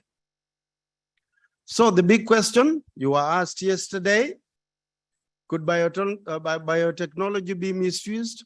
Yes, it has been misused. You've heard of sarin attacks someplace in the world. The UN Global Counter-Terrorism Strategy is something we in Kenya have incorporated, and we've been working towards the implementation of that strategy. We have the pronouncements there. One is you must combat the smuggling, ensure that advances in biotechnology are not misused by terrorists, improve border and customs, you've heard this, and coordination. Now, in March 2022, this year, the United Nations Office of Counter-Terrorism, they opened a new office here in Nairobi. For those of us here in Mombasa, Nairobi is a few kilometers to the west. And this was meant to support the East African region and the Horn of Africa by extension, the Great Lakes as well, in countering terrorism and violent extremism. In Kenya, we have domesticated laws in terms of the Prevention of Terrorism Act 2014, and this is meant to prosecute, investigate, and prosecute terrorism. We have a center, which we call the National Counterterrorism Center for such operations, and this is basically a multi-agency level center. Now, looking at COVID-19, 6.5 million people dead, about 5,600 Kenyans dead. What can we learn from this? One, you have cascading effects across all sectors, be it economic, political. And this was compounded by the effects of climate change, poverty, for example, drought as a result, natural hazards, combine these with the pandemic, and now, as we are experiencing in the Horn of Africa, the drought. So money has not been flowing. And since 2019, we can say some masses have been impoverished. COVID-19 also has amplified the existing vulnerabilities. These are the poor people, the people who live in shanties. These are the people who could not, for example, access the internet. You could not tell them to socially distance because they are living overcrowded in small houses, shanties. So look at those vulnerabilities and what a pandemic can do. So when you are strategizing in terms of national security strategy, think about the vulnerable masses. We've learned a few things about the prevention, preparedness, and risk management, and I will touch on this right now. Response to pandemics, I'll leave these slides for you so that you can go through. But in the military, we have what we call situation analysis. When you are doing a strategy, you must, first of all, look at the situation. Look at the priorities. Where do you keep the money? Where do you fund? What don't you fund? Look at the threat. Analyze the threat. Look at the impact. What is the level of illness? What is the level of death? Economic impact, political impact, acceptable risk. What is acceptable risk? Who decides? Who are the policymakers? Scientists, policymakers, media, elected officials. And what is the cost of recovery? And what are the key communication channels? As we saw, there was a lot of misinformation during the COVID pandemic. Risk analysis. What is the strategy to mitigate the risk? And here, that is where you call the instruments of national power. You call in those. We call it these in the military, the DIME, the diplomatic, informational, the military, and economic. You use these instruments for analysis. What is your strength? What is your weakness? Then information management. You don't manage information, you are in it. That is just a depiction of how to do your situation analysis. If you have 3 yeses, then you go to the highest priority. Bio-threat, I'll not dwell on this. You can read at your own time. I'll share these slides. You look at the threat. When we talk about the threat, it is equal to capabilities and intent. And then you pick that threat, combine it with vulnerabilities, and you come up with your risk. Threat assessment, I will jump that. But those are the components of a bio-defense strategy. This one I've borrowed from my brothers in another place in the US. Preparation, anticipation, prevention, detection, and finally, how do you restore normalcy? So look at that at your own time. I'm available for consultation and a few questions and answers thereafter. These are the objectives of the strategy. The main objective is to strengthen preparedness and response capacities to biothreats within this region. And specific objectives, as I have enumerated there: create awareness, increase understandings, identify status of biothreats, identify gaps, vulnerabilities, draw a roadmap, and then draft country level action plans. The end state, what do you want at the end of your campaign? That is at various levels. I'll not go to the tactical, but at the strategic level, you must build risk awareness through analysis and research efforts which characterize deliberate, accidental, and natural biological risks. At the operational level, just coming one level down, you must have surveillance and detection activities which are robust. That and priorities in your strategy. Number one, detect and contain biothreats at their source. Is it Wuhan? Contain it there. Number two, support biomedical innovation. This is where we are poor in Africa in terms of support. Number three, improve emergency response. Schematic I can say these are the people involved: academia, policymakers, national biodefense analysts, other analysts, first responders. You have a query there. How do you handle it? You have a center which uses public database, expert database, and intelligence database. You'll get an answer. Conclusion, I will say, you must coordinate in a multi-agency way. You can't work alone. It's not the military, it's not the scientist, it's everybody. We are all in it for survival. Thank you very much.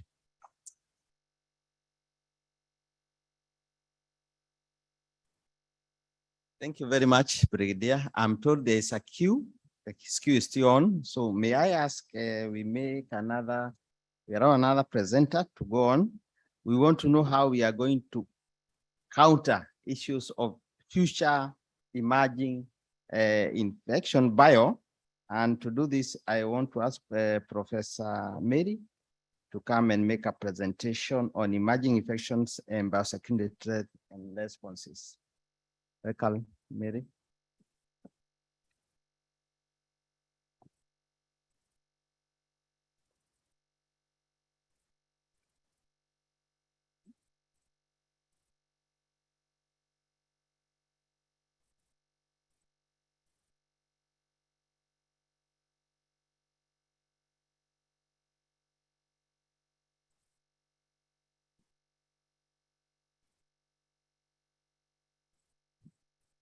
Or maybe perhaps can we have Mr. Joshua come and talk to us about the issues of technology and innovation in countering bio threats.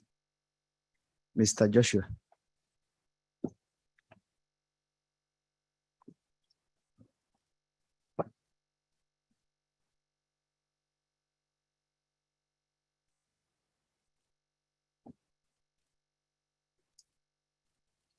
Okay, thank you. I know the concentration is tending to zero, but I hope that you are going to gain more calories, so that I'm going to be very brief, so that I can share my presentation today. My name is Joshua Mutua, a forensic molecular biologist attached at the DCI National Forensic Lab. And today I'm here representing our Director General, DCI Kenya, Mr. Amin Ibrahim, who was not able to be with us today due to other exigencies of work. Now, before I introduce my presentation, I'm going to refer you to a book by the name, The Alchemist, 25th edition. And in the forward, my friend there, Paulo Coelho, said that, and I quote, "The story of one person is the story of everyone, and one man's quest is the quest of all humanity." We are gathered here today, yesterday and today, to deliberate on the ways in which we can prevent and prohibit biological weapons across the globe. Now, in forensics, we normally say that our basic mandate is to collect, store, and objectively analyze evidence in crime lab. And this comes through the Directorate of Criminal Investigations, Kenya, which is established under the National Police Service Act 2011. Our mandate as DCI is as follows: to collect and provide criminal intelligence.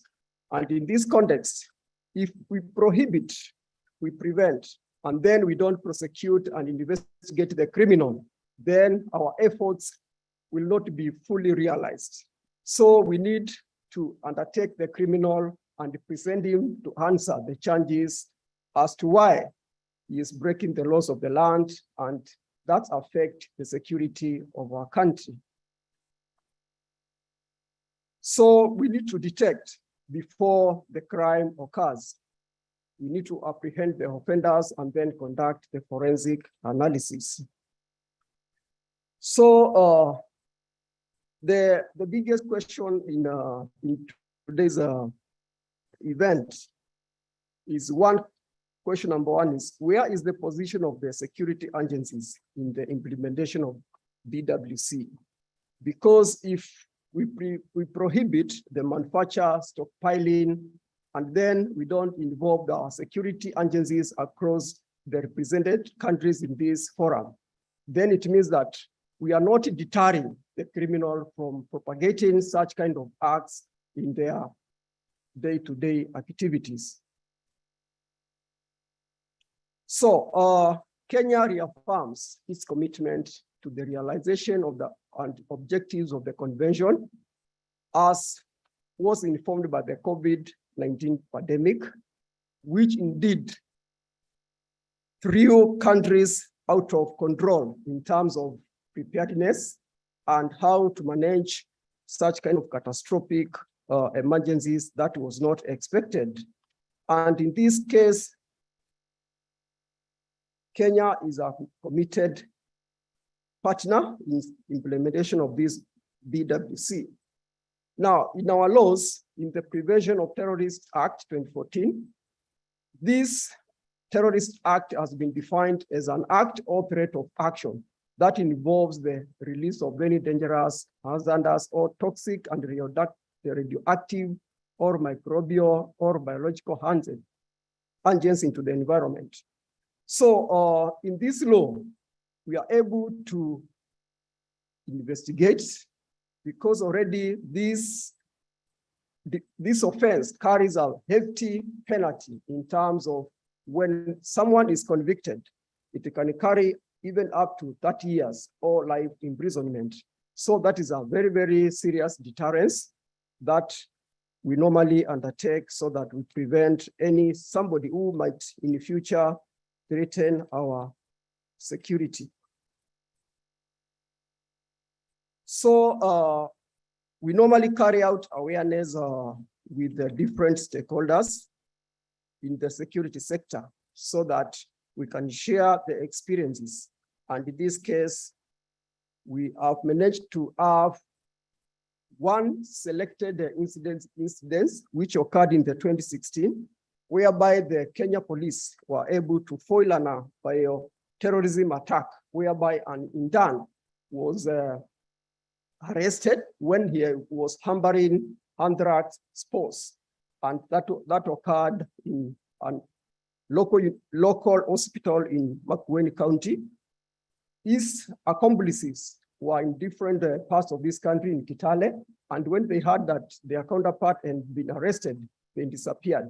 So investigations were carried out and they are still in the process. And the person was convicted and is serving in one of our prisons. So a lot have been talked about biological agents, and I'm going to skip that because this is this information which is in the common knowledge. And then I'll move to preparedness.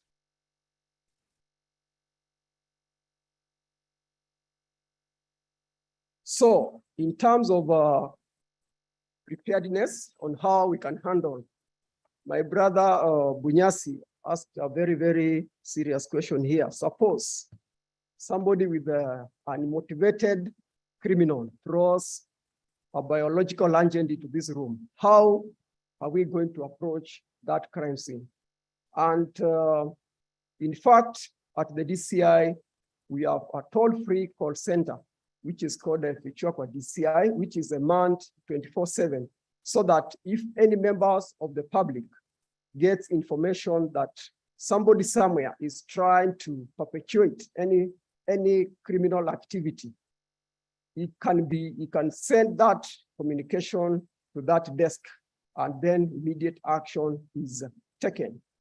Another approach is a multi-agency approach, whereby we collaborate with other units, institutions within Kenya, to enable that in case we have such disasters, they are handled professionally.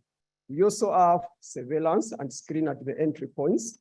We have also at the National Forensic Lab, which was launched last year, there is a provision for biosafety level 3, which will be able to handle any threat going forward. We have acquisition of protective personal equipment for all crime scene personnel, because we realize that it is always said that if a crime doesn't occur today, it doesn't mean that it will not occur tomorrow or in the near future. So within our porous borders and the way we normally have incidents of Al-Shabaab attacks and similar groups, then we have to be up to our task by providing this personal protective equipment to all our crime scene personnel, so that in case they are called to such a task, they are well protected. We also normally carry out personal and local abroad trainings that we equip our officers to normally be ready for any eventuality. So going forward, it's all about collaboration. And I wish to conclude by saying that we need to expand our networks in terms of collaboration, because the animal is already in this world and this globe. Thank you.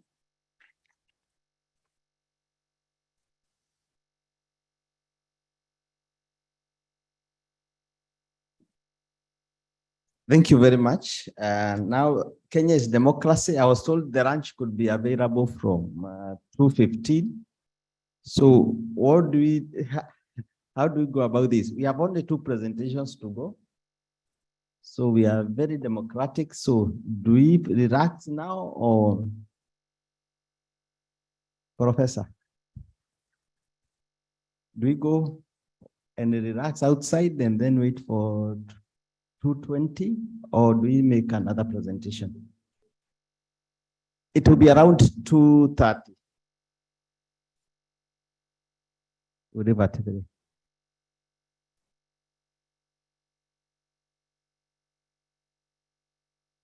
I'm advised we can take lunch now. Thank you very much. Only 2 presentations remains in the afternoon, and then we go to plenary. Thank you very much.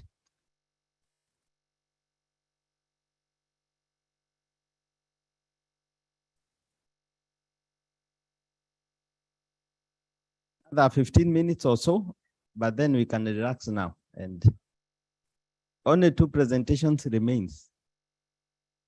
Or do we finish? The no's have it, eh? Or the no, or the yes? Okay. You can go.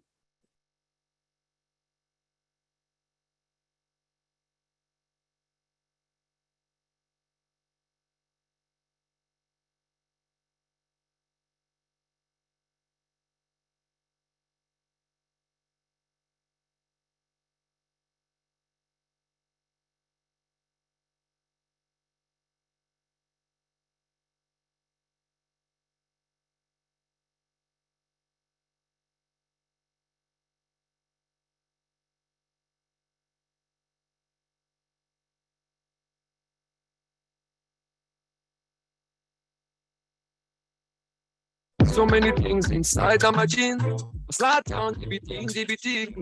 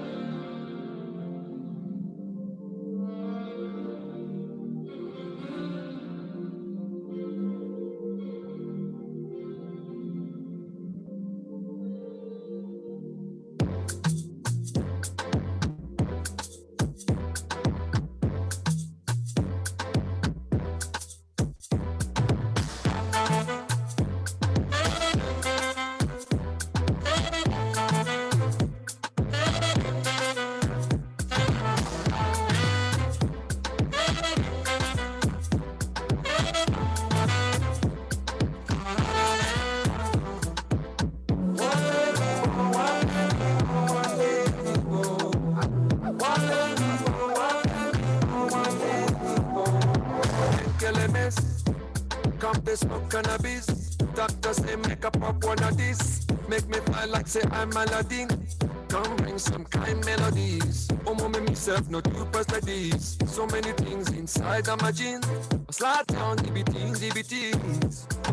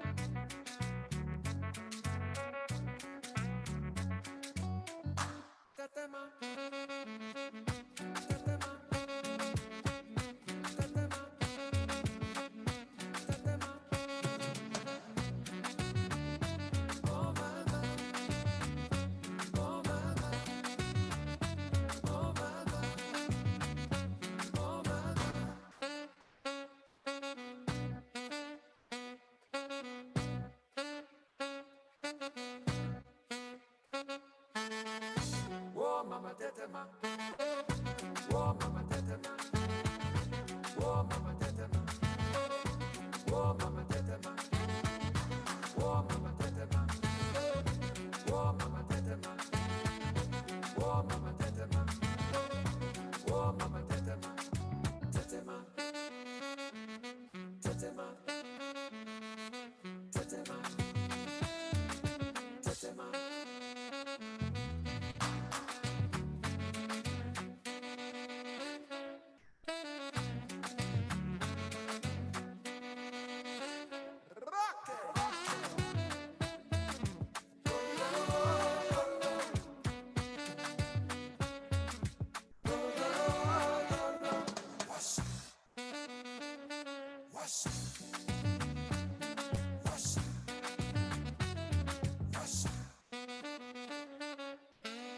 Whoa, mama tetema. Whoa, mama tetema. Whoa, mama tetema. Whoa, mama tetema. Whoa, mama tetema. Whoa, mama tetema. Whoa, mama tetema. Whoa, mama tetema. Kisha kibem, kibem, kibem bam. Kibem, kibem bam. Kibem, kibem bam. Kibem, kibem bam. Kisha kibem.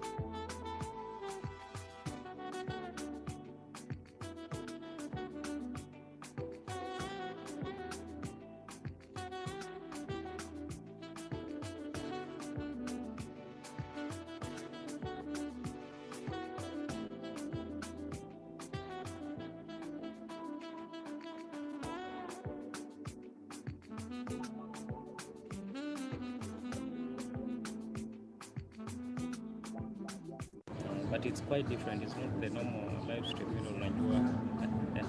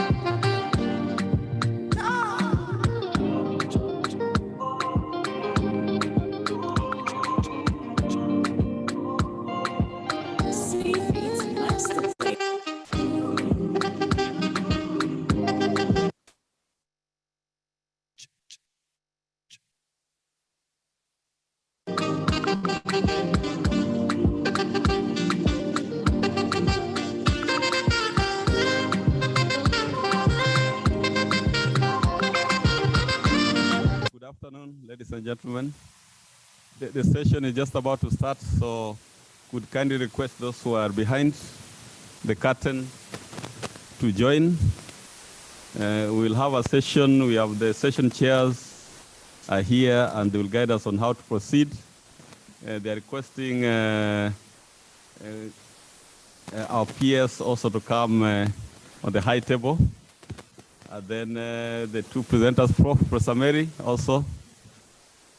And is it Bruno also? Yes, to come on the high table. But you could request those who are outside to join us so that Professor Mary?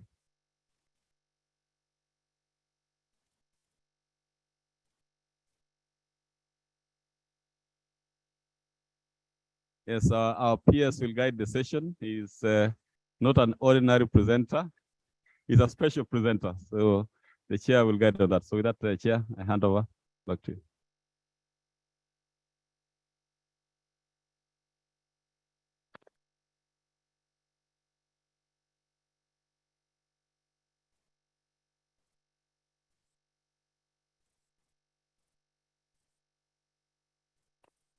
Good afternoon once again. Yeah, we want Professor, you can just move and then have a seat.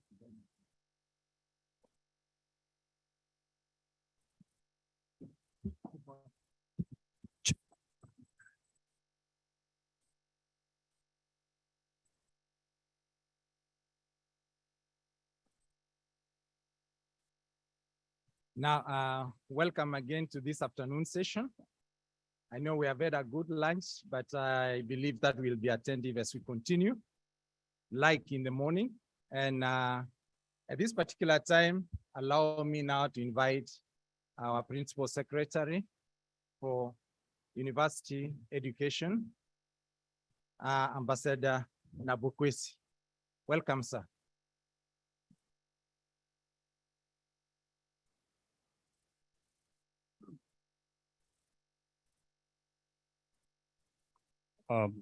Officials from the United Nations Office for the Disarmament Affairs, officials from the Implementation Support Unit for the Biological Weapons Convention, the CEO and officials from the National Council for Science, Technology and Innovation, NACOSTI, board members, Ministry of Education officials from Kenya, resource persons, distinguished participants, members of the Fourth Estate, ladies and gentlemen, I want to thank you, first of all, for attending this conference from the beginning to the end. This shows that you understand the value of this conference, and that's why you want to make your contribution as well as make the best out of it. I wish to take this opportunity to thank all of you, therefore, for participating in this workshop, whose theme is universalization and effective implementation of the Biological Weapons Convention in Eastern Africa and emerging issues pertaining to science, technology, and innovation. Throughout the workshop, I have noted that biological weapons occupy an area that is very sensitive to all of us locally, regionally, and globally. I've also noted that there are several emerging issues that mankind must quickly isolate and strategically address for the safety of all of us in this world. It behooves everyone to be on the alert in case there is deliberate use of biological agents. These include viruses, bacteria, toxins, or other agents to cause illness or death in people, in animals, or plants. Since most priority bioterrorism agents are zoonotic in origin, we must increase and heighten awareness and concern about possibility of bioterrorism involving animals. Veterinarians and livestock owners may be the first to detect early cases of bioterrorism, as livestock can be sentinels of such exposure. Although the society has limited ability to prevent bioterrorist attacks, there is still need to take preventive steps to reduce potential risks for such attacks. Distinguished ladies and gentlemen, I wish to reiterate the need for every country to develop the requisite legal instruments that will assist capacity preparedness. I'm glad to note that Kenya has been in the process of finalizing the development of biosciences framework. This framework focuses on two key areas, bioeconomy and biosecurity. And I'm very happy Brigadier Mololo has made a presentation here on biosecurity. In matters of bioeconomy, a significant share of economic output is delivered from applicants of biosciences, bioresources, and synergies of allied technologies to respond to key global environmental challenges. We are aware that while creating new jobs and industries, bioeconomy reduces dependence on natural resources while transforming manufacturing, promoting sustainable production of renewable sources from land, fisheries, and agriculture, and their conversion into food, animal feeds, fiber, bio-based products, and bioenergy. In order to realize a fully fledged bioeconomy, we are mainstreaming the following into biosciences framework Number one is research and innovation for sustainable and inclusive bioeconomy. Number two, information economy aiming at flora, fauna, and microorganisms. Number three, climate resilient economics. Fourth, responsive natural resource economics. Five, gender, youth, and inclusive development. On matters of biosecurity, Kenya has various training labs. We have the human diagnostic labs, veterinary diagnostic labs, and research laboratories. These facilities contain biological agents of biosecurity concern. However, key players lack biosecurity awareness. There is need, therefore, to upgrade the facilities to meet the international standards and develop a legal framework for effective controls, which include national biosecurity regulations, guidelines, and procedures. Of particular concern to us are various likely biological agents to be used in act of bioterrorism. We are cognizant of the following. Number one, category of agents and diseases are easily transmitted from animals to humans, except for smallpox, which has no animal reservoir. Person to person, having high mortality rates and potential for major public health impact. Category B, agents and diseases are moderately easy to disseminate and result in moderate morbidity rates and low mortality rates. Category 3 agents and diseases include emerging pathogens that could be engineered for mass destruction. From this conference, ladies and gentlemen, we have become more aware of the fact that increased laboratory scrutiny for disease agents, greater controls for investigations involving these pathogens, and other security measures implemented are necessary to restrict access to dangerous biological agents. Detection of diseases in animals may be essential in predicting a bioterrorism event, since most threat agents of bioterrorism are microbes causing zoonotic diseases in animals and in humans. Veterinarians and veterinary diagnostic laboratories should become a part of nationwide active surveillance for category A, B, and C agents and diseases, as well as for new and emerging bioterrorism agents. Ladies and gentlemen, having talked more about biosecurity, let me now turn to biological weapons. The following are key observations on biological weapons.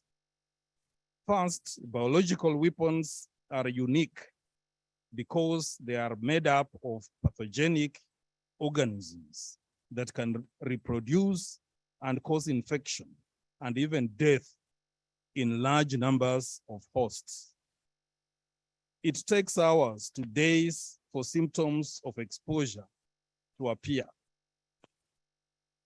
Biological weapons are relatively inexpensive to produce.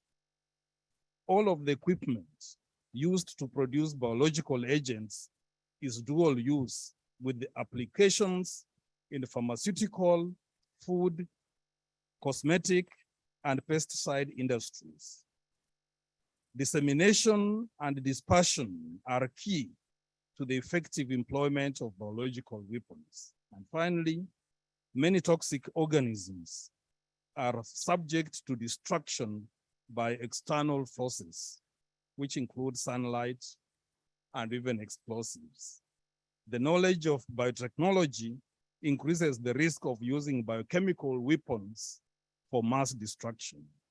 Scientists, researchers, and knowledge minders are aware that prions, also referred to as transmissible spongiform encephalopathies, are unprecedented infectious pathogens that cause a group of fatal neurodegenerative diseases by a novel mechanism. They are transmissible particles that are devoid of nucleic acid. Due to their singular characteristics, prions emerge as potential danger since they can be used in the development of such weapons. Prions cause fatal infections, and to date, there is no therapeutic or prophylactic approach against these diseases.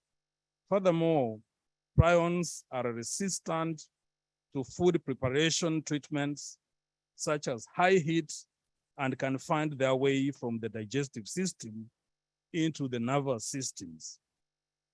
Recombinant prions are infectious, either bound to soil particles or aerosols. Therefore, lethal prions can be developed by malicious researchers who could use them to attack political enemies or economic competitors, since such weapons cause diseases that could be beyond any suspicion. So what can we do in order to be safe from errant and malicious scientific researchers? We must deliberately undertake safe management of transmissible spongiform encephalopathies, which are dangerous to human beings. Ladies and gentlemen, as far as biological weapons are concerned, and in order for the government to play its role effectively, the following will be undertaken. First, the government of Kenya will draw support from agreements, arrangements, deeds, and statements between governments, plant and animal industries, environmental groups, and research organizations. Second, Kenya will continue engaging in international biosecurity, trade, health, and environmental agreements, including measures outlined by the World Trade Organization, International Plant Protection Convention, World Organization for Animal Health, and the World Health Organization. 3, Kenya will establish arrangements for responding to exotic pests, weeds, and diseases that are detected within and have the potential to impact animal, plants, or human health, or the environment at large. 4th, system stakeholders, who include government, industry, research institutions, and other sectors, will work together on a range of holistic plans and strategies to strengthen animal health system, include Kenya's preparedness and ability to respond to emergency animal diseases such as foot and mouth disease. The government will continue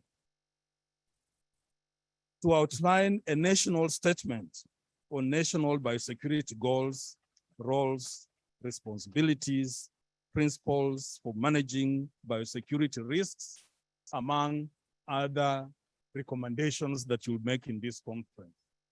As I wind up, ladies and gentlemen, I want to thank the organizers, the sponsors who came up together to partner to ensure that this conference takes place. In addition to that, I want to appreciate the innovative thinking that led to the decision to bring the conference close to the people. It makes it more, accessible by more people, because it's cheaper to travel from the Eastern Africa countries to this venue than to travel to Geneva. And I want to encourage that this correct thinking and correct planning to make sure that as many people as possible participate will be made sustainable. And on behalf of our government, I want to say we shall fully support this process, support regular conferences so that information that is discussed here is disseminated to our governments so that right policy decisions are taken for the safety of the people. I want to thank you and request that you'll allow the acting chair of NACOSTI to close the conference on behalf of the government of Kenya, because I have to travel to Nairobi for another engagement. I want to thank you once again and wish everybody a very good stay in Mombasa. And if you have a little time, try to find out what is beyond this conference. You'll find that people are very nice. Mombasa is very hospitable, and it has been around since the year 9/11, when the first foreigners came to Mombasa, and it has been an international city for a very long time. God bless you all.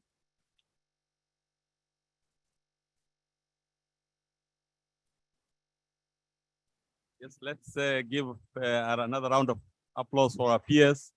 And thank you very much, Bwana Peers, for those very incisive words. We take them to heart. We hope our team is recording well so that we may follow up on those very key guidance from the government. So based on the request of our peers, we're just requesting we have a small gift, a flower. Just going to request the high table before we proceed to join us down here, plus members of the board who are there. We have a photo session as our peers is given a flower. I think a flower means a lot of things. Yeah, please. Chair and other board members who are there. Thank you.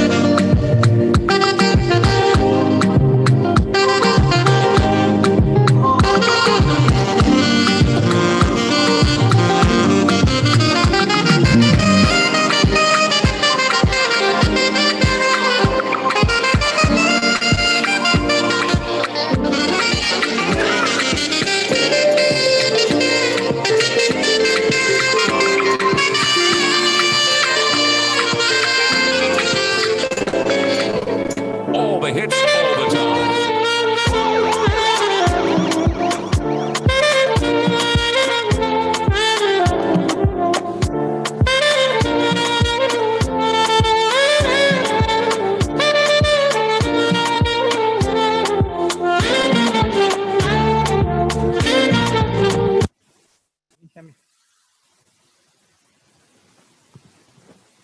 Yeah, we can proceed. We had 4 presentations in the mid-morning, and now we are remaining with two presentations. Ladies and gentlemen, you have had a commitment from our principal secretary that we are committed to do what is deliberated from this meeting. And without taking my time, I would like to invite now Professor Mary Kukungu.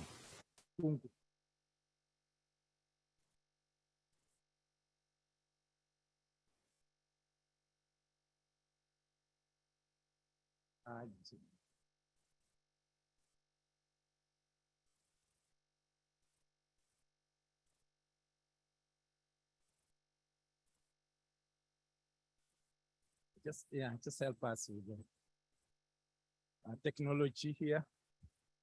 So Mary Kikungu is from National Museum of Kenya. He had been introduced, but I can just say he holds a PhD in entomology and his area of specialization is in natural sciences and mathematics. Mathematics? Yes. So, Professor, welcome.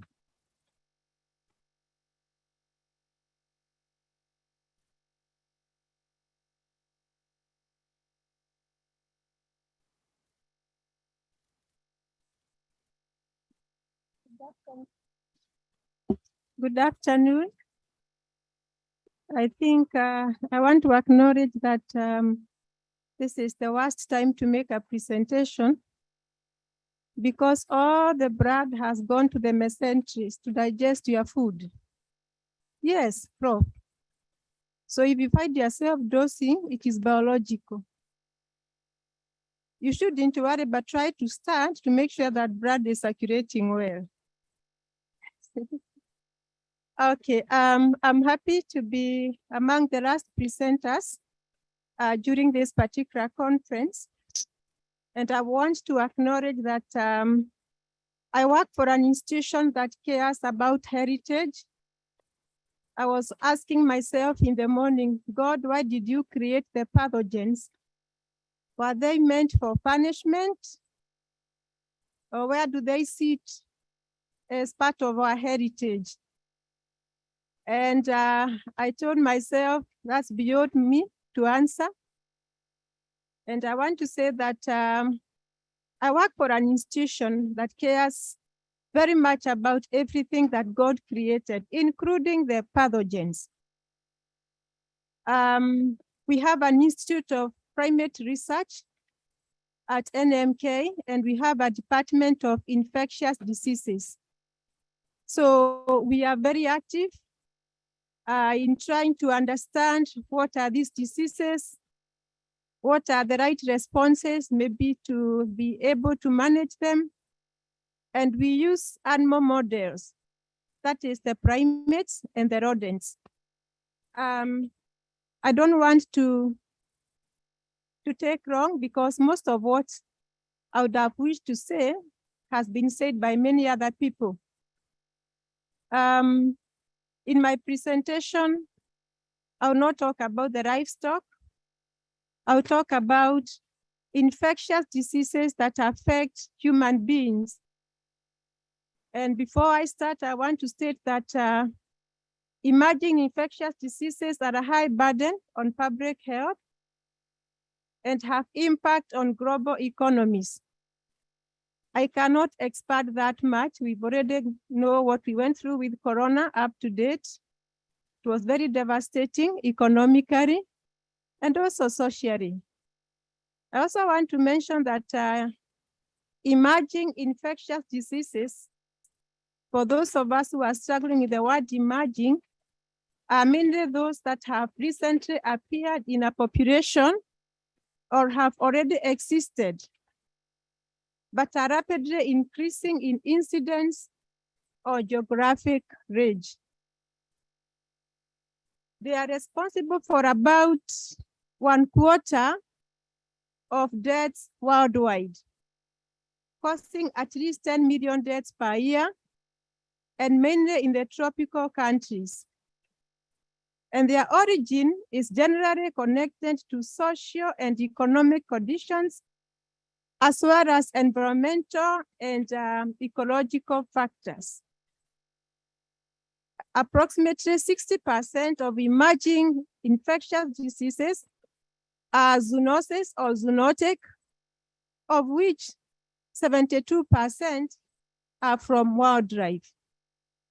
It is a pity to note that our continent, Africa, which I love so much, I've traveled to many countries, but Africa is the best continent to be. It is characterized by the greatest infectious diseases burden and weakest public health infrastructure.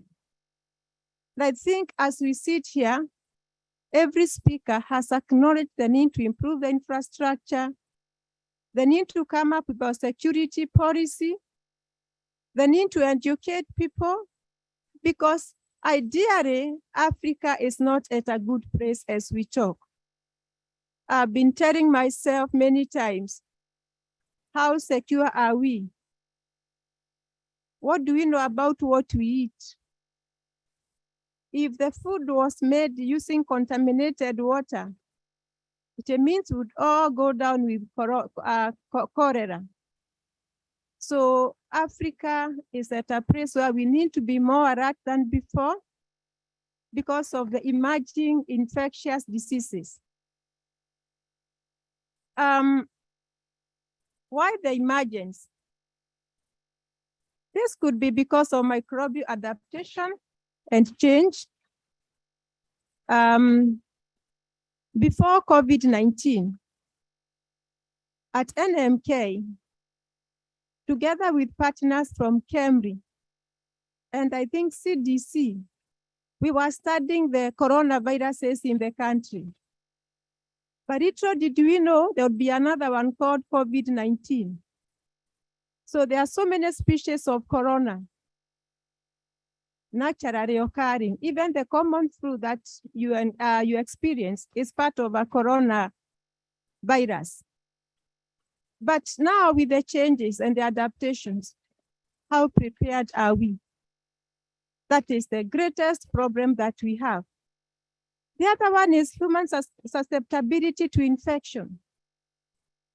Our diet has changed. We keep on taking antibiotics and they have resistance. So we are more susceptible to any attack from infectious pathogens. The other cause of factor is climate change. The weather is changing, the changing ecosystems. Again, the spread of diseases and maybe emergency of pathogens that were not in some regions would be identified in places that they were not known to occur because of changes in weather and also climate. Again, human demographics and behavior.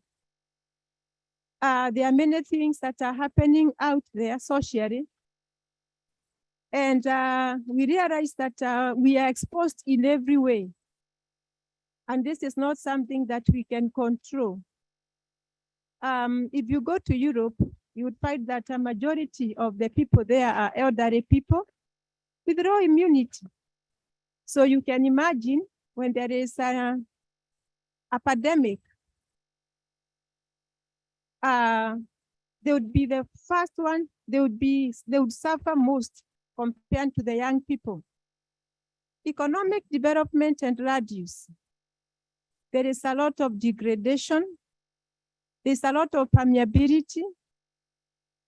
I was asking myself, those days in 1940s, our mothers never talked about pandemics.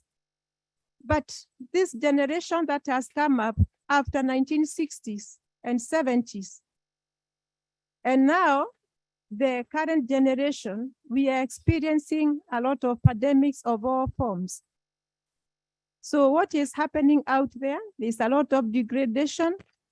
Animals that could not leave their natural habitats are living with us. And it is such a pity. One example that I keep telling people is Nairobi National Park, which is situated in the city.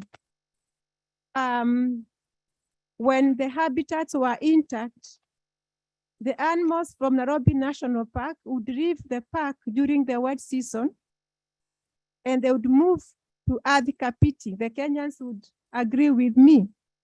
They would move to Ardhi Kapiti for grazing, and they would go back to the park during the dry season because that was their reservoir. But today, what we are finding is that the corridors are lost. The animals are interacting with us so closely, such that we have to keep on calling people from KWS to come and control the animals because they are getting very close to where people are settled. Then international travels. I remember the first corona case. Prof, you remember It was very worrying in this country. We used to trace people. I pitied the first girl who happened to come from one of our small towns called Rongai. She became the talk because she had traveled, and the idea was now to track who was with her. So you see that there are a lot of, we are exposed, all of us, and we cannot stop to travel. But I'm happy that we are gathered here because we want to be wiser. And then biotechnology. As the lady from biosafety was talking to us, gene editing, I thought about it and wondered, how safe are we? If somebody can manufacture a gene that was not there to cause problems to human beings because they want to come up with a biosecurity tool, how safe are we? So there are so many factors, I would not be able to explain all of them. And as I was listening to your talks, I said, I think my presentation would be the broadest because infectious diseases are enormous in Africa. Somebody said Africa is a hotbed of infectious diseases. We have quite a huge diversity. But for me today, I don't want to go that direction, but I just want to relate with a few that we already know. Right now, we may not be talking about how much they're affecting us, but the question would be, how much do we know about them? And what are we doing? I started with a few, just 11, and I don't think I want to go through them one by one because you get my presentation. But I just want to mention that we have some emerging infectious diseases like the rickettsia spotted fever, which is caused by a virus, Rickettsia feris. And this particular virus, it is transmitted by cat flies. The impact in terms of mortality is low. And I want to talk about another one that has known to terrorize people, especially in Madagascar. Tropophaema wemprei fever. This one is bacterium, and the vector is not known and has been found to cause acute epidemic fever in Senegal. The other one that I want to mention, please forgive me because we are going to the biological terms that are a bit technical. Let me talk about the disease and the vectors. The second one is Yersinia pestis fever as a disease, which is caused by a bacteria, but it is transmitted by rats. What I found intriguing is that in Madagascar, when the rats population went down, this particular virus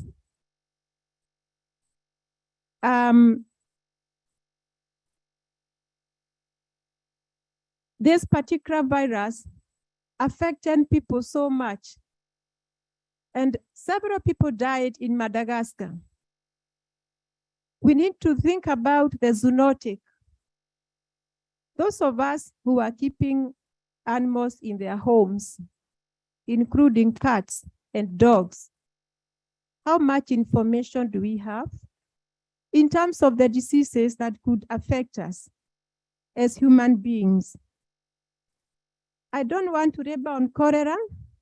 We all know it is very infectious and it causes yearly epidemic in Africa.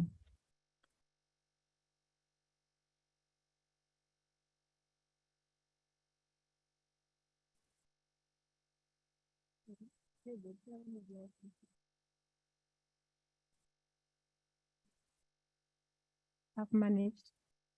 I'll just mention a few because of time.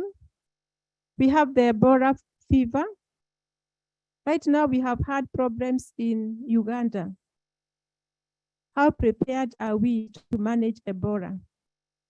How prepared are we to handle Rift Valley fever? How prepared are we to handle Zika virus fever, which is transmitted by Aedes mosquitoes? How prepared are we to handle chikungunya virus? Again, it is transmitted by mosquitoes.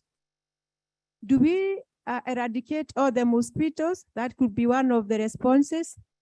But how best can we do that?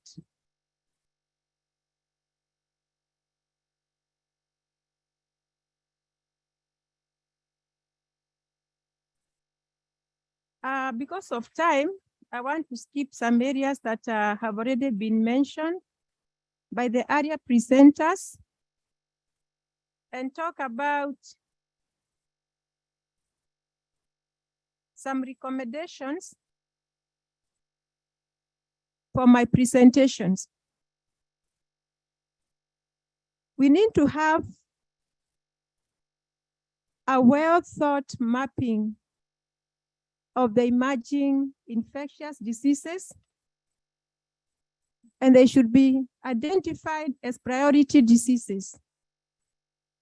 In Africa, we talk about malaria many times, but some of the diseases that I've mentioned, we need to map them. We need to map the micro pockets, and we need to help people understand how they can identify them in terms of symptoms. Again, there is urgent need to combine surveillance and epidemic preparedness activities for these priority diseases. Our PS has talked about financial support. There is need for financial support to facilitate surveillance, research, infrastructure development, and training on infectious diseases. I think all these have been mentioned by area presenters. I'm going to add one more. We need to have toolkits, which we can give to our community members. This is how to identify the symptoms of chikungunya. I remember in 2018, our staff here in Mombasa, the offices were empty because they were all sick. Very high fevers, body aches, and some were very traumatized. We need to be able to educate people on these emerging infectious diseases. We need to have a dashboard. When do we expect some of these diseases? What has been done? Then another warning system. And that can only be done if we work together, collaborative research, because everybody has some piece of knowledge somewhere. Countries need to come together because we are facing the same challenges. But if we work in silos, we are not going to manage the infectious diseases in Africa. Thank you.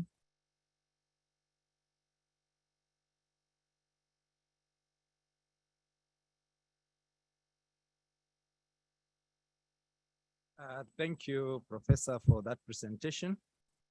We now move to our next presenter this afternoon, Mr. Bruno Chioso. Mr. Bruno Chioso is the police spokesperson, and he's here representing the Inspector General of Police. Welcome, sir.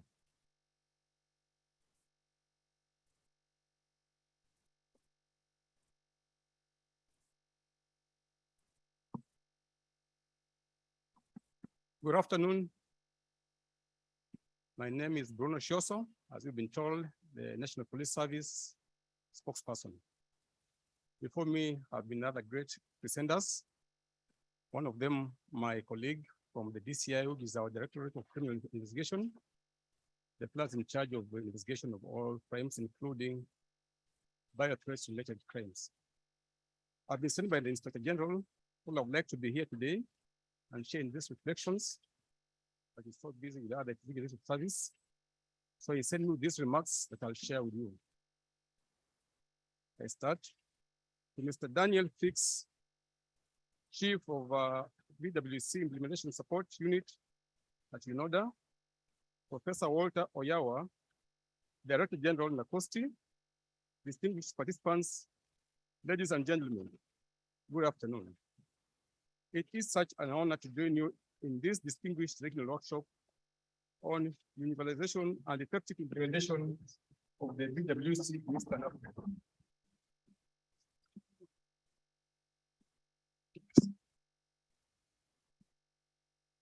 Allow me to confess that though I'm in attendance in my capacity as a police officer, this workshop is a technical area for us in law enforcement. Generally, law enforcement is used to conventional and symmetrical criminologic challenges that we have attended to so far, perfecting our tactics and building great arsenal of comparative advantages in the process.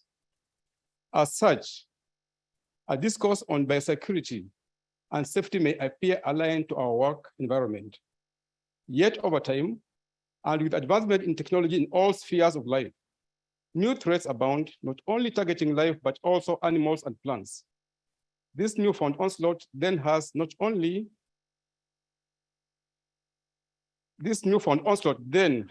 not only concern, but equally worry us, charged with protecting our communities, hence design, fitting, and appropriate countermeasures. Therefore, ladies and gentlemen, this reality of our evolving world, more so the current 21st century, brings forth unrivaled challenges and threats, and more so, security and crime related. This therefore forces us to move out of our policing policy and operational comfort zone, scan the horizon, and try to understand emerging new threats that pose existential biorisk ramifications to society and humanity. This is the reason which necessitates the world to routinely converge multilaterally through the auspices of the UN to jointly try and understand current organized biothreat dimensions, compare notes, including best practices, and offer timely and guiding policy framework solutions. It was through such an endeavor that the international community, once faced with a reality of a new threat and of biological weapons of mass destruction, formulated the Biological Weapons Convention 5 decades ago, taking effect in 1975. This policy framework, as an international tool, is and remains the only best solution and best practice to be benchmarked by state parties in coming up with localized legal regimes. And it is only through national statutes and crime of whichever nature can be tackled either proactively at source or reactively at other levels effectively. Ladies and gentlemen, Kenya, as a state party to this convention, has and continues to comply with all its provisions. We have in place a robust national focal point through the establishment of the National Commission for Science, Technology, and Innovation through statute. NACOSTI thus coordinates all our national efforts towards full compliance of the convention. The National Police Service, which I currently head as the Acting Inspector General, is the national law enforcement agency charged with the mandate of security provision and managing all crimes and incidentals. This therefore makes us a critical player in this enforcement space of all existing laws and policies that are aimed at tackling the prevailing threat posed by biological weapons and other hazardous materials. Unfortunately, though we tackle threats posed by biological agents in a disparate and not unified manner, there is an exigent need for us in Kenya and the East African region generally to enact singular national statutes to be the gravitas of our respective law enforcement efforts. A unified codified legal regime has the capacity to direct efforts in a purposeful way, is more efficient in law enforcement resource allocation and utility, and also coordinates policing partnerships in a more synergized way. This approach is more feasible since enforcement of our existing legal regime is not our exclusive mandate as police. We coordinate, collaborate, and partner with numerous other local agencies on how best to achieve our singular national objective of interdicting, dismantling, and eradicating post-bio threats. We work with academia such as universities and research agencies, laboratories, amongst others, to sharpen and deepen our law enforcement capacities and understanding through relevant knowledge acquisition.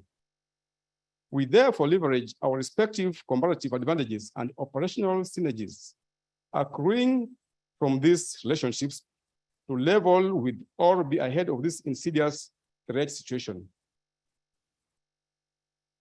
Esteemed participants, as a country, Kenya is therefore more concerned with the reality, including potential of terrorists and organized criminals in deploying biological weapons on its territory and region by extension. We are situated not only in a conflict-prone and fragile region, but also one that is a terror hotspot with the application of conventional weapons in the wrong hands. This is therefore reason enough for us to worry, given the nexus between proliferation of conventional weapons and biological weapons in a conflict context. Hence, the reason to keep our vigilance in order to secure our communities and people. This thus justifies why we as law enforcement have to invest heavily in intelligence capabilities, which are useful tools as appointed to areas of threat interest. We have also over time built awesome bilateral partnerships with foreign law enforcement agencies in areas of training, intelligence sharing, and law enforcement fellowship. Through these targeted efforts, we have trained our law enforcement detectives in new methodologies and technologies of investigating newer transnational organized crimes typologies, including biological threats.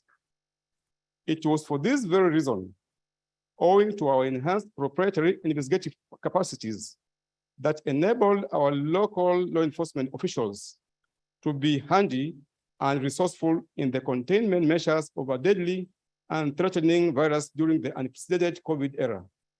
As such, our police officers worked very closely and competently with health practitioners in managing the scourge. Esteemed colleagues, as a service, and in addition to routine investigations that we conduct, we have also upgraded our forensic investigative capacities and the capabilities to target crimes novelty. Early in the year, the National Police Service unveiled a state-of-the-art National Forensic Laboratory, domiciled at the Directorate of Criminal Investigation, where my colleague works, headquarters to support this end. This game-changer facility is one of its kind in sub-Saharan Africa, with the capacity to handle all forensic-related inquiries, including investigations involving hazardous material. We therefore hope that this premier facility shall be utilized as a regional hub of excellence and convergence for all law enforcement agencies' quest towards tackling biological and related crimes.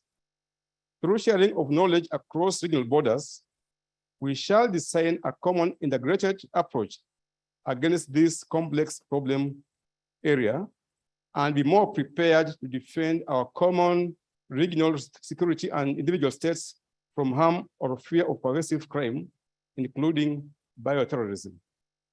And all cannot be said and done without forming and fortifying our respective national borders. Although the region experiences conflicts, internal strifes, or general fragility, it has some of the most porous borders. This reality is exacerbated by the fact that local communities are not reined in by imaginary borders, since we are one homogeneous people struggling different nationalities. This fact makes policing of our borders problematic, but nonetheless, we continue to monitor all borders access points and endeavor to detect any inflows of goods or harmful substances that may have criminal motivation to cause harm to our nations. To this end, Kenya works through an internal multi-agency teams framework whose assets are stationed at all border control points. As a country, we also collaborate with the international law enforcement community through Interpol's detection and communication outreach capabilities. These measures have enabled us to make our country safer from transnational transgressions of suspicious and criminally inclined substances. Although we have registered such notable milestones as aforementioned, we are not yet out of the woods. As a law enforcement agency, we call for more partnerships from stakeholders, valued partners, and interested groups to help build our enhanced technical capacities towards a fuller understanding of this pervading threat environment. Such programmatic and project-based partnerships shall enable us to trickle down acquired capacities to the policing frontline, especially in the context of crime scene management. Esteemed participants, allow me also to appreciate the leadership of the United Nations through UNODA, including NACOSTI, as the national focal point for agreeing to host this very valuable regional workshop in Mombasa City, Kenya. This is proof enough of the concern the UN attaches to our regional peace, security, and safety. The act also underscores the inescapable reality that Kenya is indeed a safe country. And this workshop's agenda, being a new knowledge area, I hope abundant attention and adequate resources shall be in future be dedicated to the worrisome crime agenda we all face. Law enforcement on its part needs to learn more and mainstream science into its daily law enforcement practice for any impactful headway to be realized. Finally, dear participants, allow me to reassure you of your personal security and that of your property while in this beloved country. Kenya is a peace haven with a peace-loving citizens. During your stay at our coastal resort city of Mombasa, please find some time from your busy but rich program to sample our beautiful beaches and all that our coastline and her beautiful people have to offer. With these few remarks, I thank you all for your attention and wish the most fruitful of deliberations, findings, and conclusions that shall bind us going forward. Thank you very much.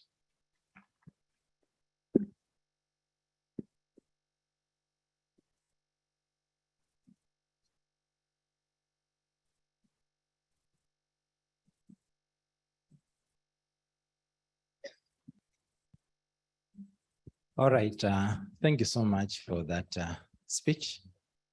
Ladies and gentlemen, we have come to the end of the presentation and we would like to take some questions. But before we go to that, I can just give an highlight, just a few things for the presenters, which for what the presenters presented in the morning, before we went to lunch, and this afternoon. We started in the morning with Michael Sang from ODPP, and basically highlighted on 3 issues that I picked, that it's important to train the staff that they can collect data and also make sure that they are empowered in terms of analyzing this data. And also in terms of interagency coordination, is very important to solve the issues of biosecurity. And you talk about also ensuring that they monitor things like genetic controls, genetic modification controls. Anne came in from National Museum and just highlighted 3 things that GMOs are with us here, and biotechnology need to take care. Talked about the gene drive that affect the ecosystem now. And she also talked about potential risk of biotechnology, talking about a virus that needs to be restricted. And because it can be restructured, they can be restructured and used as a biological weapon. Then we came to the 3rd presenter, Brigadier Mololo, which was also very interesting. And Mololo say the enemy of today is bio. and he talked about enhancing the defense, and also talk about how we need the biosurveillance so that we can respond and quick and to recover. And he also mentioned about issues touching on weapon of mass destruction that they need close monitoring. Our fourth presenter, Joshua from Department of Criminal Investigation, mentioned that Kenyan strategic preparedness to mitigate weapons of mass destruction is important and has been developed in Kenya. He mentioned also that this strategy was very important for any biosecurity and terrorism attack. To prevent ourselves from bioterrorism attack. We also had Professor Kikungu presenting this afternoon, where I highlighted on infectious diseases, saying that 60% are mostly zoonotic diseases that affect human beings, and 72% are, out of these 72% are from wildlife. Also mentioned that factors associated to these emerging diseases are due to climatical and weather changes and microbial adaptation. And just gave us a sample of emerging diseases. Talked also about mapping infection, which is key in stopping the infections and identifying the symptom. Identifying the symptom that can be told to the people to take care of themselves. And finally, Mr. Bruno this afternoon has assured us Kenya is safe, and that in the National Police Service, they have a laboratory where they do their forensic, and also Kenya, there is a lot of training. Ladies and gentlemen, what is coming across is training is very important. Capacity building, that's what I've heard from morning. Capacity building, capacity building. So let me call the other presenters to come up quickly so that you can take the question from the audience. Are they there? Please come as we now we open the floor for questions. Yes, the gentleman from there.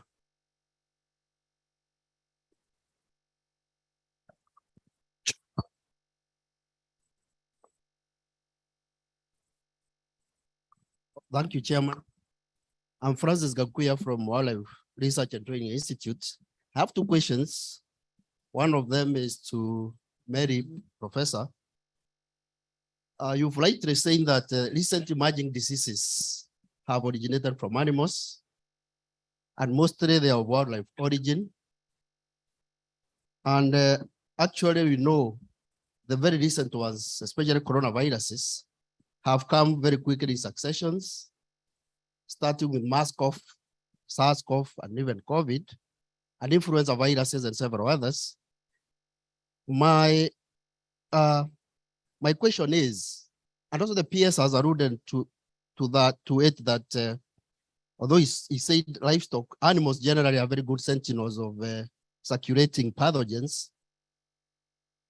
And also the fact that the region is very near or within one of the hotspots of emerging pathogens, which is the Congo Basin. The others are Mekong Valley and Amazon Basin. Is there any initiative here to build capacity in terms of surveillance and also discovery and exploration of potentially dangerous pathogens as a early warning system? The other question is general. It seems our focus mostly is on research laboratories and very retro focus on diagnostic or investigation laboratories and even surveillance systems. And these are the front line areas where you can be able to get early warning. How is the involvement of diagnostic laboratories and surveillance systems in the countries?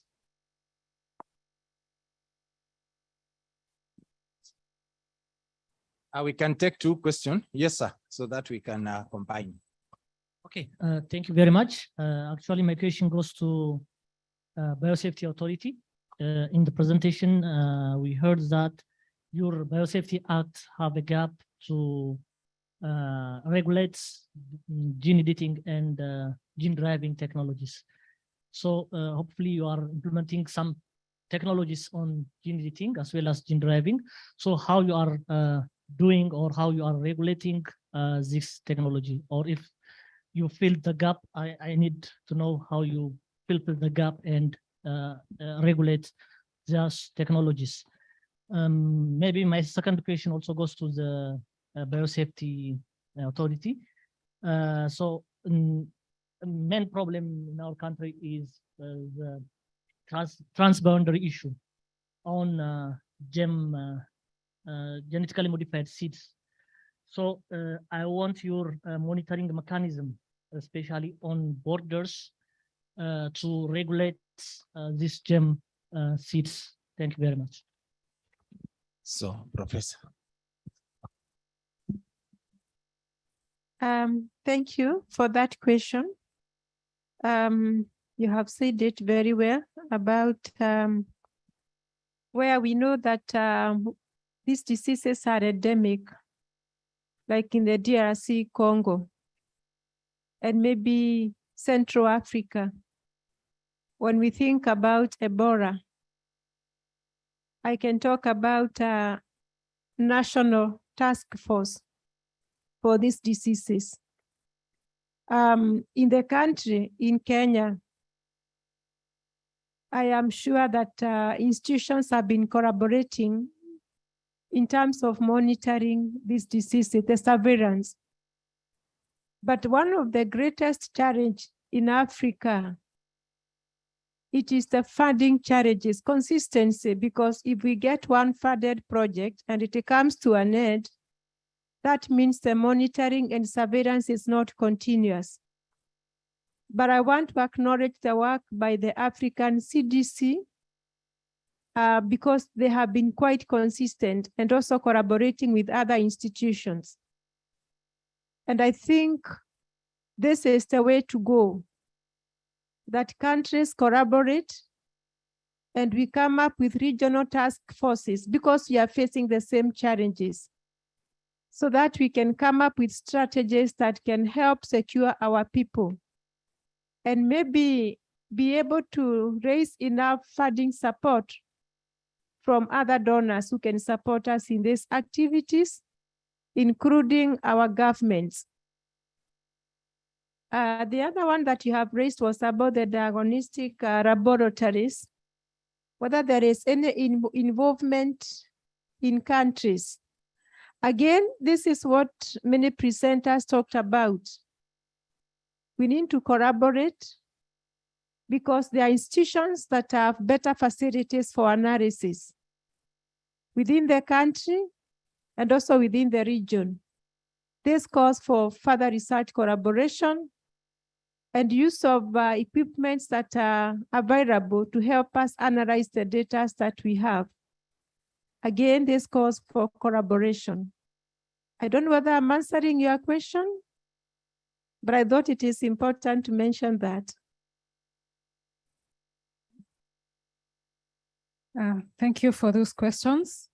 If I would address the first two questions that are directly addressed to the National Biosafety Authority as to how we regulate genome editing. What we have is that the National Biosafety Authority has developed guidelines on regulating genome editing. And the way the guidelines work is that for any case where we have the insertion of foreign genetic material, then that particular organism or that particular activity is regulated as the normal genetic modification. In cases where, because we have, as I mentioned, there is some genome editing where you'll have just a slight change, what we call either single base pair substitutions or deletions, a very small change that is something that can actually happen naturally. In nature, we have mutations happening. So there's some genome editing types that basically mimic mutations that happen in nature. So for this case, then that is not regulated as a GMO. And this has been highlighted. How we do it has been highlighted on our genome editing guidelines. You can find them on the National Biosafety Authority website. Now, for what I mentioned is that we have the guidelines that have been published since March this year. But what happens is that when you look at the Biosafety Act, because it was of 2009, that was long before genome editing. It doesn't explicitly talk about these new technologies, but we have covered that in the guidelines. But right now, what is there is a proposal or a plan to actually review the act so that it explicitly talks about these new emerging technologies. Now, the other question on transboundary movement of seeds, which also touches on the other question that was about diagnostic and surveillance systems. What we have, the National Biosafety Authority has officers. We have offices or what we call border stations at many of our main entry points in Kenya, including Mombasa, Busia, Namanga, and we are also in the process of opening other border stations at other entry points. So what happens, we have surveillance and random sampling of anything that is coming into the country. At Nairobi, at the headquarters, we have a molecular laboratory. So when these samples are picked up, they are sent to Nairobi, and then we have testing. So I can say for us, we have a little bit of both the surveillance and diagnostics. We also do what we call random market surveillance.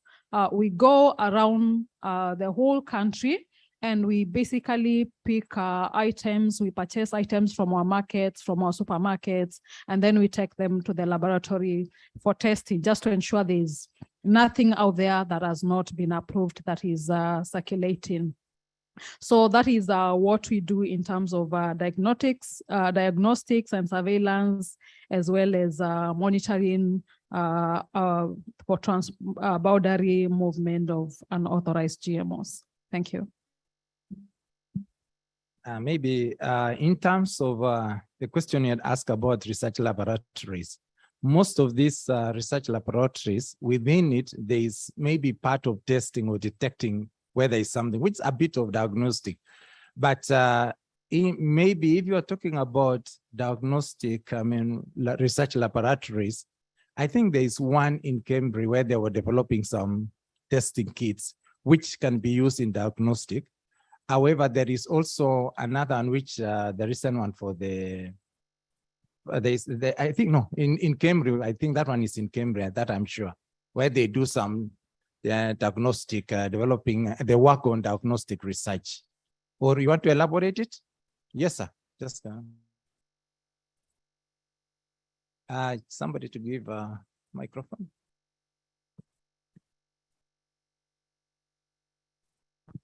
I think my question was not understood. Yes. What I'm saying in this initiative, the BWC, I'm seeing a lot of emphasis on research laboratories. The emphasis on diagnostic or investigation laboratories is not coming out very clearly. I remember they are the front line that can pick very, very fast. And I was also following up on what the PS talked about, the sentinels, okay, animals and all that, because that they can be picked very fast in those laboratories. So I was asking, how are they involved? And also the surveillance systems, because they are very good, elaborate national surveillance systems which report diseases on almost real time. How can they also be incorporated in this system so that you can be able to pick issues as fast as they come? Very early. That was my question. Oh, okay. Thank you. You want to respond? Yeah, the gentleman is, sir. Yes, sir.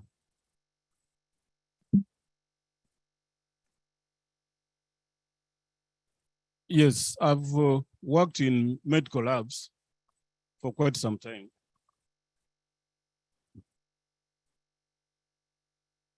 And the truth is that there's no much focus on medical diagnostics. But the beauty part of it, it has other agents that support medical labs. For example, CDC. CDC has been very beneficial. Every country in this region has benefited from CDC. They normally provide good funding for diagnosis. And that one has really helped. Together with our respective governments, they have also been able to supply, to give money to buy reagents. And then also the cost sharing part of it has also helped management of these laboratories. They could buy reagents to carry out normal tests. And it's very beneficial. So we have other arms of donor community that plays a very important role on that. Can I take the opportunity to ask another question? You can ask. Thank you, sir. On my madam, on GMO, I want you to give me the difference between biosafety in GMO and biosafety in the human labs and the microbiology part of it. Then I'll go back to my brothers from Uganda. I don't know whether they're around. Yes. I like Uganda because that's where my ancestors came from. Sir, with due respect, there is a problem in Uganda on emerging and re-emerging infectious diseases. We thought Ebola had been eradicated in Uganda, but we are told that it's coming back. At least there's an outbreak there now. Now the question is, what could be the contributing factor to this recurrence of these diseases now and then in the country? Two, there was an outbreak of anthrax in Lake Victoria on hippos. What's the current situation? Thank you so much. Okay. Maybe just before we give you the microphone, Alex from WBC, can you maybe see around? Oh no, I think it's wait. What do you say concerning this funding of diagnostic by or supporting by the WBC? So see.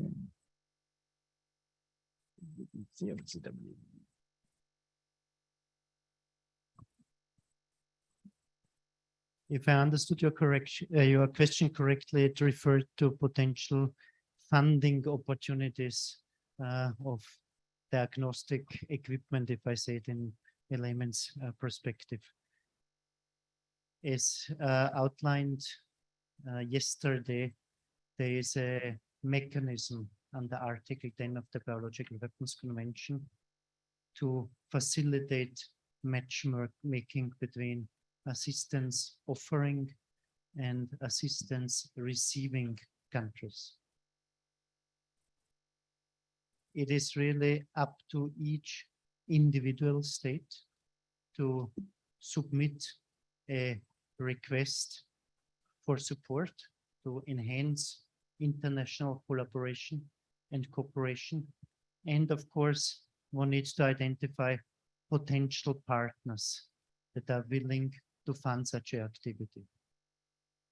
I think another potential avenue or additional avenue is to reach out to the regional organizations that are here in this room, from Africa CDC, from the European Union CBN Center of Excellence, just to name two, or also, for example, to the 1540 Committee of Experts. They also have an assistance database and do a similar matchmaking request. Last but not least, we do have also a number of assistance offering countries.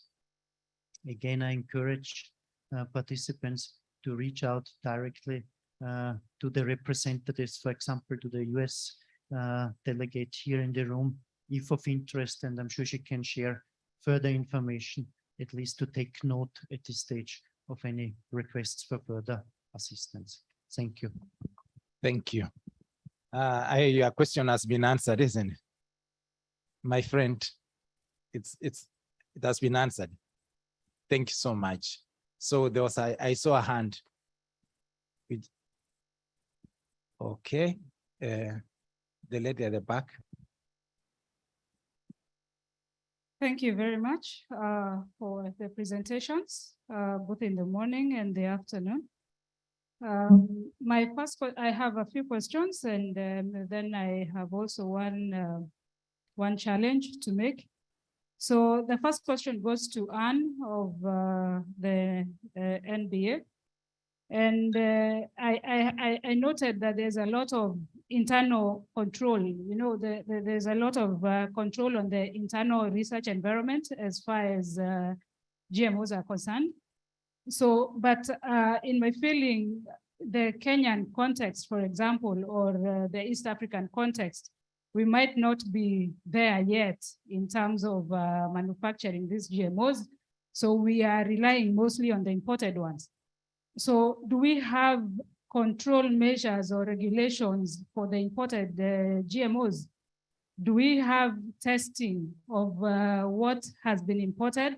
And are we able to consider, for example, if a manufacturer declares that this is what I have given, do you test to actually confirm that?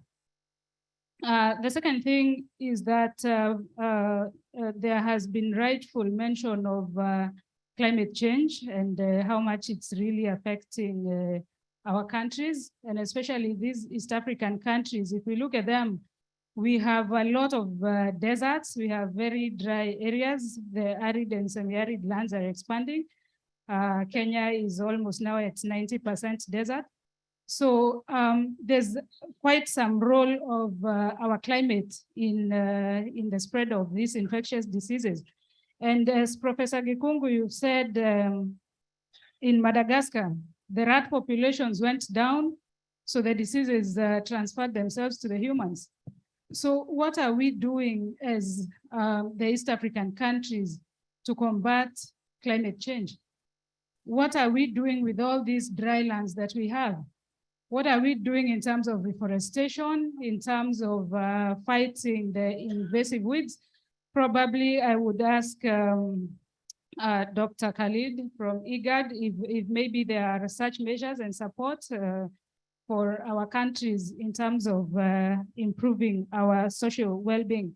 And that is in light of the fact that, in fact, most of the conflicts that we have in the region are fueled by scarcity of resources.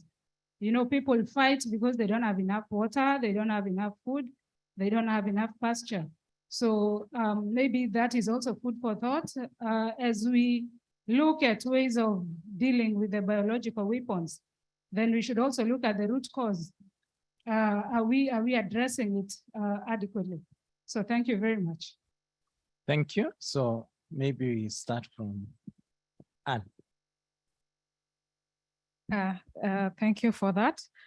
If I could start with the question that came first about the difference between biosafety in GMOs and biosafety in microbiology. In microbiology, basically that is biosafety that is dealing with pathogens, viruses, bacteria, fungi, and all those other pathogens. The mandate of the National Biosafety Authority falls under biosafety in GMOs, and this is regarding any adverse effects that could arise from biotechnology, and these other emerging technologies. So our mandate does not include biosafety of pathogens, that is in terms of microbiology for now. We are restricted to the part of GMOs. But of course, there are other organizations that monitor laboratories and the pathogens, the other pathogens. And I believe those fall under the Ministry of Health. Now, for the question about imported GMOs, yes, we do have some GMOs that are being developed in Kenya. And we can also have GMOs that can be imported from other countries. I know my presentation was quite fast, but if you remember, I talked about 4 regulations, documents that we have. And one of those is the import, export, and transit regulations. So these talk about, or they take care of importation of GMOs. So what happens if, for example, we were an importer or someone wants to import maize, GMO maize today from somewhere? What they do is that they make an application to the National Biosafety Authority. And in that application, they must give all that information that we talked about. What this GMO contains, how it has been modified, what has been affected, where it is from. And in addition to that, the only GMO that could be considered for importation into Kenya for food is that which has been approved elsewhere. And by being approved elsewhere, it means, for example, let's say it was it's been cultivated or it's been imported from South Africa. Then we need to have a safety assessment, a food safety assessment that has been done in South Africa. And this is a safety assessment that has been done according to international standards. We do recognize data from other countries. So we use this data also to do our own safety assessment. It will not just be accepted. It will still go through some safety assessment, but of course, as we consider data that was done elsewhere by another competent authority like the National Biosafety Authority, and in cognition that when they were doing their safety assessment, they used internationally accepted standards because they are there. Yeah, thank you. Okay, we are just taking one more question, but I think Ikad, would you like to comment on this? You would like to comment on? Yeah. The microphone is there. Thank you so much for the question. In fact, there is a very important initiative with IGAD called BWC dealing with the impact of climate change. And there is a huge package dealing with the capacity building, and also another one dealing with the quick impact project, mainly for arid and semi-arid areas, which there is a rapid increase of desertification in IGAD region. There is a huge cooperation for 5 clusters, one of them in the area between South Sudan, Kenya, Uganda, along the way to Ethiopia, this Karamoja cluster, and there is another cluster between Ethiopia, Djibouti, and Somalia. So there is a specific type of support for those communities affected by the drought.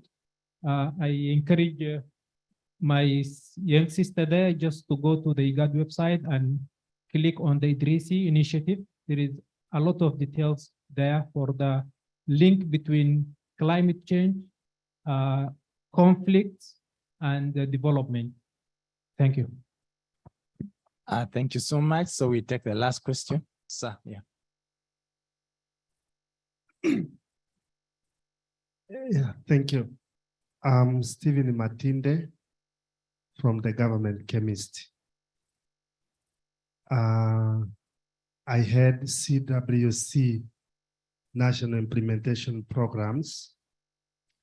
And my question is to the presenter who presented on biosafety. That is the GMO, that presentation, yes. Now, my question is, when somebody seeks license to conduct a GMO research test, do you consider background checks as one of the considerations when you are thinking of giving permits or you license somebody to do a research? Because like what was mentioned by the presenter from DCI, that an intern was arrested in a local hospital trying to do some research. So is background checks one of the considerations when you are giving license or permit for biosafety research? Thank you.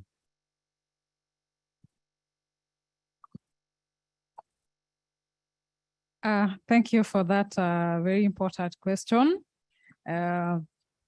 So do we give background checks? What happens is that if you are a Kenyan and you are applying to do your research, you need to say exactly where you're going to do your research at. So you must be attached to an accredited laboratory.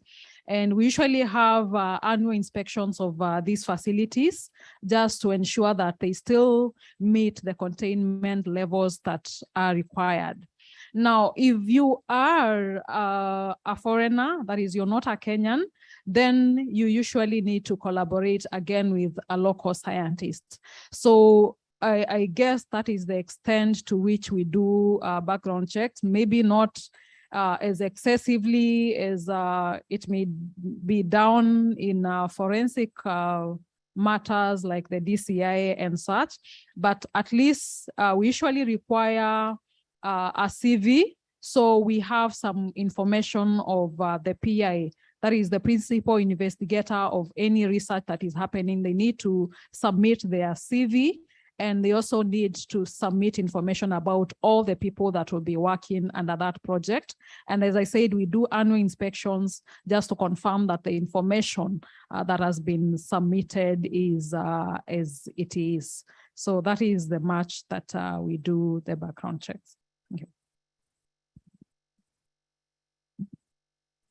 Okay, we have come to the end of this presentation. What?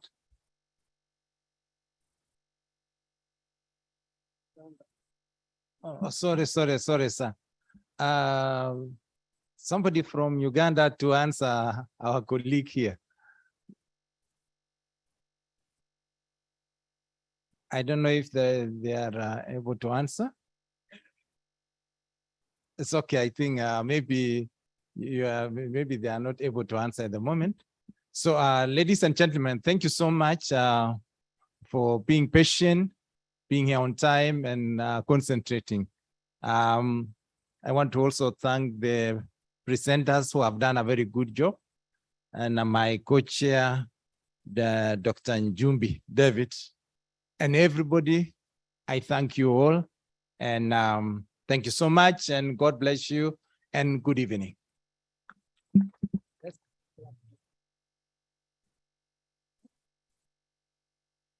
No, I think then with the master of ceremony to shoot it.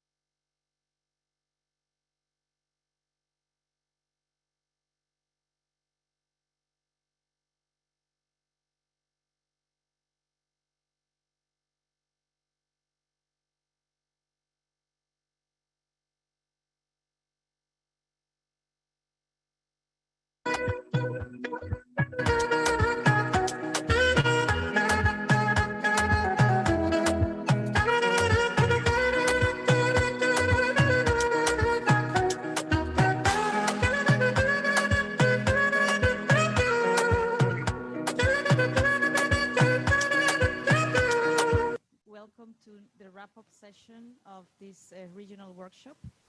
It has been 2 intense days, so there is a lot of information to share, a lot of findings and new information. So I will now go through some slides summarizing what we have heard. And at the end, of course, we will give opportunity for you to make any additional comments or remarks that you may consider necessary or advisable. So just some general information to recall, this workshop is organized by the United Nations Office for Disarmament Affairs in collaboration with the government of Kenya through NACOSTI. This workshop was organized in the framework of the project supporting universalization and effective implementation of the Biological Weapons Convention in Africa, funded by the Global Partnership Against the Spread of Weapons and Materials of Mass Destruction. The objectives of the workshop were to brief on the project, gather feedback about project activities, to provide a broad understanding of the BWC and related implementation requirements, and to develop work plans with participating states. So a few words about participation. Overall, we had nearly 100 participants in person and also almost 100 participants remotely. We had participation from 8 African states parties: Ethiopia, Kenya, Madagascar, Mauritius, Seychelles, Sudan, Tanzania, and Uganda. We had participants from 4 African states that have yet to join the BWC: Comor, Djibouti, Somalia, and South Sudan. We had 4 UN entities represented: the ISU, the 1540 Regional Coordinator, UNICRI, and UNREC. 3 regional organizations have also been attending our sessions: Africa CDC, CBRN Centers of Excellence from the European Union, and IGAD. We had 1 non-governmental organization, Parliamentarians for Global Action, and 2 partner countries, Canada and the US.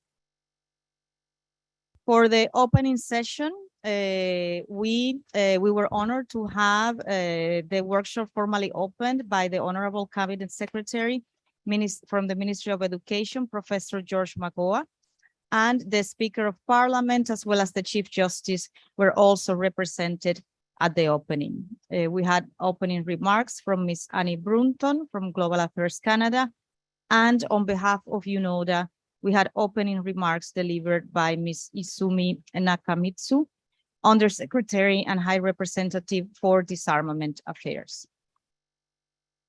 So what were the outcomes of our activities? And I hope that you agree with our assessment. It is our assessment that the workshop managed to achieve expected outcomes, that the workshop managed to highlight the importance and the benefits of the Biological Weapons Convention, that it also managed to inform you and raise awareness on the implementation requirements for the BWC. We also hope that we managed to inform on the related international legal instruments and initiatives, and that we could identify synergies, complementarities, and coordination mechanisms. The workshop also enabled to develop a regional baseline assessment on BWC implementation and to gather feedback on priorities and needs at the regional, sub-regional, and national levels. And very importantly, the workshop enabled to identify tailored support activities to individual states, and also identify some activities that could be implemented in coordination with project partners. So what is the regional baseline? After listening to your presentations, after having the bilateral discussions, we have that out of the 8 states parties participating here, all have identified gaps in BWC implementing legislation. We have heard that in some cases there is a complete lack of legislation related to the BWC. In other cases, there may be gaps about import-export controls. In other cases, there may be gaps about enforcement. But none of the countries, all of the countries have identified the need for further work in connection with implementing legislation. From the participating states, we have 2 that have not yet submitted confidence building measures, and we have 3 states parties out of 8 that have not yet designated a national contact point. What are the common challenges? What have we heard from you about the challenges, the issues that you are facing when seeking to enhance implementation of the Biological Weapons Convention? Well, first of all, we heard that there are often competing priorities. There may be a lack of resources or a lack of institutional arrangements in place, and this affects the attention that affects the right attention to implementation of the Biological Weapons Convention. One key point, and I think this has been raised by all delegations here, is the lack of awareness on the BWC, particularly at the policy level. This is one of the main challenges to achieve progress in improving BWC implementation.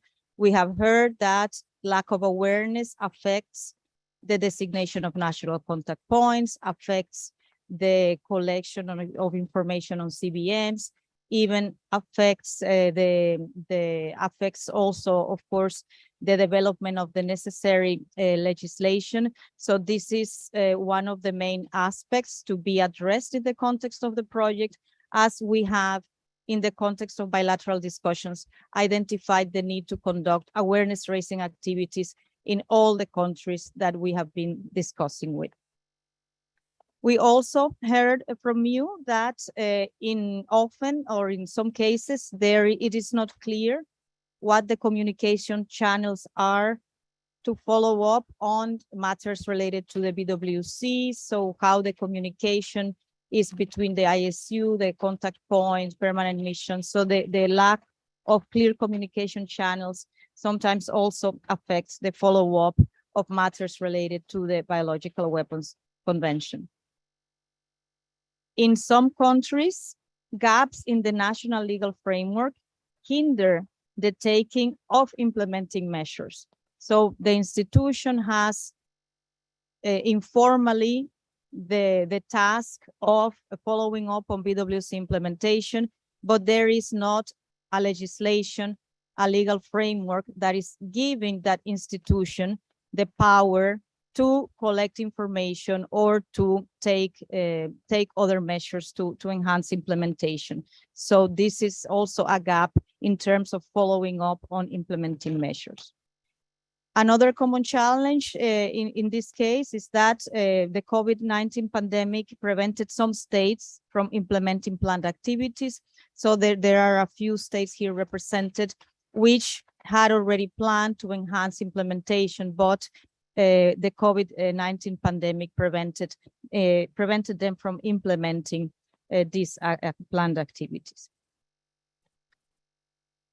We also heard from you on related challenges. Related challenges, we have grouped them separately because these are challenges that we cannot address currently in the framework of the project, but challenges that we are taking note of and that we hope to present to project partners for possible support as well. We heard that there is a need for further preparations for incident response. We heard from several of you that there is a lack of protocols or standard operating procedures for laboratories in general and for incident response. There are no inventories of pathogens at the national level. And we heard from practically all of you on the importance of training, education, and capacity building on biosafety and security for national experts and officials who are involved in this field. We also heard that there is sometimes a lack of biosafety, biosecurity culture of laboratory staff, and that it would be also good to receive support on addressing all of these matters.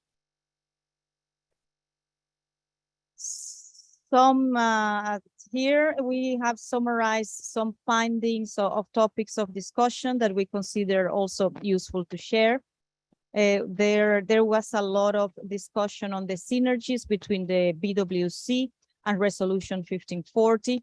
In some of the bilateral discussions, we heard that the existing framework for 1540 resolution implementation would be the best vehicle to move forward also with BWC implementation, and it has already political support at the national level.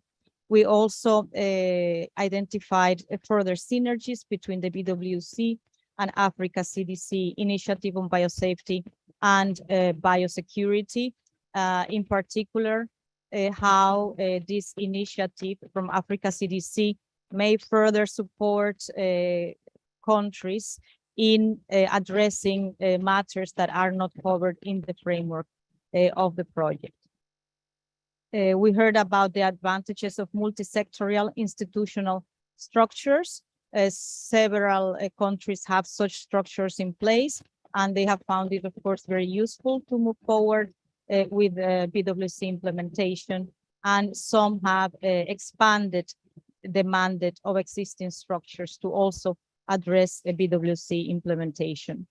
We heard about the importance also of tabletop or simulation exercises. So this is an aspect that we will also try to factor into the project so that there is practical operational training information on BWC implementation. We also discussed with some delegations their plans for expanding activities in biosciences, for establishing new laboratories. And of course, in that framework, it was considered very important to ensure that adequate legislation is in place when a country is considering expanding its laboratory activities. We also heard that it is important to promote an exchange of regional experiences, that it is important to promote exchanges between country to country, that this would be also very, very beneficial for awareness raising. And this is something that we will also factor into project activities to design modalities to promote this country to country exchange. So what is the tailored support that we have identified in the context of the project for states parties? Well, all participating states parties express interest in taking steps to enhance the implementation of the BWC and in benefiting from the support available under the project in the various areas. In some countries, the project would help to support ongoing or planned activities, while in other countries, the project is right now helping to identify these activities. So in some countries which have already a plan in place, the project comes to complement their activities that they are conducting. So in others, we are now developing from scratch an action plan to enhance BWC implementation. In connection with parties, states here represented that are not yet parties to the BWC, we also heard that all states are aware of the importance of the Biological Weapons Convention and are at various levels of consideration of the process of joining the BWC, with one state having already tabled the BWC at the committee level of the Parliament. All participating states also expressed their appreciation for advocacy and awareness raising activities to achieve adherence to the BWC. They also expressed interest in support in preparing for implementing the BWC. We heard from them about challenges in connection with legislation and also in connection with improving biosafety and biosecurity frameworks. So what are the next steps? Next steps, as we discussed during our bilateral meetings, we will be sending to each of you the draft work plans in line with our discussions and the activities that we identified for formal consideration. Of course, these are not agreements or legal documents. These are planning tools, but it is, of course, important to have the feedback and that these activities will be followed up by the country, by the relevant authorities. So we will be sending the draft work plans.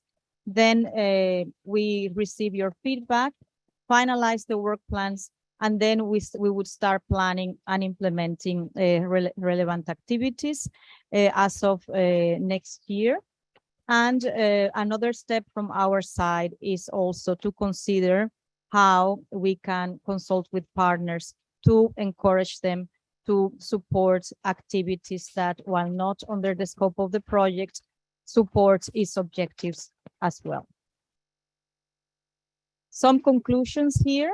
Well, we heard from you during the discussions that you found the workshop very useful to gain a better understanding on the BWC, its importance, benefits, and broader international context. Is there something with the sound? Is it me? All right, thank you.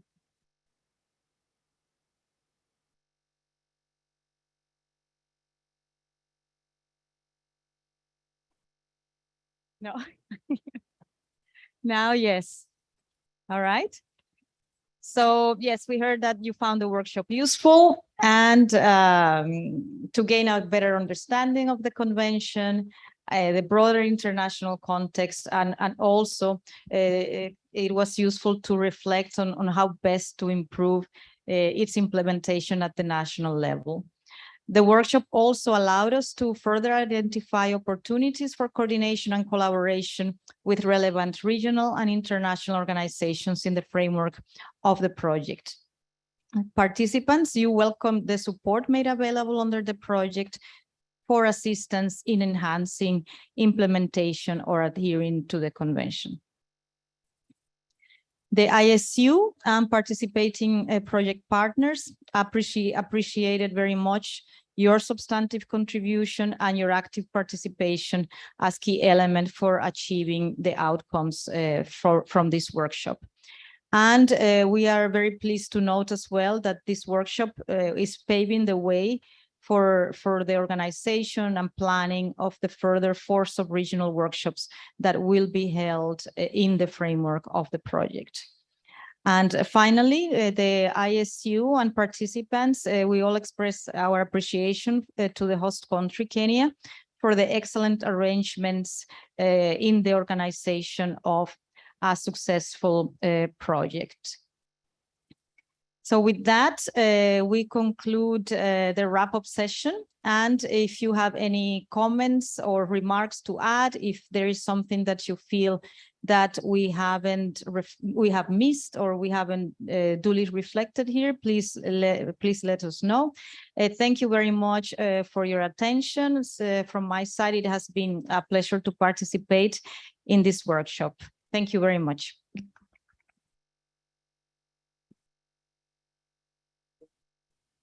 Pass the floor to Alex. Are there any questions or remarks or comments? No? Well, thank you very much.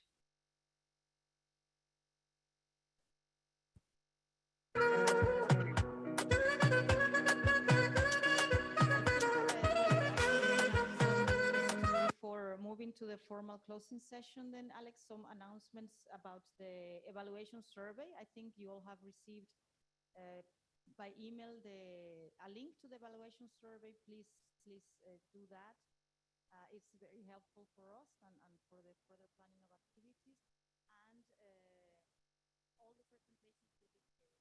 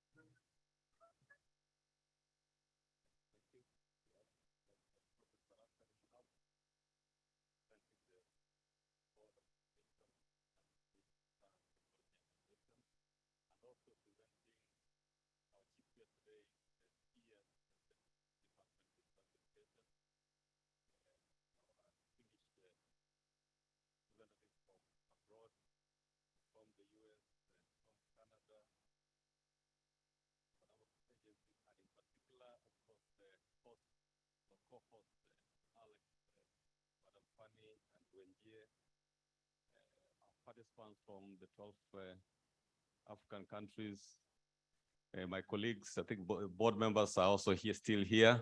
They have taken their time out and they're still with us here. My colleagues, ladies and gentlemen, good afternoon. I'm short of words to express the experience that we have gone through over the last 2 days. It's the first time that we have organized for such an activity. We put in a lot of faith, and thanks to your presence and your support, the activity, I think, has been a success. As Alex has mentioned, we believe that this is just the first of several such activities that we look forward to happening around the country. I think Kenya is good in hospitality, and we have several places. Now we have like 3 key cities, main one Nairobi, then Mombasa, also Kisumu. So we hope that we can meet next time at several places, maybe in Nairobi, maybe in Kisumu, to discuss other matters of, I think, mutual importance or bilateral importance. So I will not take much of the time, but on behalf of management of NACOSTI, to say we're excited. Our staff who are here, they are also learning, but also connecting with our brothers and sisters from neighboring countries. Yesterday was quite exciting, the day and particularly the evening. We saw a number of you with good acrobatics. We hope we could extend that in future. I also met my ancestors from the Southern Sudan, and I'm very grateful. I'm not forgetting your name today. And we are told, it's a story that I told you yesterday, that we believe the Garden of Eden was somewhere in Southern Sudan, where the 2 rivers meet. So welcome to Kenya, and quite some experiences shared. So with those remarks, allow me to invite the chief guest, Professor Raphael Manavu, to say some remarks and close this good function. Professor Raphael Manavu, please.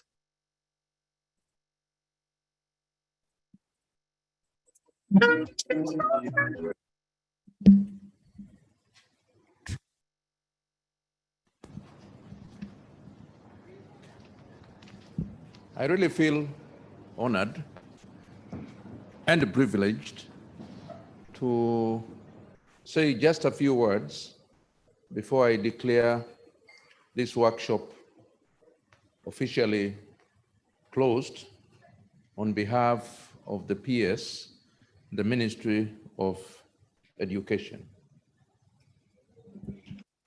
This has been a very useful workshop, and I would like to really thank all the participants for your contribution, for your participations. The workshop was, in a way, unique. It wasn't like the standard sort of academic workshops. This was multidisciplinary.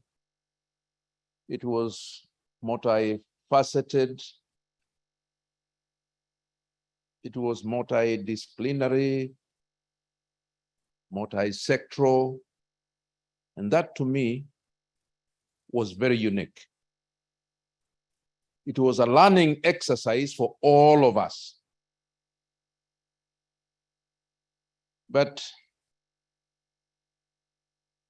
you know, when an activity like this ends,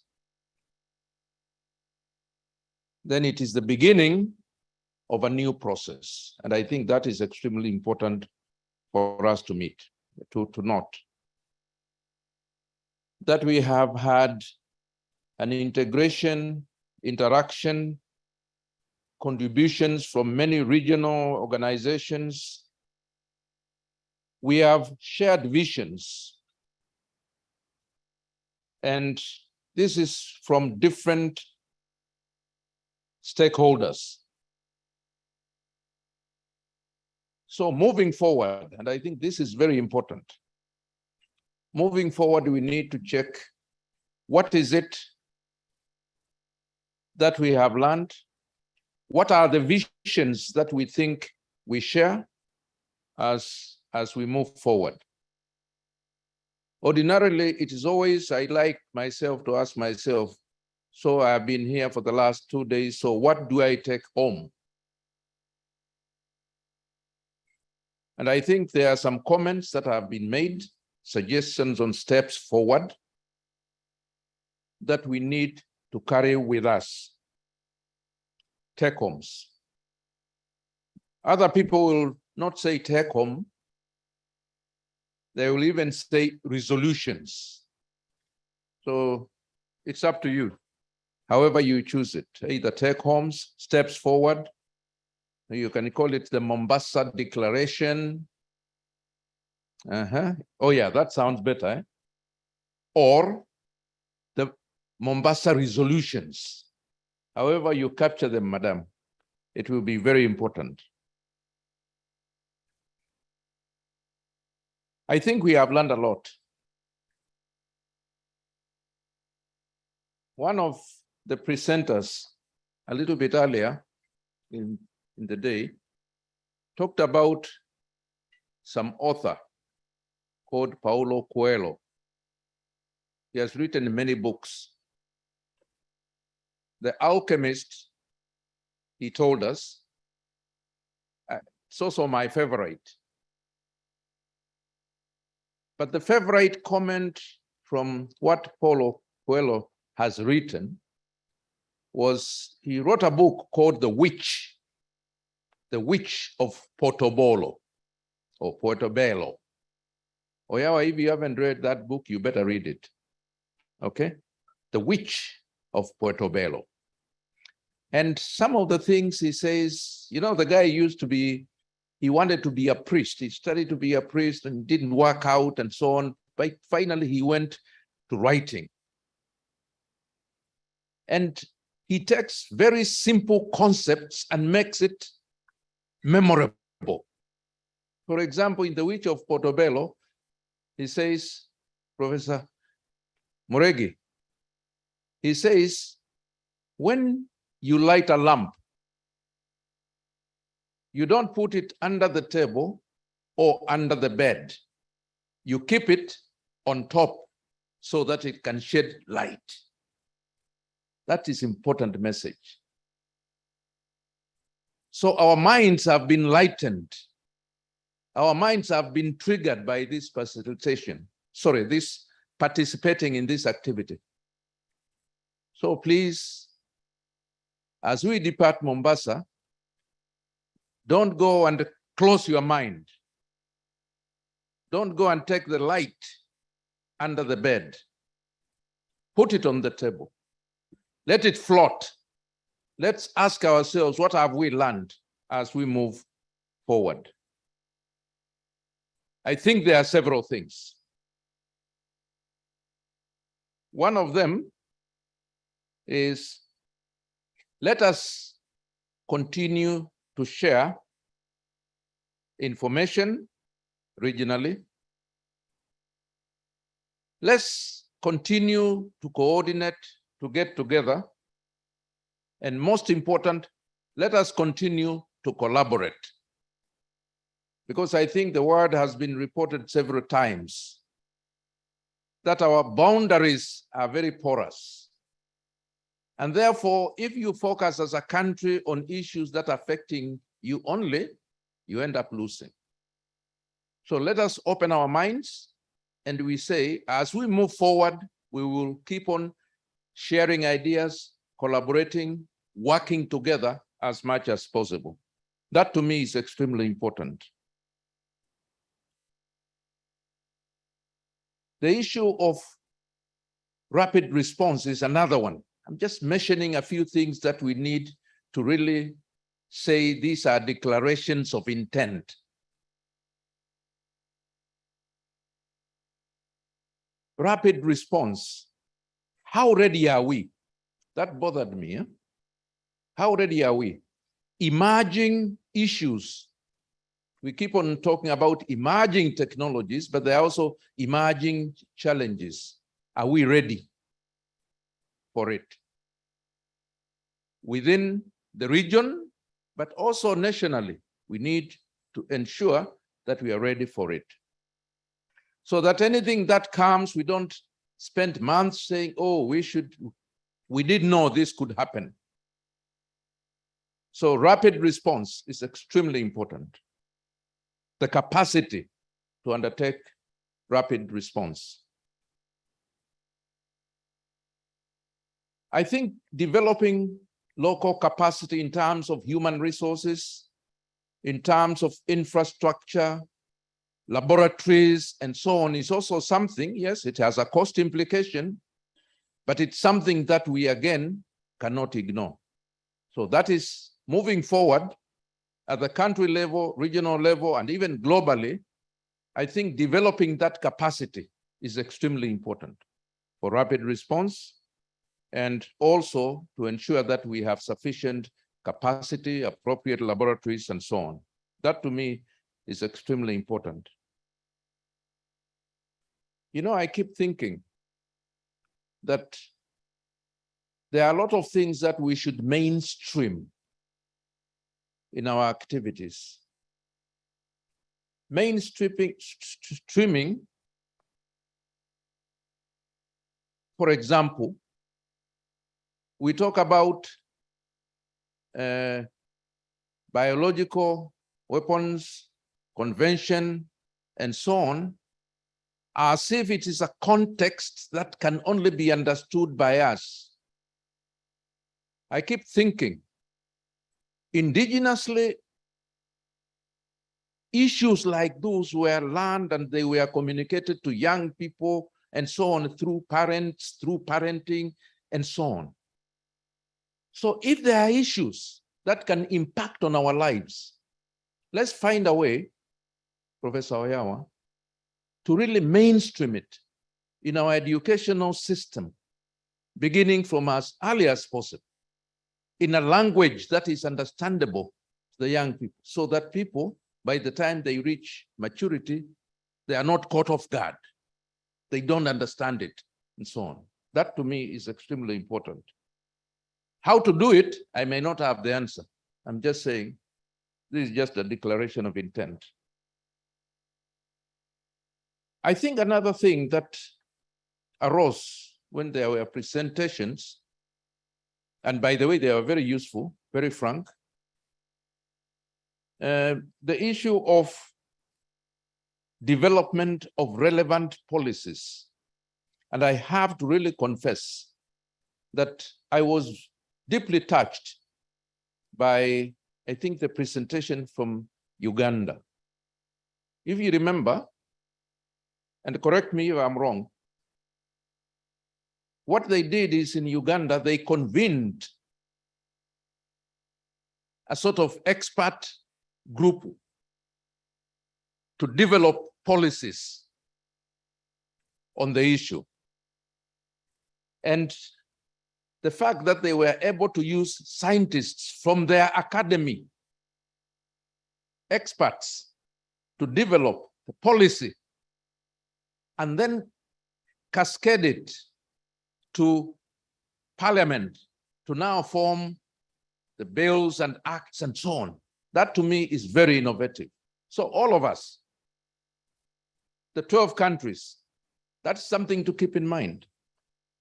We have experts, we have professionals. Do we have a mechanism for commissioning them so that you develop a policy? And one of the major problems, by the way, when we try to develop bills in Parliament and so on, and they don't move very fast, is because we may not have a good policy framework upon which the bills can be anchored. That could be one of our problems. Oyawa. So just think about it, that can you commission a team that can do ABCD, assist in developing a policy, and then based on that policy, you now engage parliamentarians and so on to come up with a legal instrument on the subject. I think that is extremely important to keep in mind. I was also very impressed with, I think it was Sudan and even part of Tanzania. Sorry, part of the report from Tanzania. Because it looks like they were stating about a very high level coordinating unit, not necessarily anchored in one ministry, but several ministries, very high level in both Tanzania, the way I understood it, and also Sudan. Again, let's think about it. This is something that perhaps we could think about. That is very important.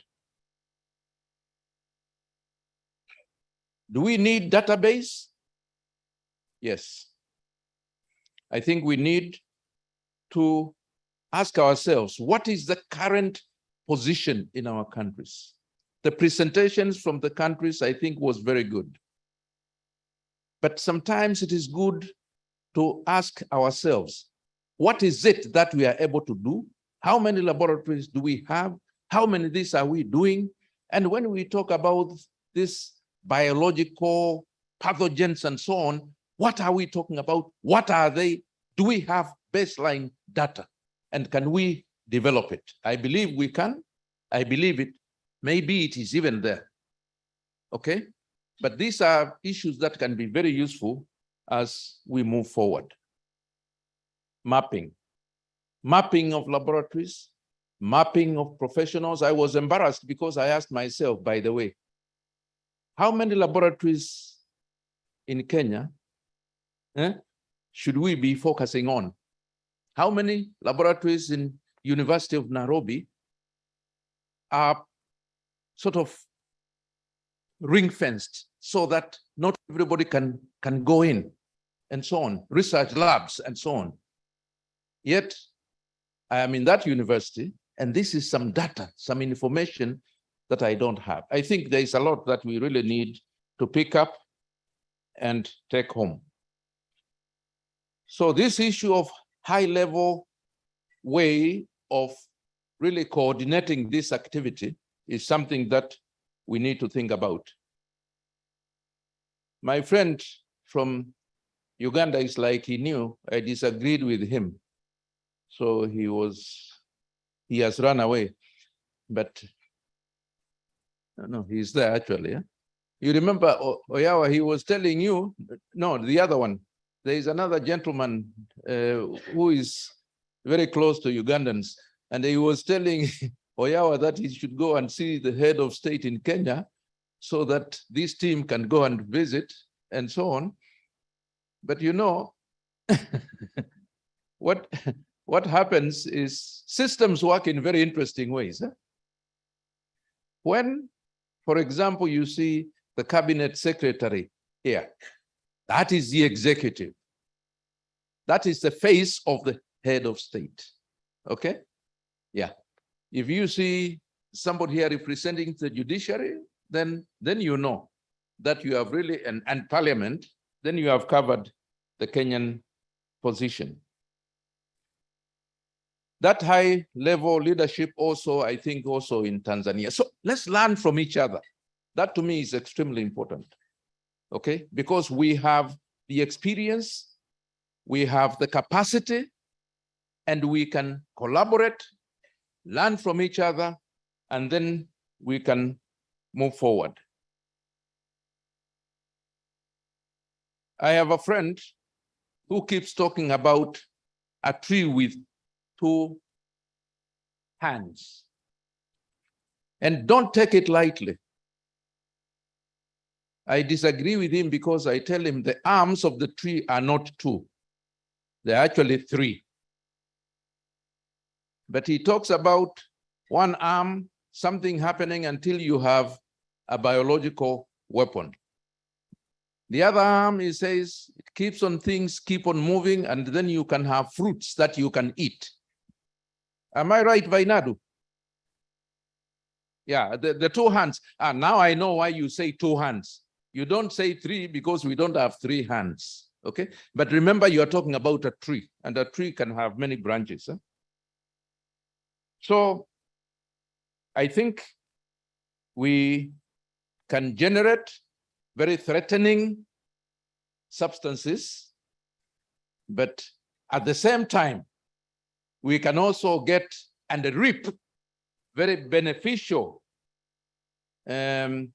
items from these systems. But for now, we are focusing about the 1 hand, okay? Yeah, this is the right hand, eh? Yeah, the weapons. That's what we are focusing on. We can't talk forever. I want to tell you that really we are blessed.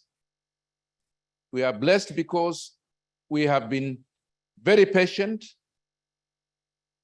We have learned a lot. We will continue to learn. And moving forward, I think, Oyawa, look for a way in which regionally you can collaborate with your colleagues, because this is so important that we should periodically be getting together.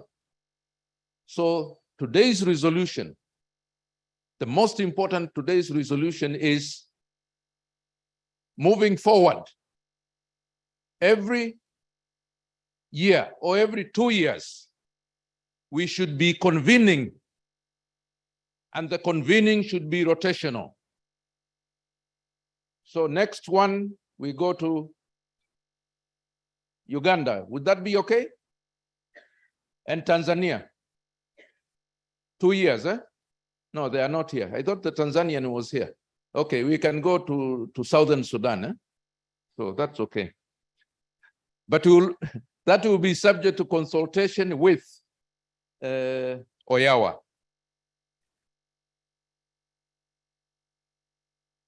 The principal secretary requested me on his behalf to really thank all of you. He requested me on his behalf to assure you that the Kenyan government is going to be supportive throughout. And in his speech earlier, he offered that the Kenya government will do certain things as we move forward. I want to assure you that that commitment from the Kenya government will be there. And he requested me to also assure you that he wishes all of you a nice stay in Mombasa, and also pleasant and safe trips back home. And finally, he told me that we should always remember that it is the Lord who guides us all the time. And therefore, he requested me that I should request Vainadu to just say a word of prayer so that we can all have God's blessings as we travel safely home. God bless all of you. Asante.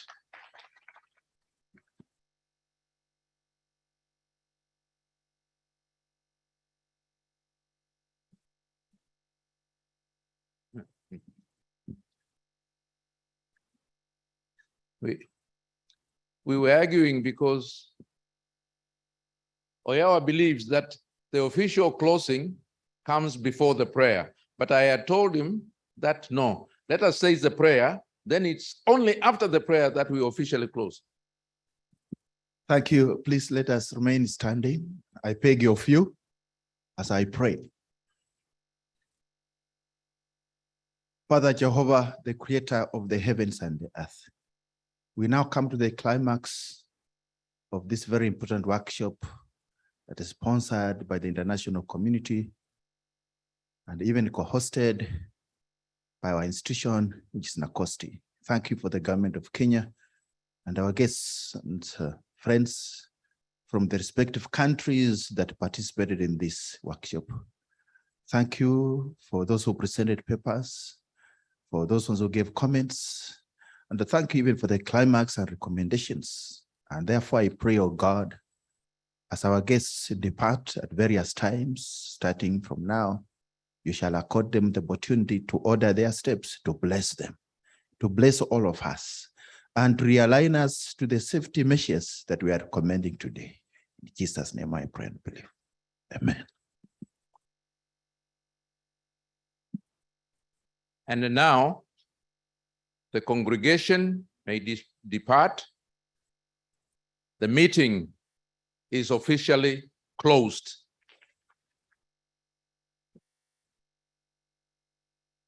And if you were in parliament, you would say sine die. But we don't take that. Don't capture that, please. Yes, so God bless and travel well. Enjoy Mombasa, enjoy Kenya. And as I said, we hope this a resolution that will meet somewhere in Africa next year. Thank you.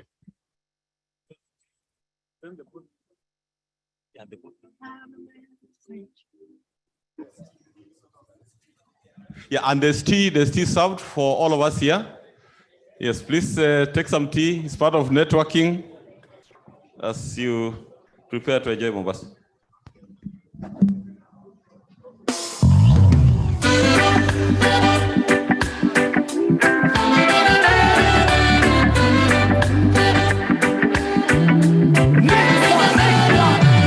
Kwa mchumba wangu tulipendana kama nyama choma, alibahatika kwenda ng'ambo, chuo kikuu kwenda kusoma, miaka mitatu kule Japan, kusomea udaktari. Sela wangu nilikuwa na mchumba wangu, tulipendana kama nyama choma, alibahatika kwenda ng'ambo, chuo kikuu kwenda kusoma, miaka mitatu kule Japan, kusomea udaktari. Sela wangu nilivyompenda Stella jamani, kajitolea kwa roho moja. Nilivyompenda Stella jamani, kajitolea kwa roho moja. Nikauza shamba langu